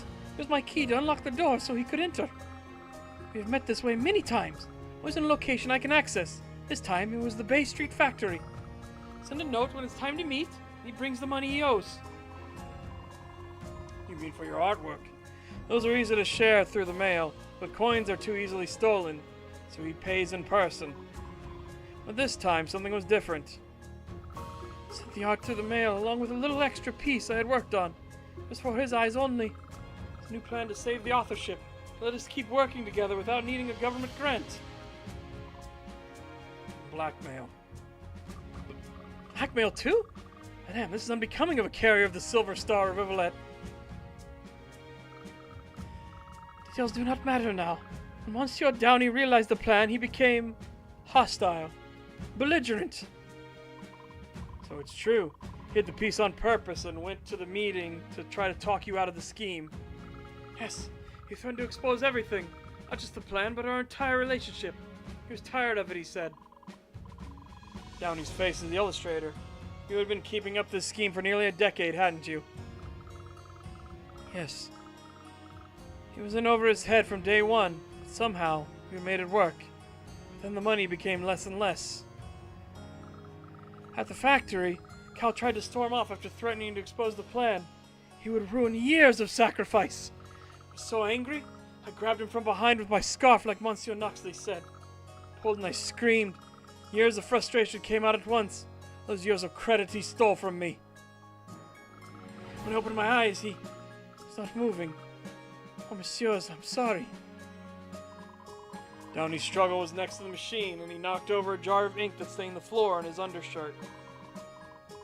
Fetched his coat from the entrance, dressed him up, set him up on the machine to make it look like an accident. Yes, I don't want anyone to take the blame. It's not Monsieur Underwood. I was a fool. You didn't think to confess your crime to protect him instead? This is quite serious. One thing that I don't understand. Why did you lie about seeing Downey in the streets on Moon's Day morning? When it was discovered that he had perished over the weekend, you should have known your lie would be found out. Oh, you're right. Someone Sir Underwood had a private investigator already. I didn't know what to say. I did what I could to muddle things, yes? Sorry for making things worse. Yes, well, there is still... Whoa, fuck. Blackmail material. I wasn't carrying it on him. Who had to find it? I could still carry out the plan. How did you involve Mr. Downey in this scheme? The Thornroths, they're so secretive. Even their mailing addresses are not known publicly. But Cal would know. He had corresponded by mail for years before. He could send the drawing anonymously. Unfortunately, Mr. Downey still cared for Lord Thornroth. I did not know. Cal never spoke of him. Believed he would have no worries about the plan. There was a smoldering fondness he kept hidden. The plan to hurt Lord Thornroth must have been too much for Downey to take. Could not find the drawing anywhere. That's why I broke into Cal's office. I had to retrieve it. You're confessing to the underdown break-in too? Is that blackmail, murder, destruction of property, trespassing? Yes, I confess. As if it is I you want, Monsieur Underwood. Let Roy go free, please. Roy? Still be the victim of public scrutiny until all of these details emerge. You concur, Mr. Knoxley. I believe Mr. Underwood would value his freedom more than anything, but I shall take him into custody if desired. Right. What a day. I shall fetch him now. Come with me for your official statement, Miss Martelet. Lord Thornroth? You're still here? Yeah. I couldn't very well leave Royal to his own devices. Perhaps I was a little ashamed to go back. Why is that? I feel that Calamus feared me, even if he still admired me. He could have come to me for help any time. Now, if we had stayed together, if we had never met, we'd still be alive. You let past regrets define your future self. You'll never be happy. Not to blame, Thornroth. I've been told I have so much power for all my life, and yet I feel so powerless, Mr. Knoxley. This kind of guilt is not something I'll be able to let go of easily. That is something you and your partner will have to work through. For now, know that your secret is safe with me. More secrets. Secrets have been our family's cloak for my entire life. Now it's time for a change. Thank you, Mr. Knoxley, for helping Roy out. It would have been a public spectacle of guilt forever if not for you. Hope he finds a way to continue doing what he loves. You should tell him this yourself, then. Hey, Archie. Knox, they told me I was free to go. Did Morris tell you what happened? No. I'm sure I'll read about it in the news tomorrow. Roy, the authorship is struggling. You can always come to me. You know that, right? Well, you're not an easy person to reach, and I don't want to be a nuisance. Don't sell out the whims of the government. You should be free to create anything you want. Come find me when you're ready to move forward. Give Flora a heads up when you're ready to meet. Well, I don't know what I'll do without an illustrator. Can you draw Knox? Unfortunately, I have my own matters to attend to. Perhaps it's time to branch into other forms of literature. Maybe. Thanks again, Knox. I'll make sure you get paid for your time. You're gonna be famous after this. Yes, I suppose there's no hope of my name being left out of the papers, is there? So it goes. You'll excuse me. I need to depart and let Flora know what has happened. She is safe now. I shall join you.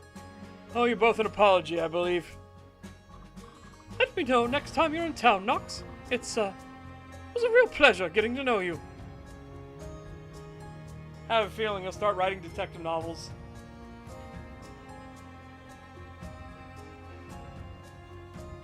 Man, the wrap-up for this case is quite long, though, isn't it?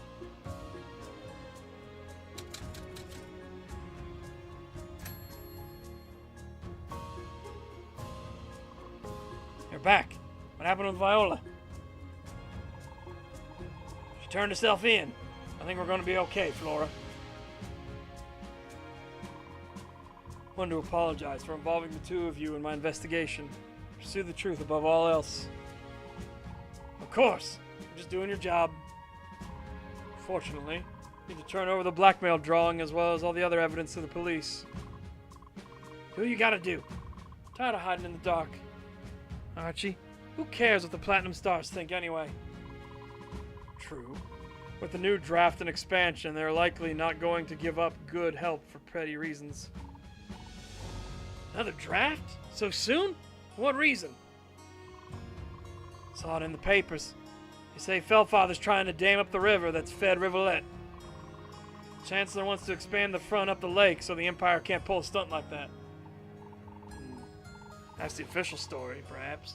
In reality, the Chancellor wants to expand his own operations. Archie, shh. You got no idea who's listening. That dragon there outranks me, you know. I didn't hear anything. Lord Thornroth, did you serve in the previous draft? Oh, Noxley, dear sweet Noxley. Men in my position do not qualify for the draft. Position? You mean stratum? Well, no matter. It's none of my business. About to start prep for tonight's run. News about Viola broke. Printing is delayed a couple hours. I shall leave you to your work then. I'll be in touch. Detective, take care of that badge. Do some good with it. Ah, Mr. Burshank. Here for the papers. Yes, sir. They haven't started yet. Seems I have to wait for them to finish printing. Must be big news. Mr. Downey's killer just confessed. I imagine the details will be colorfully arranged in the evening papers. Goodness! Oh, are you here to give a statement? No. I prefer my involvement in the case were entirely anonymous, but that would be a far-fetched wish. Oh, why not, sir? You could be the most famous detective in Rivulet. Perhaps I'll tell you someday. Or perhaps you'll find out in the papers for yourself. All right. You have some time to spare? I'm in for tea in town. I still owe you a debt. Truly? Oh, Mr. Underwood. Yes, let's invite him too. Goodness, how wonderful. Never been invited to tea before. I dress correctly. Go ahead and sign out. I'll be right behind you. Let's get some proper etiquette along the way.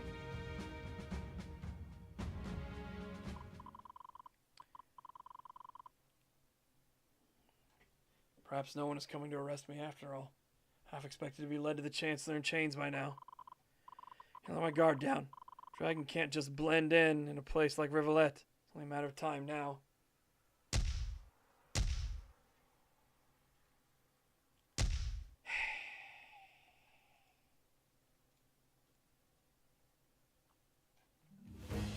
Master bitch shit fuck.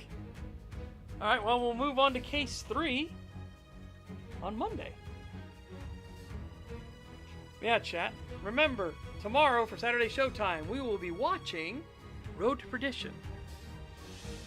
So hopefully you guys will be up for that.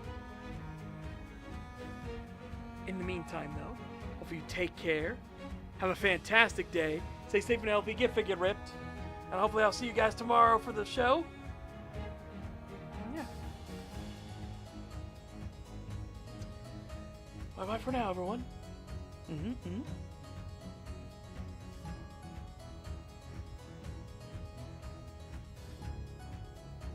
I gotta think more outside the box on some of these.